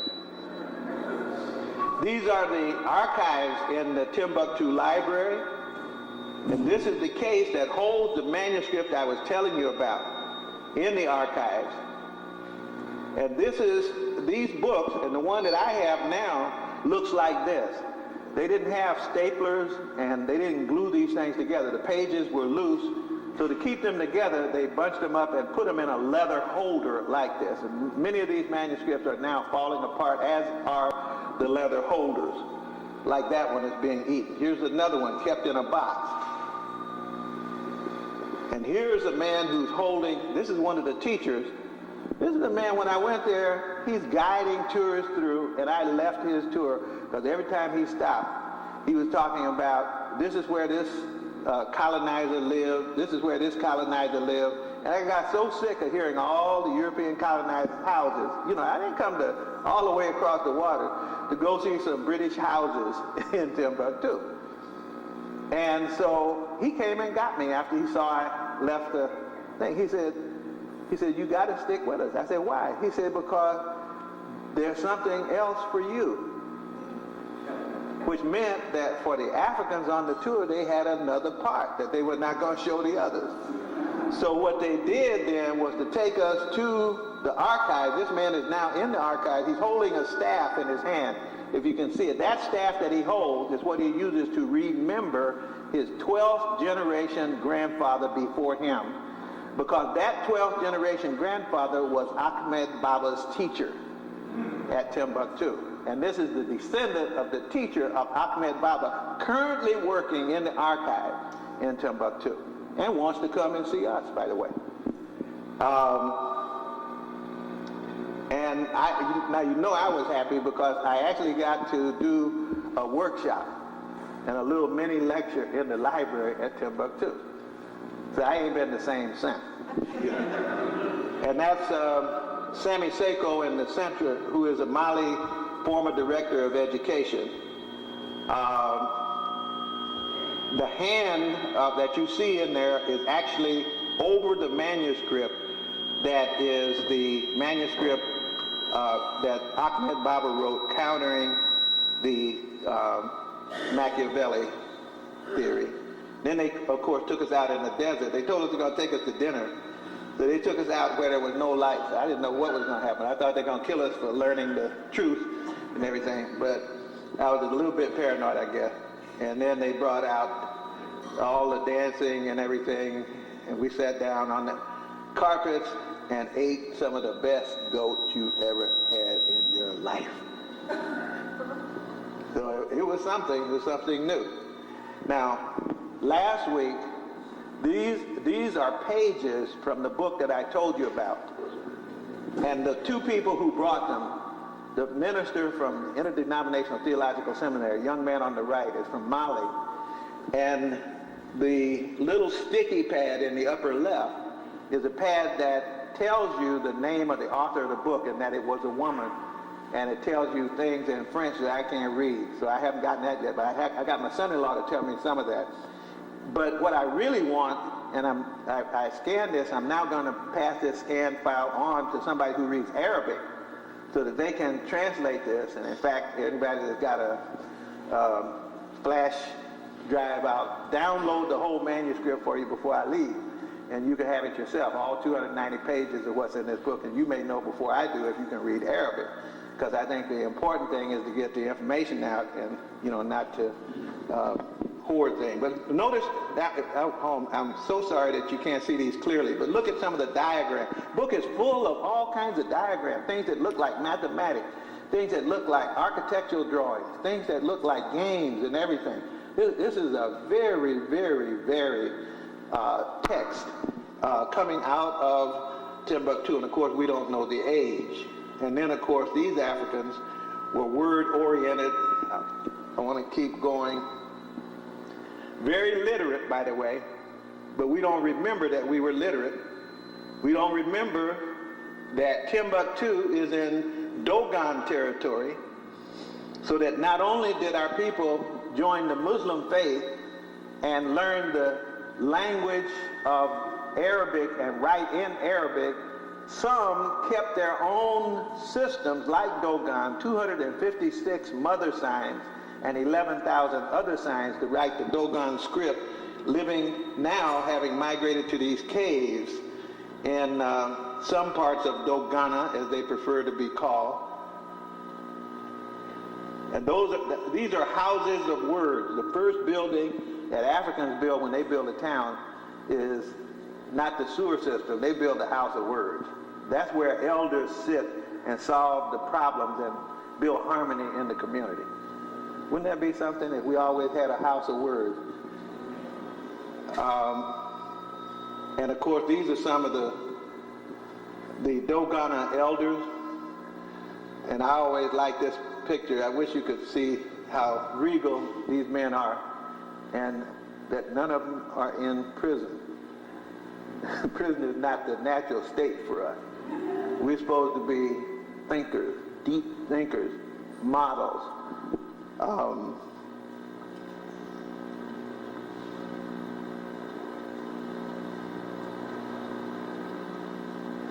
All houses of words. And remember now, I have a film that a brother just sent me. Some of you know, among the Dogon, there's a ceremony that happens every 60 years. And what that's tied to is a lineup of the stars between Sirius, which is the same star in Egypt, in Kemet. That star is the one that told them when the floods were coming. That star, that same star, is what the Dogon keep. And I have one paper that has about 42 comparisons between Dogana thought and Kemetic thought. But this particular thing emphasizes the astronomy, the astronomical knowledge, and the movie that I have is when an observer managed to get in on the last Sigi festival, the 60-year festival, when people come out and dance in imitation of what the stars are doing. That alignment, when that's supposed to be on sacred space at a sacred time in memory of their ancestors, celestial and local. And then, if we remember, we'll remember this star, the main star, and we'll remember Benjamin Banneker. And all we know in February is that Benjamin Banner helped lay out Washington, D.C. But if we really remember, we remember that Benjamin Banneker's best academic area was not surveying and architecture. His best academic area was astronomy. And Benjamin Banneker was Dogon. That's the part that most of us never got. And to remember and to put him back in the context of his grandfather and father and mother from Dogana. And then we see that he had every right, because the kind of knowledge that the Dogon have of astronomy, they possessed before anybody else on earth possessed it, such as the knowledge of a star that you can't even see with a telescope. You can only infer it's there by what it's doing gravitational-wise to the big star that you're watching. And these people knew where it was, described its weight, which is a star so big, so dense that it draws everything into it. And they say that's where we came from, our ancestors, the water spirits now. And these are some of their writings, and that circle in the top, that's a text on astronomy if you know how to read it. But if you're a missionary and you determine that you know God and nobody else does, then you would call the people who are writing illiterate, and you'd call yourself literate. Isn't that interesting? We still have things to learn. These are the Dogana, and I learned more and more about the symbolism, what they're dancing, and how they actually imitate that spiral around Sirius in their dance, and how they wear on their head things that represent the configuration of stars, and how the real glory for a young man is to be present at the Sigi festival and be the one who wears the grand Sigi mask. That's the tall one, which is the star that actually goes around and represents the coming to the point that denotes the date. Do you think our children know anything about what I'm talking about right now? Do you think they would be interested in knowing anything? Do you think it would change their image of who they were? Do you think it would give them a different sense of destiny to be able to see themselves in terms of longitude and latitude, in terms of time, space, and change? What we've done is to be so dismembered that we become episodes rather than epics. It's time for us to remember ourselves so that we are epics again rather than simply episodes again. And of course, ASCAC is devoted to the recovery and reconstruction of the memories through Sankofa. And the Sankofa process is demonstrated, and the rewards of the Sankofa process are raining on us now like never before. The books that have come out, since we were able to capture resources and location and communication in major universities, and that thrust in the 60s, the things that have come out since that time are blowing our mind. There are so many that we can't even get them around fast enough. One of the newest books, that's 2 minutes, isn't it? I'm already over 15. See, I got the Dogon sense of sensitivity, and I didn't even look, and I knew that she was walking up. I even knew what was on her mind. So in order that I don't have to look back and, oh, I got 5 minutes. Oh, shoot. I guess I don't know everything. I'll show a couple more slides, and then I'll shut it down. I thought I was already over. Again, that's a Dogon door.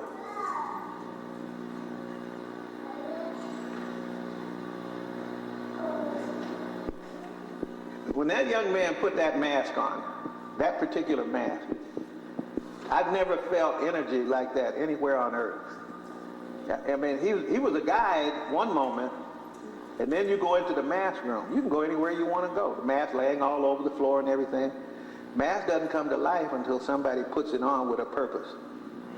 When they put it on with a purpose, and he came out with a sound through that mask that raised the hairs up on your back. Ah! And you looked at that mask, and it's not him anymore. It's something else, you know. And I'll never forget that, you know. And of course he enjoyed it, and other people enjoyed what it does to people. And they couldn't wait to show us. These are the Dogon. These people, you talk about ecology, living in harmony with nature. You talk about ma'at in farming, harmony, balance, order, reciprocity. Look at the green.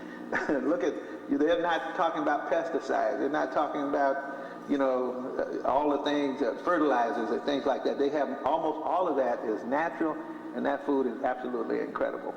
This is the way we live, and then instead of thinking that you got yourself a farmer, every last one of those people is a philosopher at the same time.